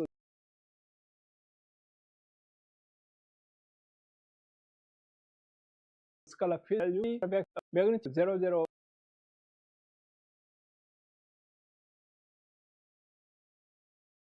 we take then so that there's u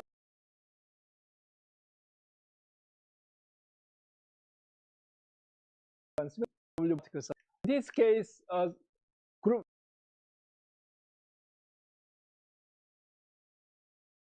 vacuum field scalar field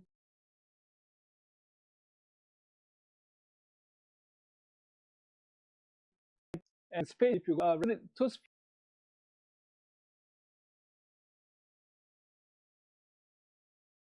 here again we have two spectrum non-topic group.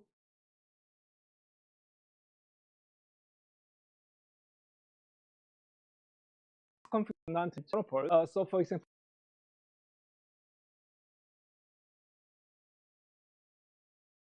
if we case one of some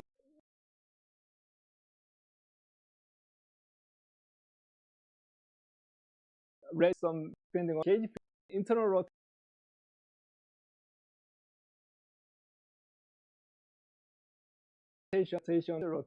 and then with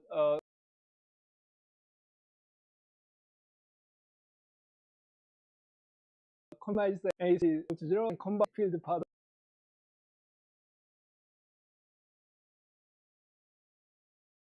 with so 0 send them together, then we have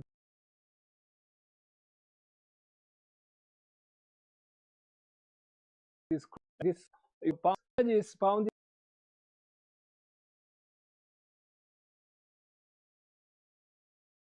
by bounding and equation. So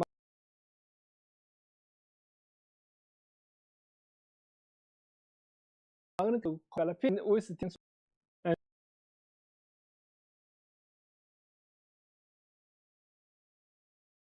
here's that's sometimes and profile the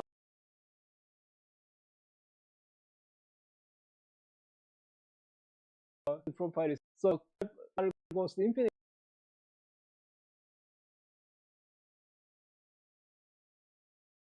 Constant and also very slowly.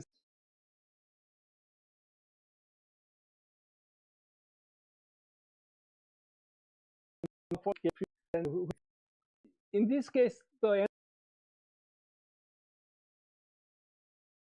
energy is total mass 4.5 inconstant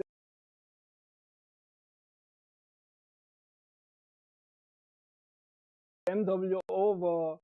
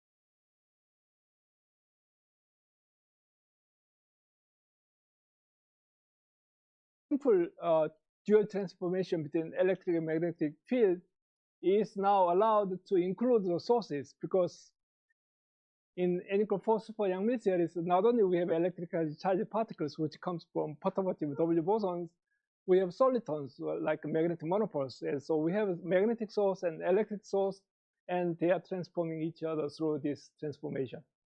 So S3N gauge series is invariant under this transformation. But if you look at the this theory, when you go to say weak coupling, then W boson is very light and monopole is very heavy because they are non-perturbative.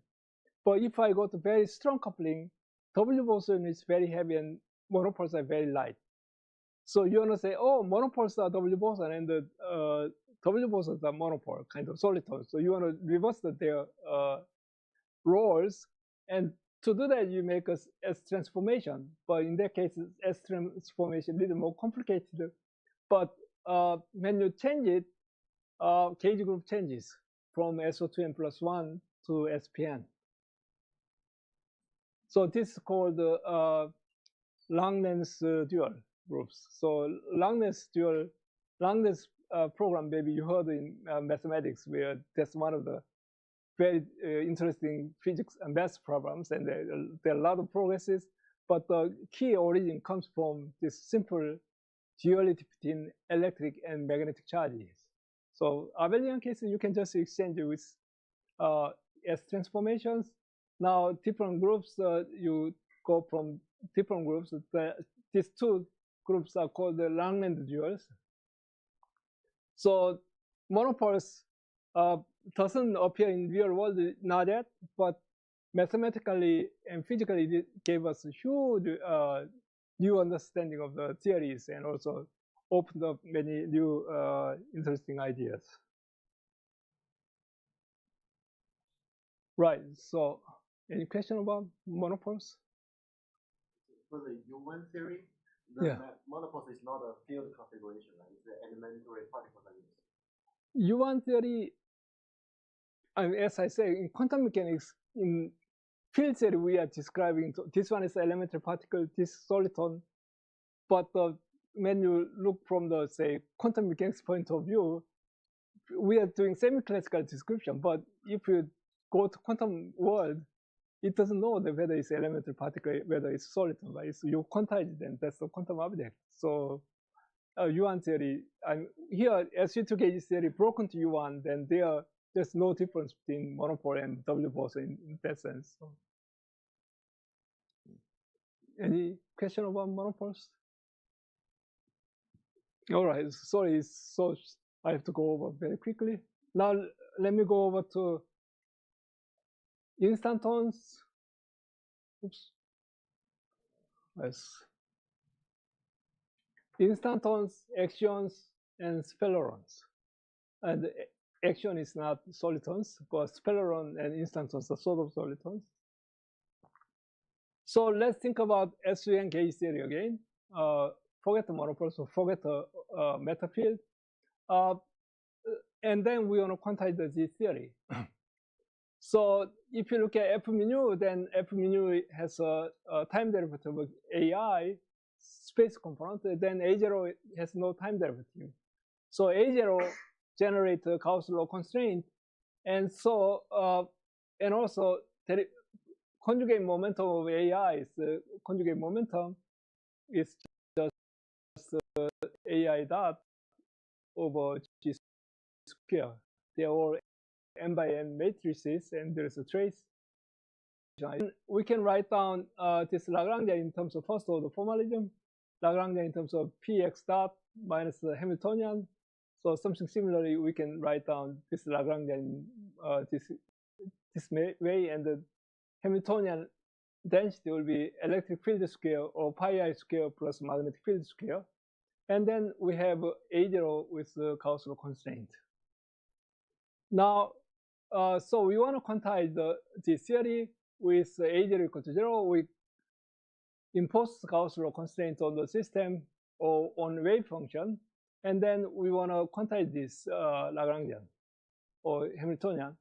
And especially we want to look at what kind of vacuum we have. Vacuum means magnetic field strength has to be 0, which means gauge field has to be pure gauge. So that's the vacuum, which means pure gauge. Now, let's think about something a little different for a while. So instead of thinking about F mu, let's think about F mu tilde. F mu tilde is dual field, which is epsilon mu nu rho sigma 1/2 times F rho sigma. So that's like electric field is magnetic field, and magnetic field is minus of electric field, dual transformation. So F tilde mu nu is dual field. And this combination turns out to be total derivative, is topological terms. And total derivative of this expression, this is like if we put mu equal to 0, then spatial component will be Chern-Simons term non-abelian burden of tensile term we talked about. And yeah, we have 4 dimensions. Yeah, we have 4 dimensions. So when b equal to 0, spatial component is like. You want everything that you say is specific to 4 dimensions. Yeah, specific 4 dimensions. So if you go to higher dimension, the instant terms play different roles, especially in 5 dimensions. They are solid terms, not tunneling solutions. Now this guy is total derivative, and this is total derivative of this current density. Now when gauge field is pure gauge, if you calculate the charge density 0, this charge, then we add this specific configuration with pure gauge, then this integration, because it's it doesn't need to be 0, but this integration is given in terms of expression pure gauge to the cube, and the normalization changes to 1/24 pi square, and that's n to the u. That's the winding number of the R3 to SU2 or gauge group, UN, SUN. So this is the winding number of the pi 3 over G, which means the map from R3 to Lie group. And remember, yesterday when I talked about scomions, I said that this pion field U is SU2 element, and there is a non-trivial winding number from R3 to SU2 element, which is group manifold is S3. So S3 to S3, there's non-trivial winding number, and this is exactly that number capturing the non-trivial map. But this winding number not only captures a map from R3 to SU2, but R3 to any Lie groups. And it turns out all those cases, this number comes out to be integer. So you can see there is a scomion-like object for any Lie groups.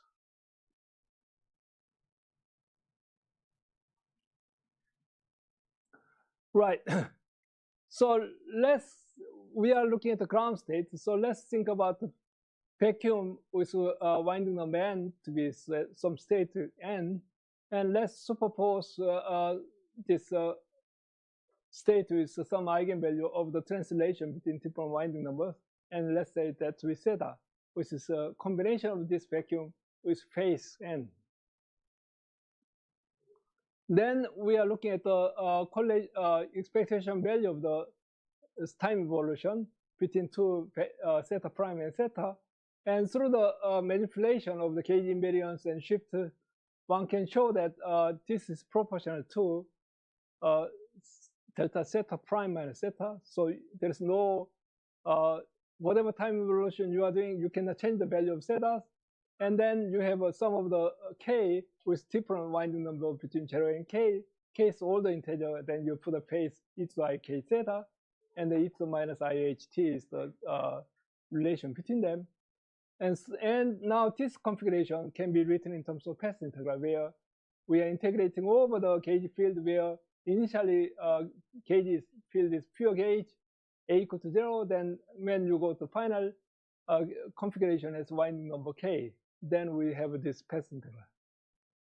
So this k is change of the winding number in the sense that if we integrate over T4x over trace of f mu tilde, I said that that's the at the boundary we have a winding number. So this is the integration of time integration of the 4-dimensional J0 and the time derivative of J0. So it's a difference in charge, which is winding number charges. So which means that if we do look at this sum over k, then k times I theta is like k is this topological terms. So this term is similar to adding in this path integral, adding this topological term, theta over 16 pi square trace f dual. So one can see that this time evolution of the state between theta and theta prime can be written in terms of this delta function plus path integral with original Yang-Mills coupling plus additional theta term, space integration of that. And then we integrate over all the gauge field where we don't impose any constraint on the winding number, initial and final winding numbers. So you can see naturally, if we think about this set of vector, then our Lagrangian is not Yang-Mills theory, but we have an additional term, complex Lagrangian with two coupling constants, Yang-Mills coupling and the zeta term together. And then, of course, we are interested in the Euclidean time case because it's tunneling between different winding states through some non-trivial configuration. So we want to know how vacuum energy is shifted in Euclidean time. And so we look at the Euclidean path integral. So here, without I, then large T, it will capture the vacuum energy shift. So that will be given in terms of Euclidean path integral with this imaginary path. Right. So we are interested in vacuum to vacuum. Yeah. So in the next slide, so that delta theta prime minus theta. Right. I mean that. Yeah. So means two different theta vacuum can't transit. Right. Right. So it is the like super selection sectors. So because of this infinite degeneracy of vector, you can have this translation invariant state theta. Then you cannot, if you have one given theta vacuum, then you cannot go to another theta vacuum. So that's why it is coupling constant. So it's additional parameter naturally appears when you think of the quantum mechanics of Yang-Mills theories. Right. So we want to do this path integral. Means we want to look at stationary points of this Euclidean action. And the Euclidean action can be written in terms of f mu nu square is f tilde mu nu square. So we can combine together, divide by 2. So it's 4g square. Then f mu nu and f mu nu tilde squares, we can put into a single bit, and then we have cross terms. So with two different signs, then here's plus and minus. Now this is, remember, 1/16 pi square times that quantity is this theta terms, or that gives a change of the winding numbers.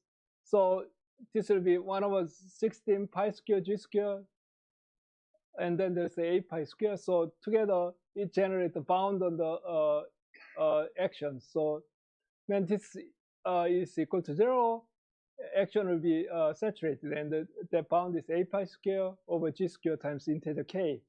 And k is the one when you integrate over this at the boundary, because it's a total derivative, that captures the winding number of the gauge field at the special infinite. So k is integer, which tells us that is called the instanton number. So that counts the number of instantons or number of winding number changes. And then this instanton satisfies self-deallocation when k is positive.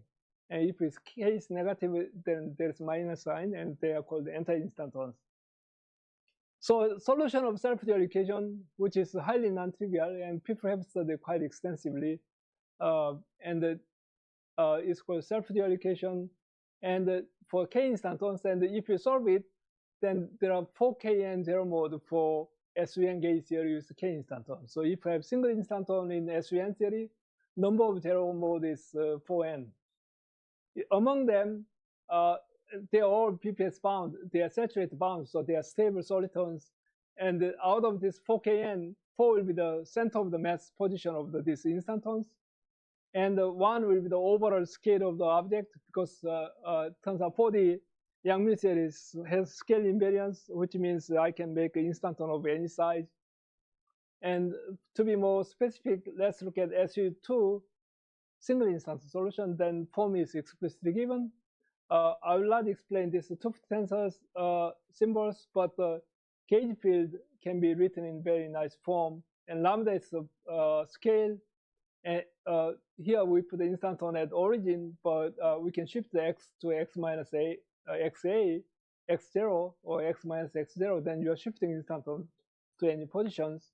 And so SU2 case, number of zero mode is single instanton is 8 zero mode, and so position is 4 zero mode. And scale is 1-0 mode, and then 3 comes from rotation of this instanton in SU2 space. And field strength is more localized, and you can see that it falls off much quickly, and the field strength also scales like lambda square.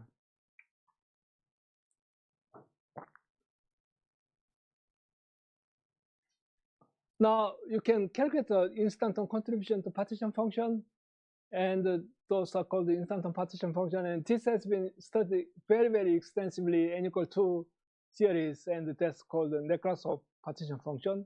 And it's made of the perturbative part plus the instanton corrections, and there are many different ways of writing down, and especially in 5D KG series, which I don't have time to talk about.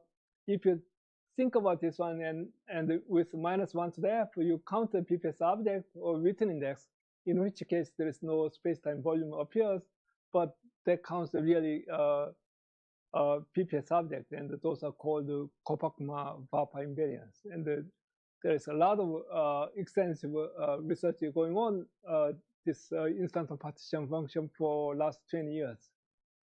But here we are merely doing QCD. So we are looking at the shift of the vacuum energy. Remember, we are looking at large T limit. Then naively, there is a perturbative part around the trivial vacuum. Then there is single instanton contributions, and it has a lot of zero modes. So you have to integrate over scalings and so on, so additional subtleties. But ignoring that, there's the exponential suppression factor coming from instanton mass or action, and then instanton and anti-instanton generate potential e to the I theta and e to the minus I theta. Together, it generates cosine theta. And there is a free factor which is related to one loop. So you can see theta vacuums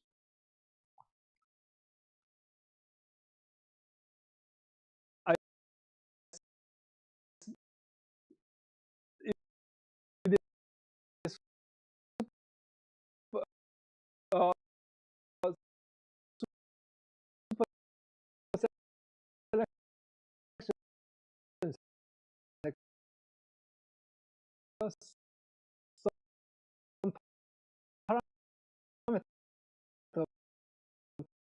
coupling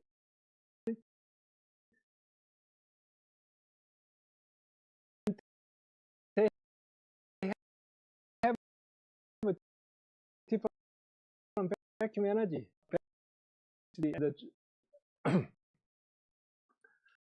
Now you can couple the formulas and symmetries, flavor symmetries. If you have NF flavors, then NF left and right is related to gamma 5. So we can have left and right differently. So gamma 5, and this current is classically conserved with this Lagrangian. But through the triangle has anomalies to trace F mu, and sorry, this F mu tilde. So it's related to this instanton number. You need to have asymptotic freedom.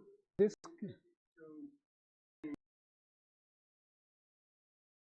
in a meaningful way. Suppose you have too many fermions, then you lose them. Right. And does it hurt that you're doing instantons? Yes, in a way, because right. So I did freedom, but if your theory is not asymptotically free with a lot, then UV physics is not well defined. You have to add additional information. Maybe in UV, your gauge group is bigger. Again, you will be asymptotically free, so it's well defined. You can leave it as it is. Then low energy, you have to think about this. Then, of course, fermions,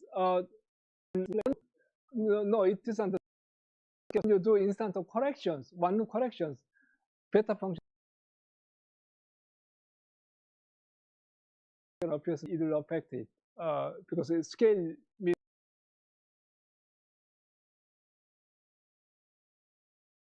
we are looking if asymptotically not free,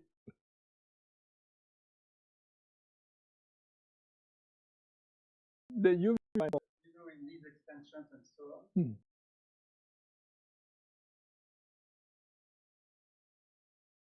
Yes. Yes. Which of course is only valid.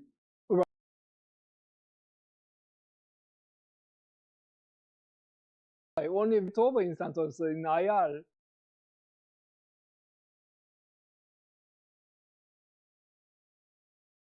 Again, this becomes very murky because of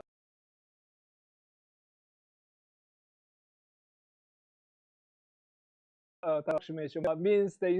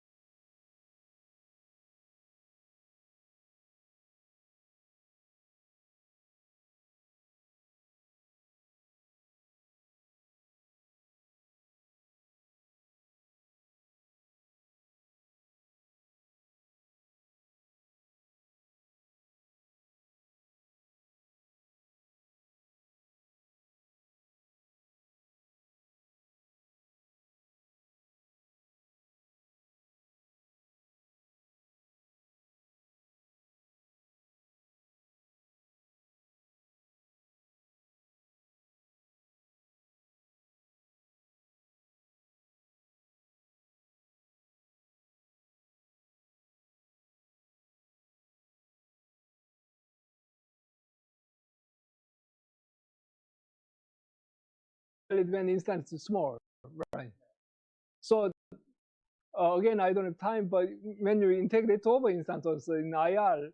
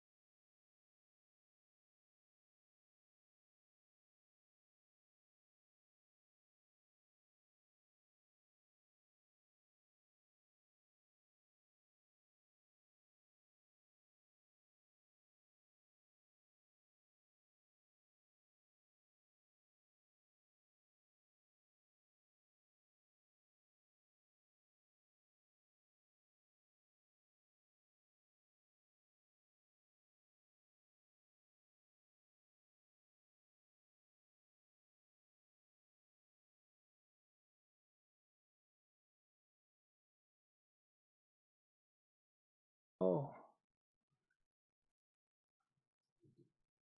It's okay.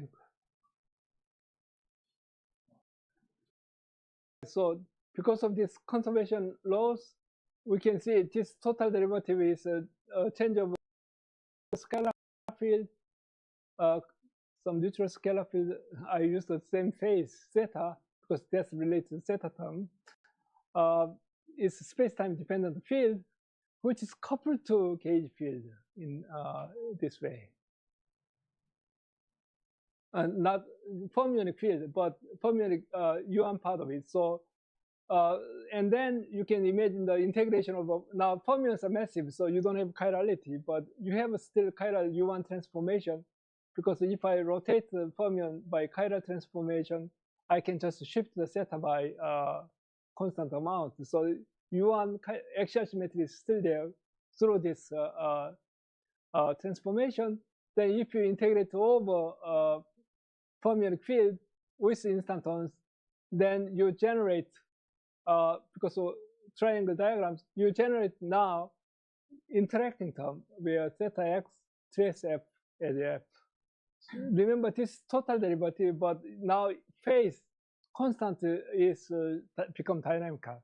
Or theta x, theta 0 is shifted to theta x plus theta 0.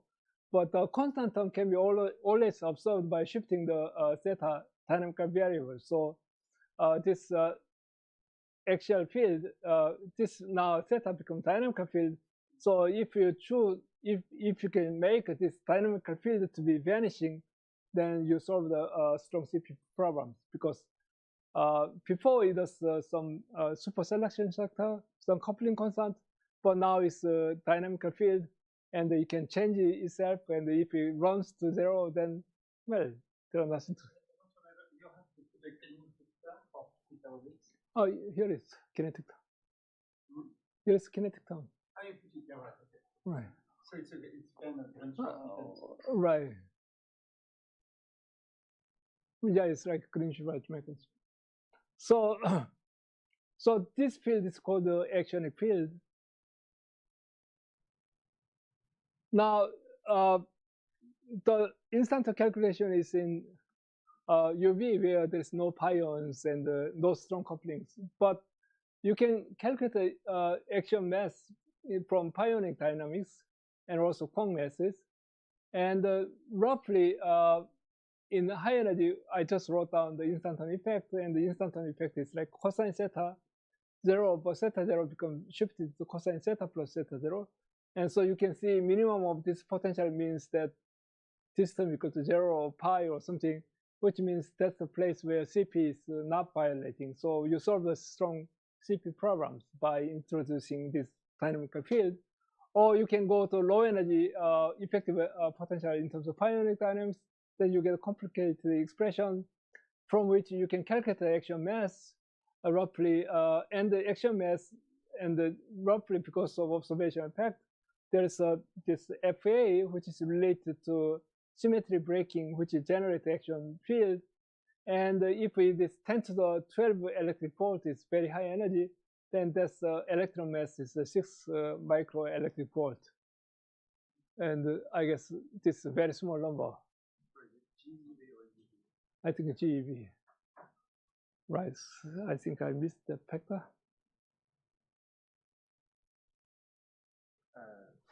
Yeah. Can you wrap up in a few minutes? Yeah, no problem. Right. Already a little bit over time. Oh, you should have told me 5 minutes ago that I could have done it. So anyway, turns out that's not the end of the story. Electroweak theory, SU2 cross SU1 theory has instantons, but because of Higgs mechanism, it's a little subtler, and the instantons changing winding number. Instead, you have this semi center point, which is called the sphelerons, and the speleron has the instanton number 1/2, and that plays a role in baryogenesis. And the people have been studying these sphelerons quite extensively for last 30 years. And still it's an important part of the baryogenesis in cosmology, where why there are more matters than antimatters. Right, so this is ultralight, scalar, and stars. there's nice YouTubes, and we know there is a dark matter in our universe. Our universe is, and our galaxy is this small, and then if you look at the some of stars in near our galaxy and how they're moving around, then this observe the rotational velocity, and that's the expected velocity, which means that there are a lot more matters around us, around our galaxy, especially dark matters from different Planck satellite experiment tells us that 26% of matters are dark matters and the ordinary matters are only 5%. So if we have our galaxy, then there's a dark matter halos. So we want to look at this nature of the object. It's not observable. It's not baryonic. What is this? And I start from Sapronova's talk, landscape of dark matters, and people have been studying WIMP, weakly coupled massive object, and it doesn't work well. And then you go down, and the shooter place seems to be between microelectric volt to 10 to the minus 22 electric volt, ultralight particles. And only natural particle candidate is action or action-like object, which arises from string theory. So this ultralight particles are kind of one of natural candidate for this dark matters. So here is axionic field, which is very light. So that's very natural dark matter candidate. And it's very simple to understand how this dark matter arises. You just have neutral scalar field, Bose condensation, but this potential between them just comes from the gravitational attractions. And gravitational attraction is coming from self-generated mass. And so from this Bose condensation, one can have a star. And this star supposed to be size of the much bigger than our solar system, maybe like a light year size. And such big stars are floating around in our galaxies, and those are so light, so faint. If it's going through you now, you wouldn't know it. But those becomes a highly attractive dark matter candidate, and people have been studying this. It's some sort of QBAR with no charge because it's neutral, scalar field, massive, self-grating, Bose condensation. It's like axionic field, and those are like oscillating classical field inside. And people have been studying this object for last 10 years quite extensively. So let me conclude. So solitons play a very, very important role in 4D theories and also higher dimensional quantum field theory and string theory. And also there are somewhat solitonic objects, a little different, which you call the defects, and which I don't have time to cover. But the solitons captures non-perturbative physics. Remember, most of physics you do Feynman diagrams and perturbative calculation, but solitons are highly non-perturbative, and they give us a new insight of the physics, especially duality between various series, where solitons are playing important role, like fermion-boson dualities and magnetic field and electric field dualities and so on. So solitons are still quite interesting objects to think about. Thank you. We thank Professor Lee for the very pedagogical and very thorough overview of the soliton and the related subjects. Any more questions? How the theta related to neutron moment problem? Right. So suppose we have set of terms, and remember it's related to triangle diagrams. So suppose neutrons have neutrons are made of 3 quarks, and it has a charge neutral, and it has spin. And so, in some sense, you say up quarks are going this way, and down quarks are they have a magnetic moment. So neutrons could have a magnetic moment, or it could have an electric moment. I think a neutron doesn't have a magnetic moment either. Maybe it does. But if you look at the CP violating term, then magnetic electric moment is CP violating. So CP bielectric part, which is the electric dipole moment, you calculate it, and then using this instantal corrections, you have a non-trivial but effective action coming from instantal. It has non-trivial correction to the electric dipole moment, which generates non-trivial value depending on value of zetas. Okay, thanks. Any other questions?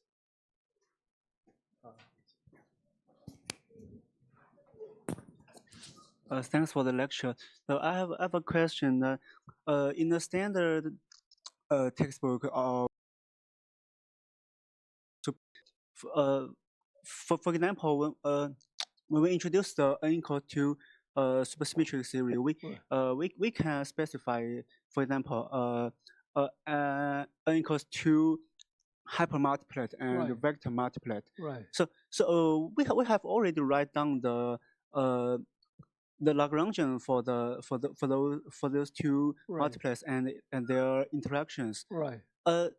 And then we have a non-perturbative term, the instant. Right. So how does the instant play a role in such Lagrangian? So we have a Lagrangian. So remember, I wrote the configuration which is big, and then which has to be included because in path integral we have to sum of all possible configurations. So you have a Lagrangian in which there are instances already. But if you just look at perturbative part of physics, you don't capture that part of physics. You have to look at the non-perturbative big configuration into the path integral. Then you look at the effect of this configuration to the physics. Okay, thanks.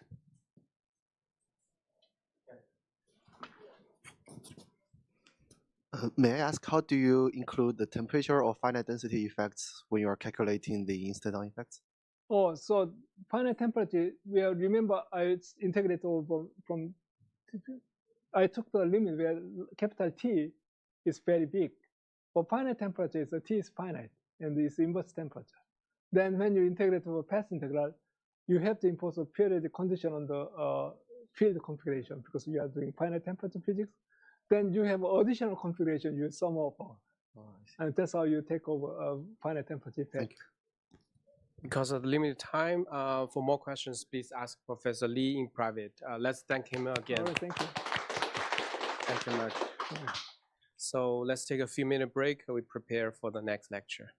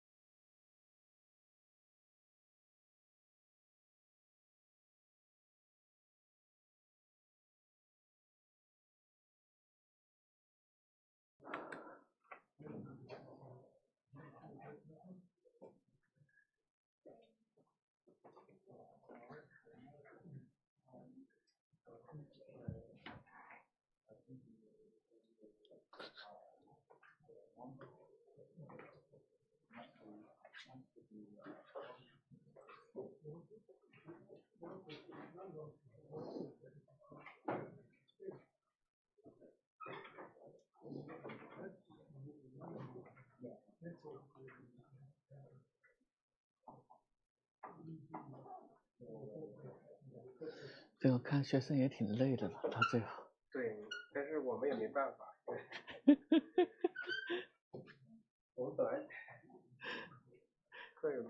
本来没排那么多，但是好多老师强烈就讲2堂。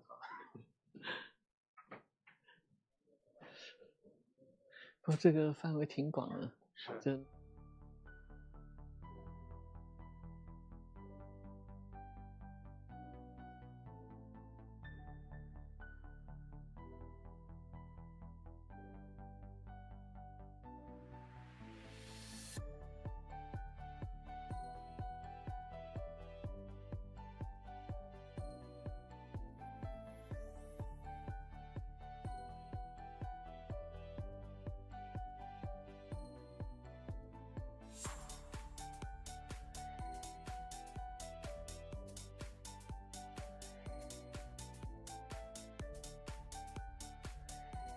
一半的学生是外面学校来，外面学校来，主要是哪些学校？都有吧？都有，都是主要北京学校还是全国的？北京多一些，也有清北的，然后也有其他学校。OK。最有比较难的，到南科大、港科大都有。哦，南科大、港科大都有。对。南科大的这个理论方向比较少。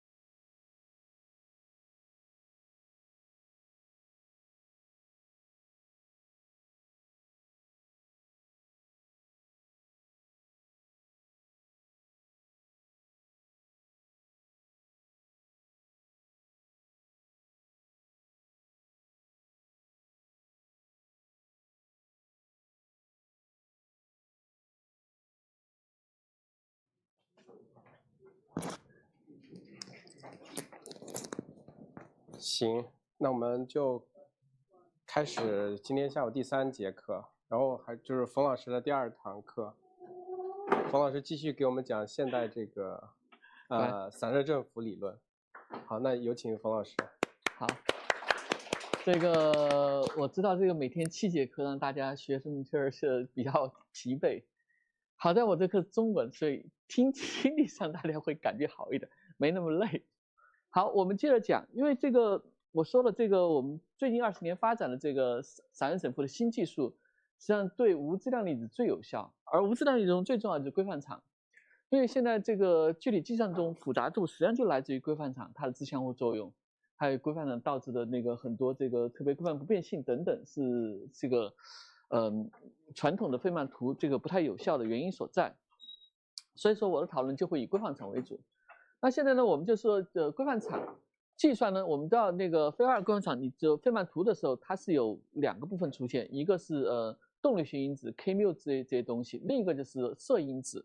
所以说费曼图中它会带有摄因子和动力学因子在一起，所以你真正去用费曼图计算的时候，你会发现这2个点搅和在一起会造成很多复杂的地方出现。所以说这个历史上这个大家就发展了一个非常重要的经验，就是把这个不同的物理起源分离起来，就是说把摄指标和动力学指标进行分离，而这种呢分离之后，你就能发现，在不同隐藏就是原来纠缠在一起，但是你分离外不同部分，它有它一些相对的一些这个隐藏的信息，这个信息就非常有用。而这个就是我要介绍的色分解的这个技术。那色分解技术很简单，对 SUN 的话，你这个胶质它的伴随表示它是这样的东西，然后这伴随表示我们可以选择矩阵是规划系数。然后是摄因子的这 coupling constant 是可以写成这样的东西。然后这个东西的话，你会发现这个东西的话，你是可以计算它有这样的一个结构，就是你两个，这个是因为你在中间要求和，对传播子中间求和，你对摄因子求和，所以两个摄影在一起，你就并成一起。这个是 NC 实际上是来自于那个 SUN 的 U1 部分贡献，你原来是在一起的，你又会分成两个。所以说实际上是色的分解就是利用这个技术把 FABC 写成这样的 trace 结构，你就可以知道了。那所以说这个一般结论就是任何这个规范场的这个叫的树图它就可以写成这样的东西，就是你 sigma A1 它的这个次序在那儿，就它是一个 trace 的结构，然后这个 trace 结构是一一对应，所以说这样的话你实际上是变成对所有不同的摄因子求和，每个摄因子它是有一个摄次序的。摄次序的好处就是它这时候它的规范场的它那个传播子它一定是这个动量一定是 K1 加就是 K1 加 K2 K3 这样连续的一些东西，在这个摄次序下，它不是任意的那个不会 K2 K4 合起来的这个出现，所以这就是所谓摄次序的分解。然后这个你可以很容易去做个计算，比如4点的时候你可以写成这样的东西，然后你可以变成这样4项，然后每一项生成你用刚才写的东西，就是那两个这个矩阵的这个东西，就是用这两个关系，你就去做分解，分解出来你会发现，这时候它实际上是4点它就有这样4个不同摄次序结构，你可以很容易看得出来这个是什么样的这个结构。好，注意这个王文森的 U1 消失，它实际上是有些原因的。那摄次序下你又可以写出摄次序下的费曼整符规则，但是这是你要保证它的次序是这个 cyclic order 的。然后你可以用来这个进行规范那个摄次序下的规范场的整符的计算。它的这个分解的优势呢，就是说我经常有时候要算 SU2， 有算 SU3， 那我那个摄次序下的这个东西呢，你实际上不依赖于你是哪个规范群。你把这个算完之后，你把这个只要把摄指标你代成 SU2 代成 SU3， 你就得到 SU3 的这个结果了。所以这就省得你不同规范群的时候，你要同时去做的话，你会发现原来的这个分曼图你要很多你已经知道的东西，你要再进行计算。所以这摄分解的优势就是这样的。这个是这个它的好了，摄分解优势实际上是你这样的话就知道，我们原来规范整符变成一堆 trace 的求和，每个 trace 它对应一个单独的一个摄结构的那个摄次序的一个这个东西。而摄次序整符呢，它实际上是有一些很好的关系。第一个就是这个摄的，你当这个原来是顺时针，你本逆时针它有个 n 点的话有个负1n。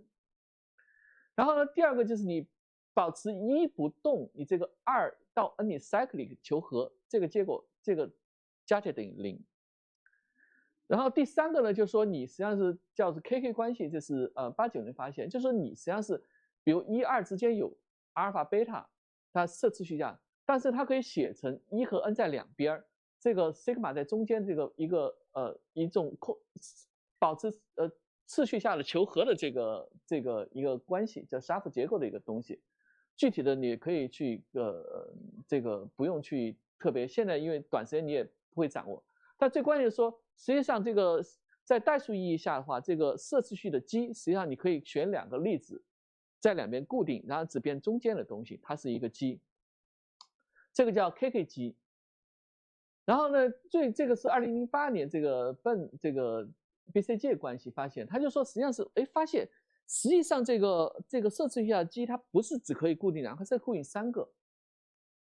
这个固定3个的话，实际上它关系就是说，你原来是比如1、2固定的，他发现1、2固定后还有这样的关系，但这时候系数呢不再是一个常数，而是依赖于动力学因子的一个关系。这个东西实际上就是这样的，你比如2、1固定之后，你这个4从这边挪，原来4在2之间，然后这跳一个过来变成4变这边，然后4在这边的时候的话，它实际上是43、41，所以说43、41，4在这边只有41，所以是41。同样这边4的挪。这个4的因子，摄因子就是这个动力因子43、45、41，然后4挪一个变成45、41，然后再挪一个变成只有41，所以这个关系很规律，很规律的。然后这个关系实际上是08年发现的，就是告诉大家，实际上真正的在摄次序下的话，你可以固定3个位置，其他的你可以做变换。那这个为什么三个呢？实际上在那个弦论中，这个弦论中这个规范场的摄氏域振幅，实际上是在那个这个 Dix 的边界上，你撒点就是这个点是次序在沿着的边界，然后是那个 SL2Z 的这个对称性就可以固定3个点，这是然后其他点就可以自由去撒，这实际上是这就是BCG 实际上这个关系实际上是就从场论角度给出了弦论这个直观图像。好了，那当然说这几个东西，你说这几个关系，你可以去看看能不能从这个当时我这个前头给的这个摄氏序下的这个费曼图这个规则，你去推一下，你会发现第一个关系就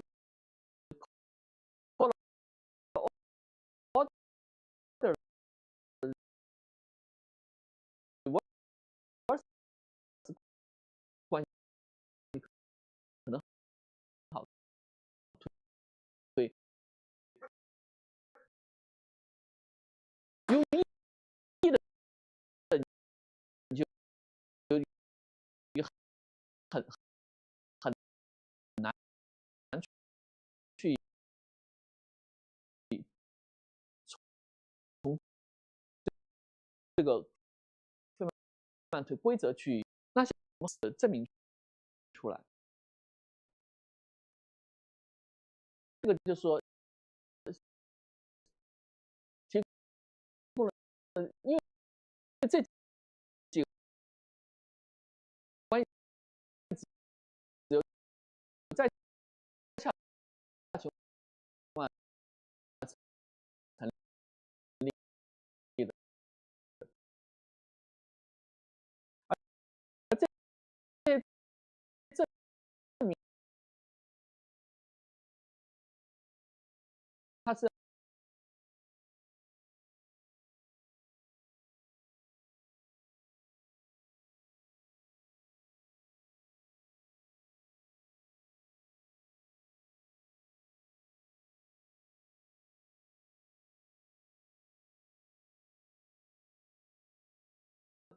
不通过拉格朗日量出发，它实际上是2个子振幅，我用递归关系去，然后操作完之后，我再把它重新拼接起来，是不是就很多东西？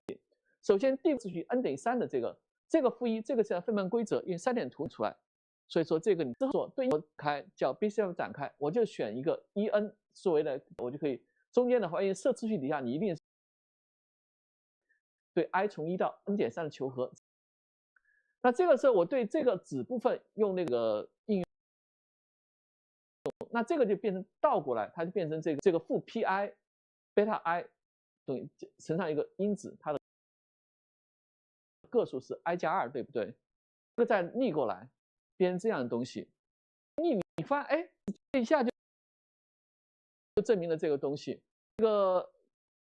所以说对一般你就一下就证明了这个。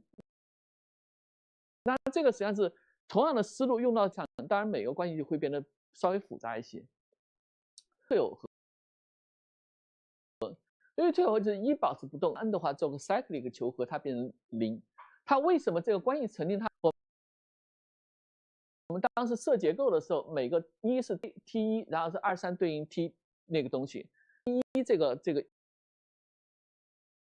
1的例子，它不是这个generator， 而是 identity， 就 U1 generator。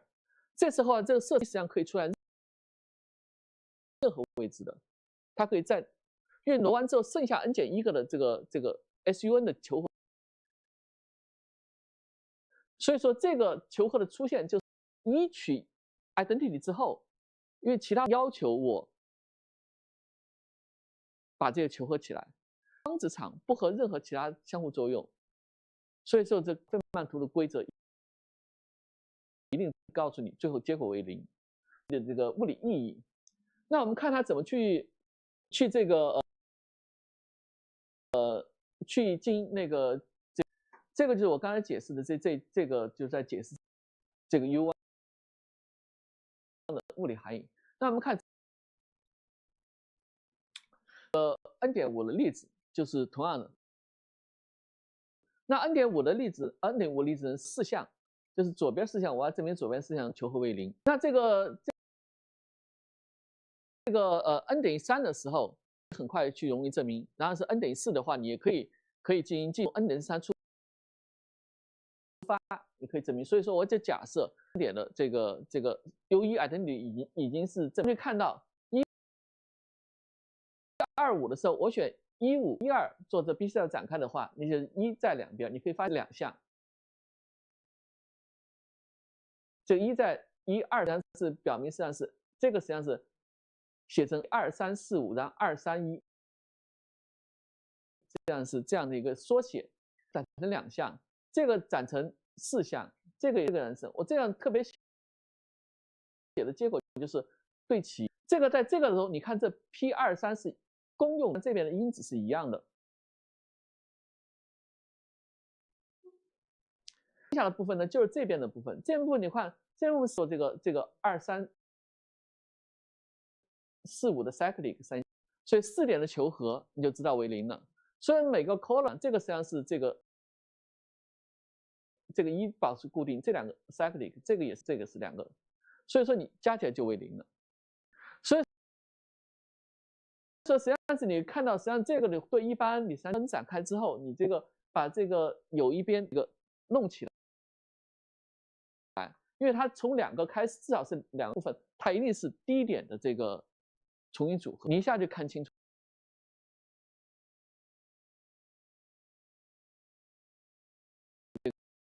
这个事情了。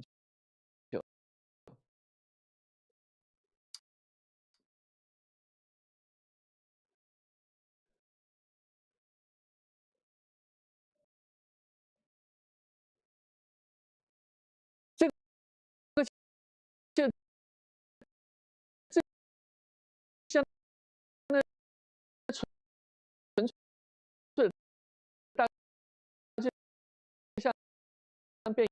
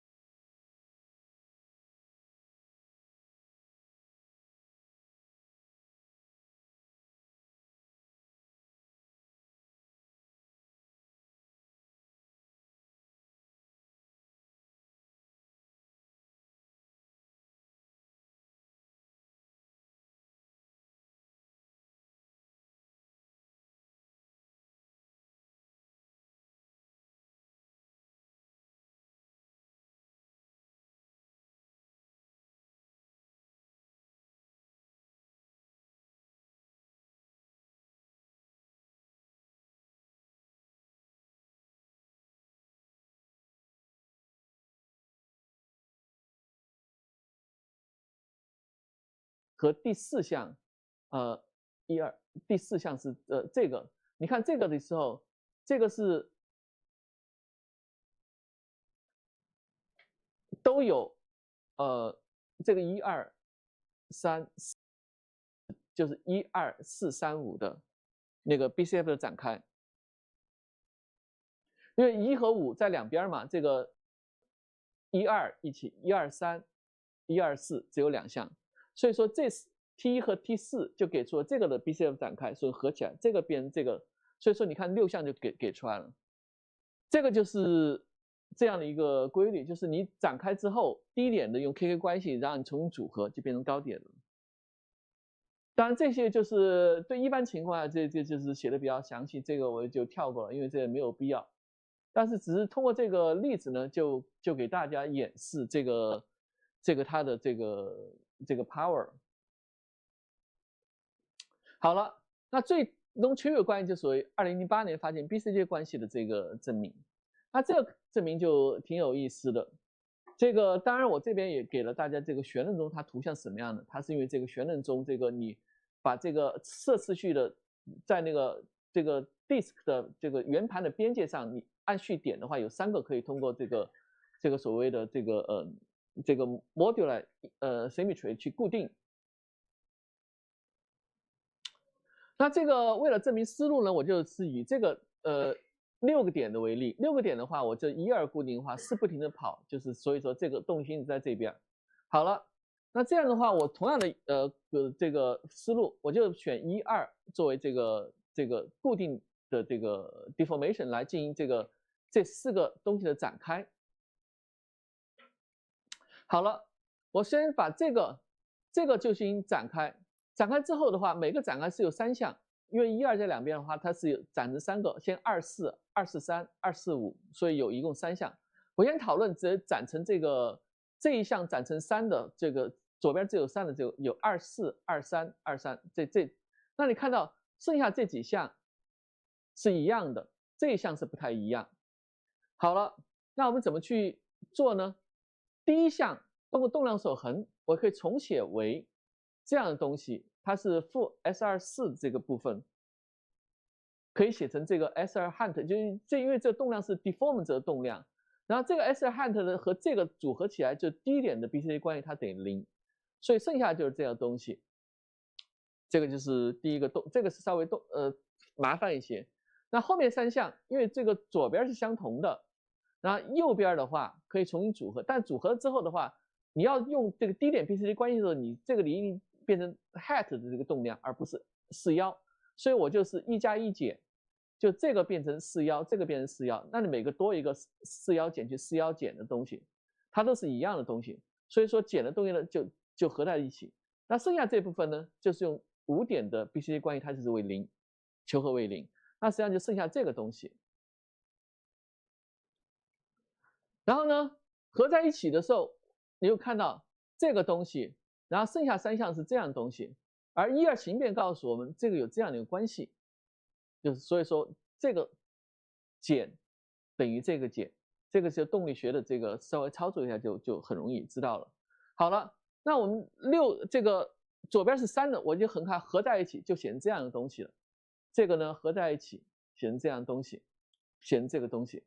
那你看我左边3的这样操作，这个2、4、3，这个是。左边3个的也同样可以操作，就是 I3 你也可以有这样的一个合成，这样是2个，这个2个，然后是 I4 就是左边是4项的这个东西，你也可以这样合成。那合成之后呢，你会发现把这所有合成之后，它呢实际上相当类似这样的一个维导积分，而这个维导积分是什么呢？这里头这个东西它没有动力因子，而这个里头的这个求和像 KK 关系，就是 KK 关系。KK 关系求和之后呢，你会发现它变成什么呢？这时候的话，当然这个符号这个细节的计算，这个就是把这个 K， 所以说我们求和呢就得到什么？这个是0点的计算是变成这个东西，然后呢剩下的部分呢变成1和2不在一起的这个东西了，而不在一起呢。它的这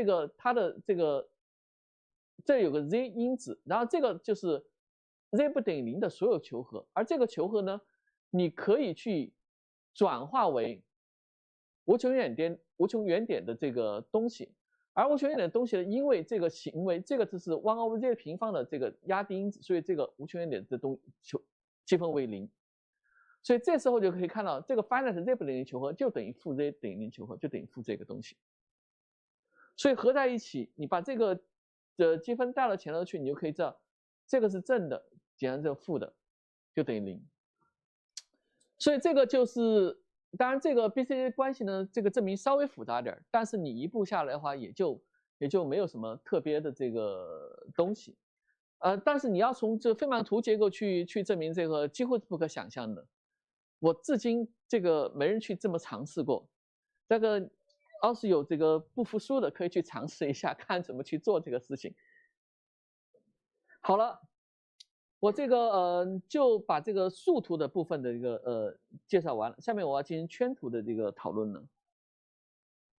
因为我说了，我们当时剩下时间也不多，就20多分钟，尽快讲，能讲多少讲多少。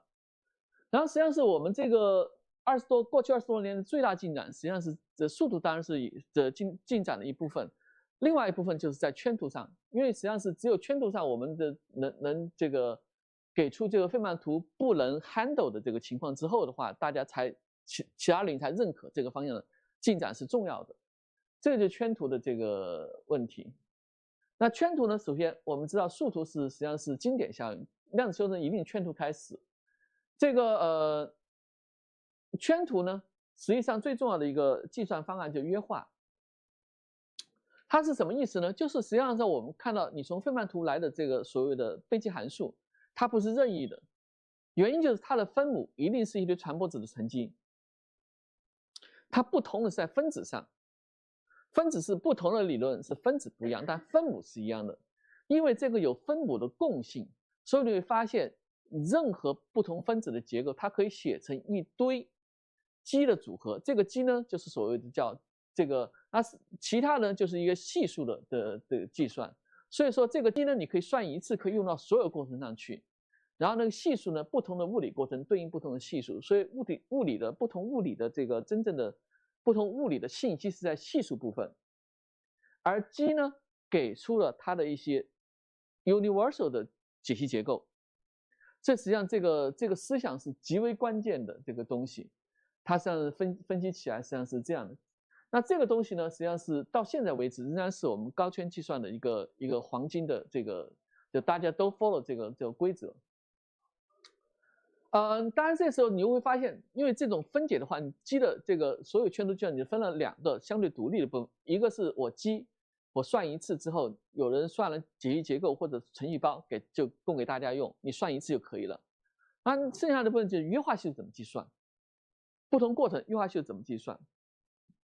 对当时来说，实际上一圈图的很多积我们已经算完了，对 HC 开展之前，所以当时碰到的困难就是你约化系数是计算是很复杂的。这个约化呢，实际上分2种约化，一种贝基函数层面的约化，就是你给了一个这个费曼图给出的这个贝基函数，它是一个有理式，在这个层面上进行约化，它是纯代数的。另一个呢，是在积分层面约化，就是你在纯代数约化之后，你会产生有些项，它代数上它不为0，它积分为0。那这样项的话，我就不需要去保留。这是从代数约化到积分层面约化的一个必要点，就是你有的信息你就可以扔掉了。那下面呢，我就开始介绍这2类约化，就看时间。这代数层面约化什么意思呢？代数层面约化实际上本质上就是这个例子，这个就是所谓代数层面约化，它就进行代数分解。你原来是分母有很多个传播子，那我呢尽量是传播子越少，显然积分越简单，对不对？那我就能不能把这个分解成传播子少的项的组合，这就是这个意思。这个地方写成 x， 这个地方 x 平方是 x 的减1乘上 x 加1，然后分解2个，每个只有1个因子。那显然左边你要进行积分的话，比右边肯定是简单多了。这个思想看起来简单，但是它就是核心，就是代数层面约化的核心就是这个。像有的东西的话，不是概念上不复杂，但这个地方的话问题是所在什么地方呢？就是这种分解大家很容易知道，实际上通过那个做那个除数，就是所谓单变量的这个 polynomial division 就可以，大家学那个代数分解的时候，或者你一个质数分解的时候，一个数的分解的时候，就是所谓高斯那个消元法，不是高斯消元法是什么？欧几里得这个辗转相除法。Anyway， 对单单变量的这个东西很容易做，但是你当有多变量的情况，就变得极为复杂了。而这个实际上这个对一般多变量情况怎么处理呢？实际上是现在所谓的这个就是我刚才已经说了，这期的就是研究是好。我现在这个在多变量情况下，它实际上本质上它就变成一个所谓现在有个数学分支叫这个叫那这个computational algebra， 就是交换代数的一个东西。实际上交换代数就是在做这个事情。它怎么看到是一个这个变成一个多变量的一个分子除以分母的分解问题呢？实际上很容易。比如我们在四维中，我取两个动量，我可以构造一个4个的动量积，这个是旋量指标，这是为了简单。Anyway， 你不管怎么说，你任何一个动量可以在这个4个积下进行展开。那展开系数呢，就是所谓的我任何一个这被积分变量，我就可以展开系数。这个系数呢就是 x， 就4个变量。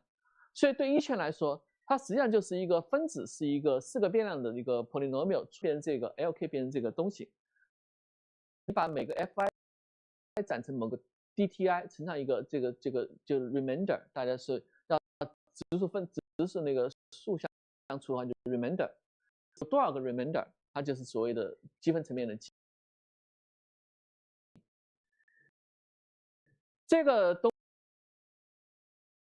西的话啊，这个处理的环的这个理想，然后代数积就是三环上的代表源，这个就比较抽象，但是实际上就是很多物理系的，我们第一年也要学线性代数，对不对？线性代数实际上是线性方程组的求解问题，啊，这是物理中基本的，为什么这些东西？对，所以说这个为什么线性代数是在物理中极为有用？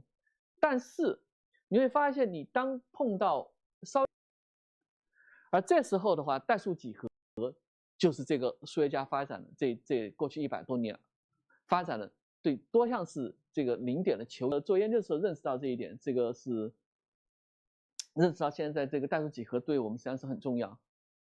好，那这个是举个例子，这个我就举几个这个例子，我举方块机有4个传播子 ，L1 这4个传播子，我用这个写成机构到它写成这个就是这样的，这个是projective， 这个是线性的。然后这时候的话，这个是那就是实际上是我任何给一个分子的话，我怎么去求解这个东西？那你就可以看到，通过这个关系，我把这个第一减掉第0之后，我就得到一个这个的线性方程组，对不对？那我就可以把这个 x1写成这样一个东西。这个实际上就表明这个三环，因为三环实际上就是这个任何东西你设为0，那剩下就是说 x1它不再是一个变量，它可以用 x2变量求解。那这时候的话，你同样的把这个东西，我可以把剩下的3个传播子减掉这个的话，我就可以把 x1、x2、x3 就4个传播子4个变量中，我就其他都求解出来。那剩下的话，我就只有一个 x4作为这个不求解的问题。那我把这个求解 xn 带到第0方程，我就发现它实际上是变成这个东西。我实际上是商的话，就是相当于令这个等于0，就是把只要是 x4平方，你就可以写成 x4加这个常数项。那这实际上告诉我们什么呢？就告诉我们，你分母上你只要出现 x1，你就变成 x4。然后 x4你要是一堆 x1的乘积或者 x4的高阶项的话 ，x4的平方、3次方、4次方，你都可以约化成1和10。那剩下的就是这2个积了。就是这样的一个东西，就是当然这个例子是极为简单，但实际上是告诉你这个代数几何怎么去求解这个问题。好了，这个时间这个三角的话就比较复杂，3个三角的话，你这是只有2个这减掉 l， 你只能求解2个 x1、x2变成 x3、4的线性函数，但代数带出来之后，你会发现剩下就是 x3、x4有这个关系。那这个什么意思呢？就是你 x3、x4的话都变成一个的东西。那实际上你就会发现三环的话，它的生成元就是 x1、x3 的任何幂次 xn 任何幂次，因为 x3、x4 的话，它就是变成一个数了。实际上这时候 G 的个数是无穷多，就代数上是可以，但是呢，因为我们这个物理的实际上是你分母是3个传播子的分子的话，你可重置理论它的幂次也只有3个，所以说你不超过3的话，你就可以知道只有这7个 G。这是物理的约束，要是不是物理，它就无穷多个。好了，那有了这个之后，我就可以下面的我就可以跳过去，因为这告诉你怎么去，这是我可能时间只有那个还剩多少时间？如果您想讲的话，可能还25分钟。好，那就先讲这个东西。这个的话就是实际上就是我们这个一圈图革命，这个是在大概OP 方案，就这个方案就说实际上是这个代数约化的这个实用的一个典型，就是它这个出来之后，大概是这个工作是2006年出来的，然后这个工作基于这个工作开发的程序就一下就是一个突破性的成果，就是当时一圈图中很多费曼图没法算的一些结果，后来就用这个方法就可以算了。所以说当时大概到10年左右，就是我们大家认为这个一圈图，这个我们所有计算就已经是没有任何困难了，就是我们只要 HC 设计的这个过程都可以一圈图的修正都可以计算了。这就是 OPP 的这个这个和另外一种方案就是腰正切割方案。今天肯定没时间。这两个方案就是电子艺术革命的这个基础。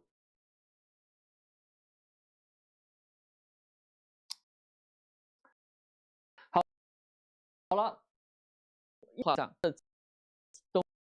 东西是实际上这去掉4个传播子，这个除掉之后，实际上是这一项除掉这个所有传播层级，就实际上是只剩4个传播级，就是1的对应。另一项这个项呢是 Q 的这个线性项，刚才我已经讲了是这个线性项，而这项呢积分是为0的东西。所以 C 的这个 bubble 级，这个这就是我们需要计算的约化系数。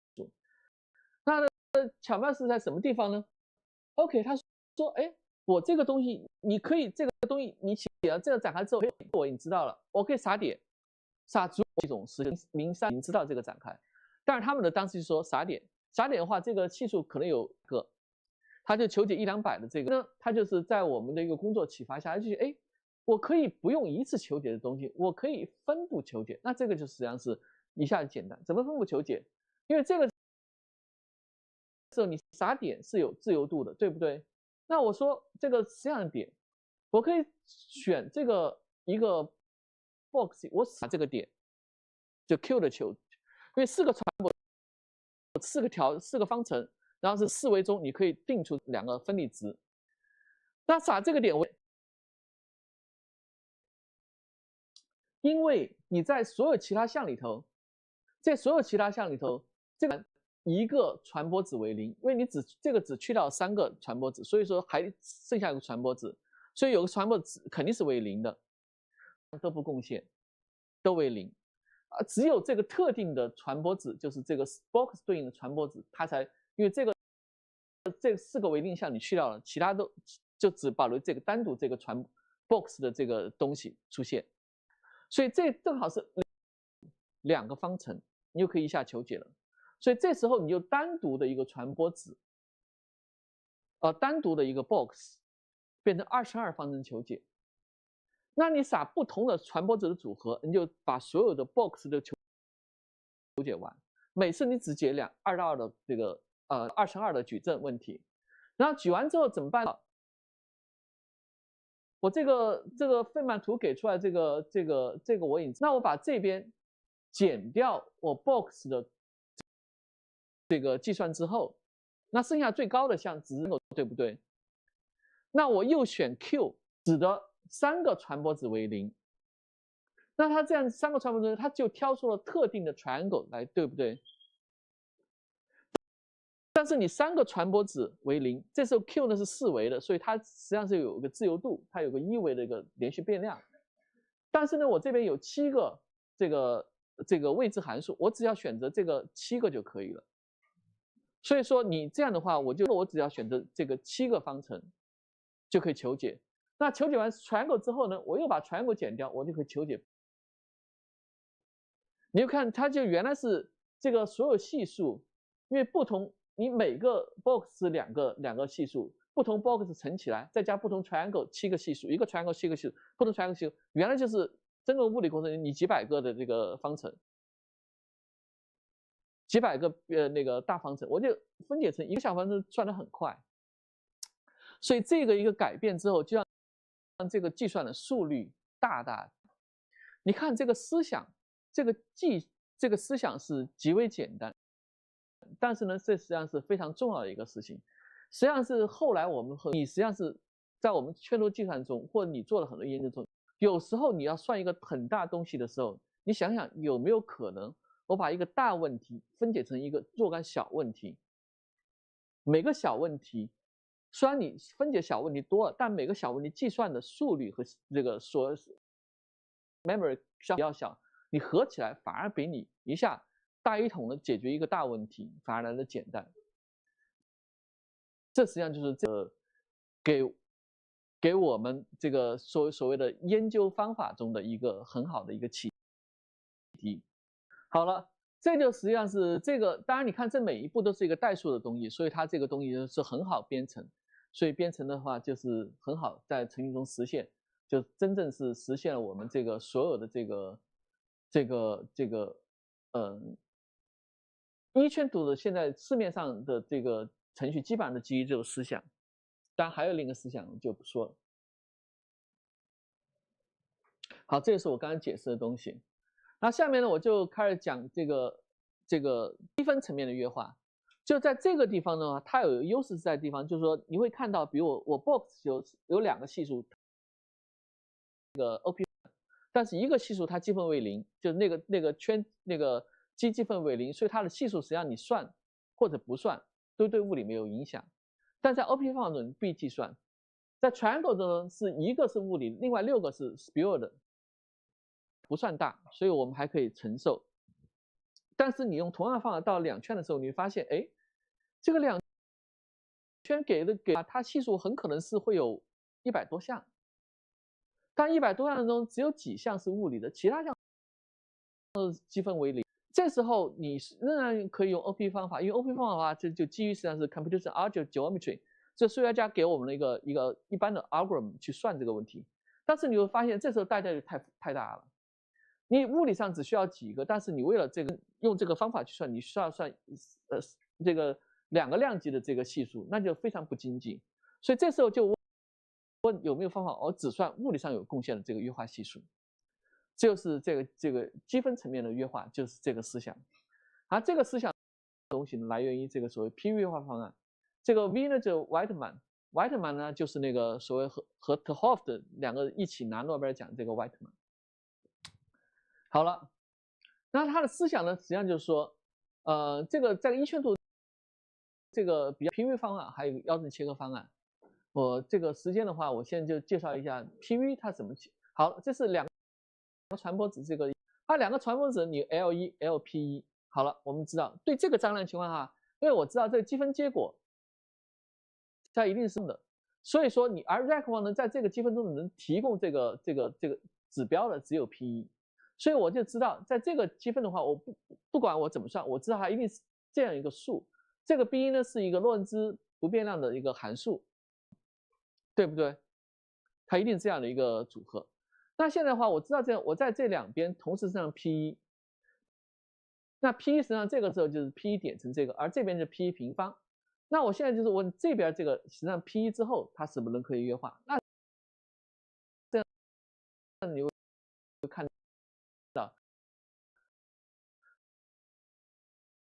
但是P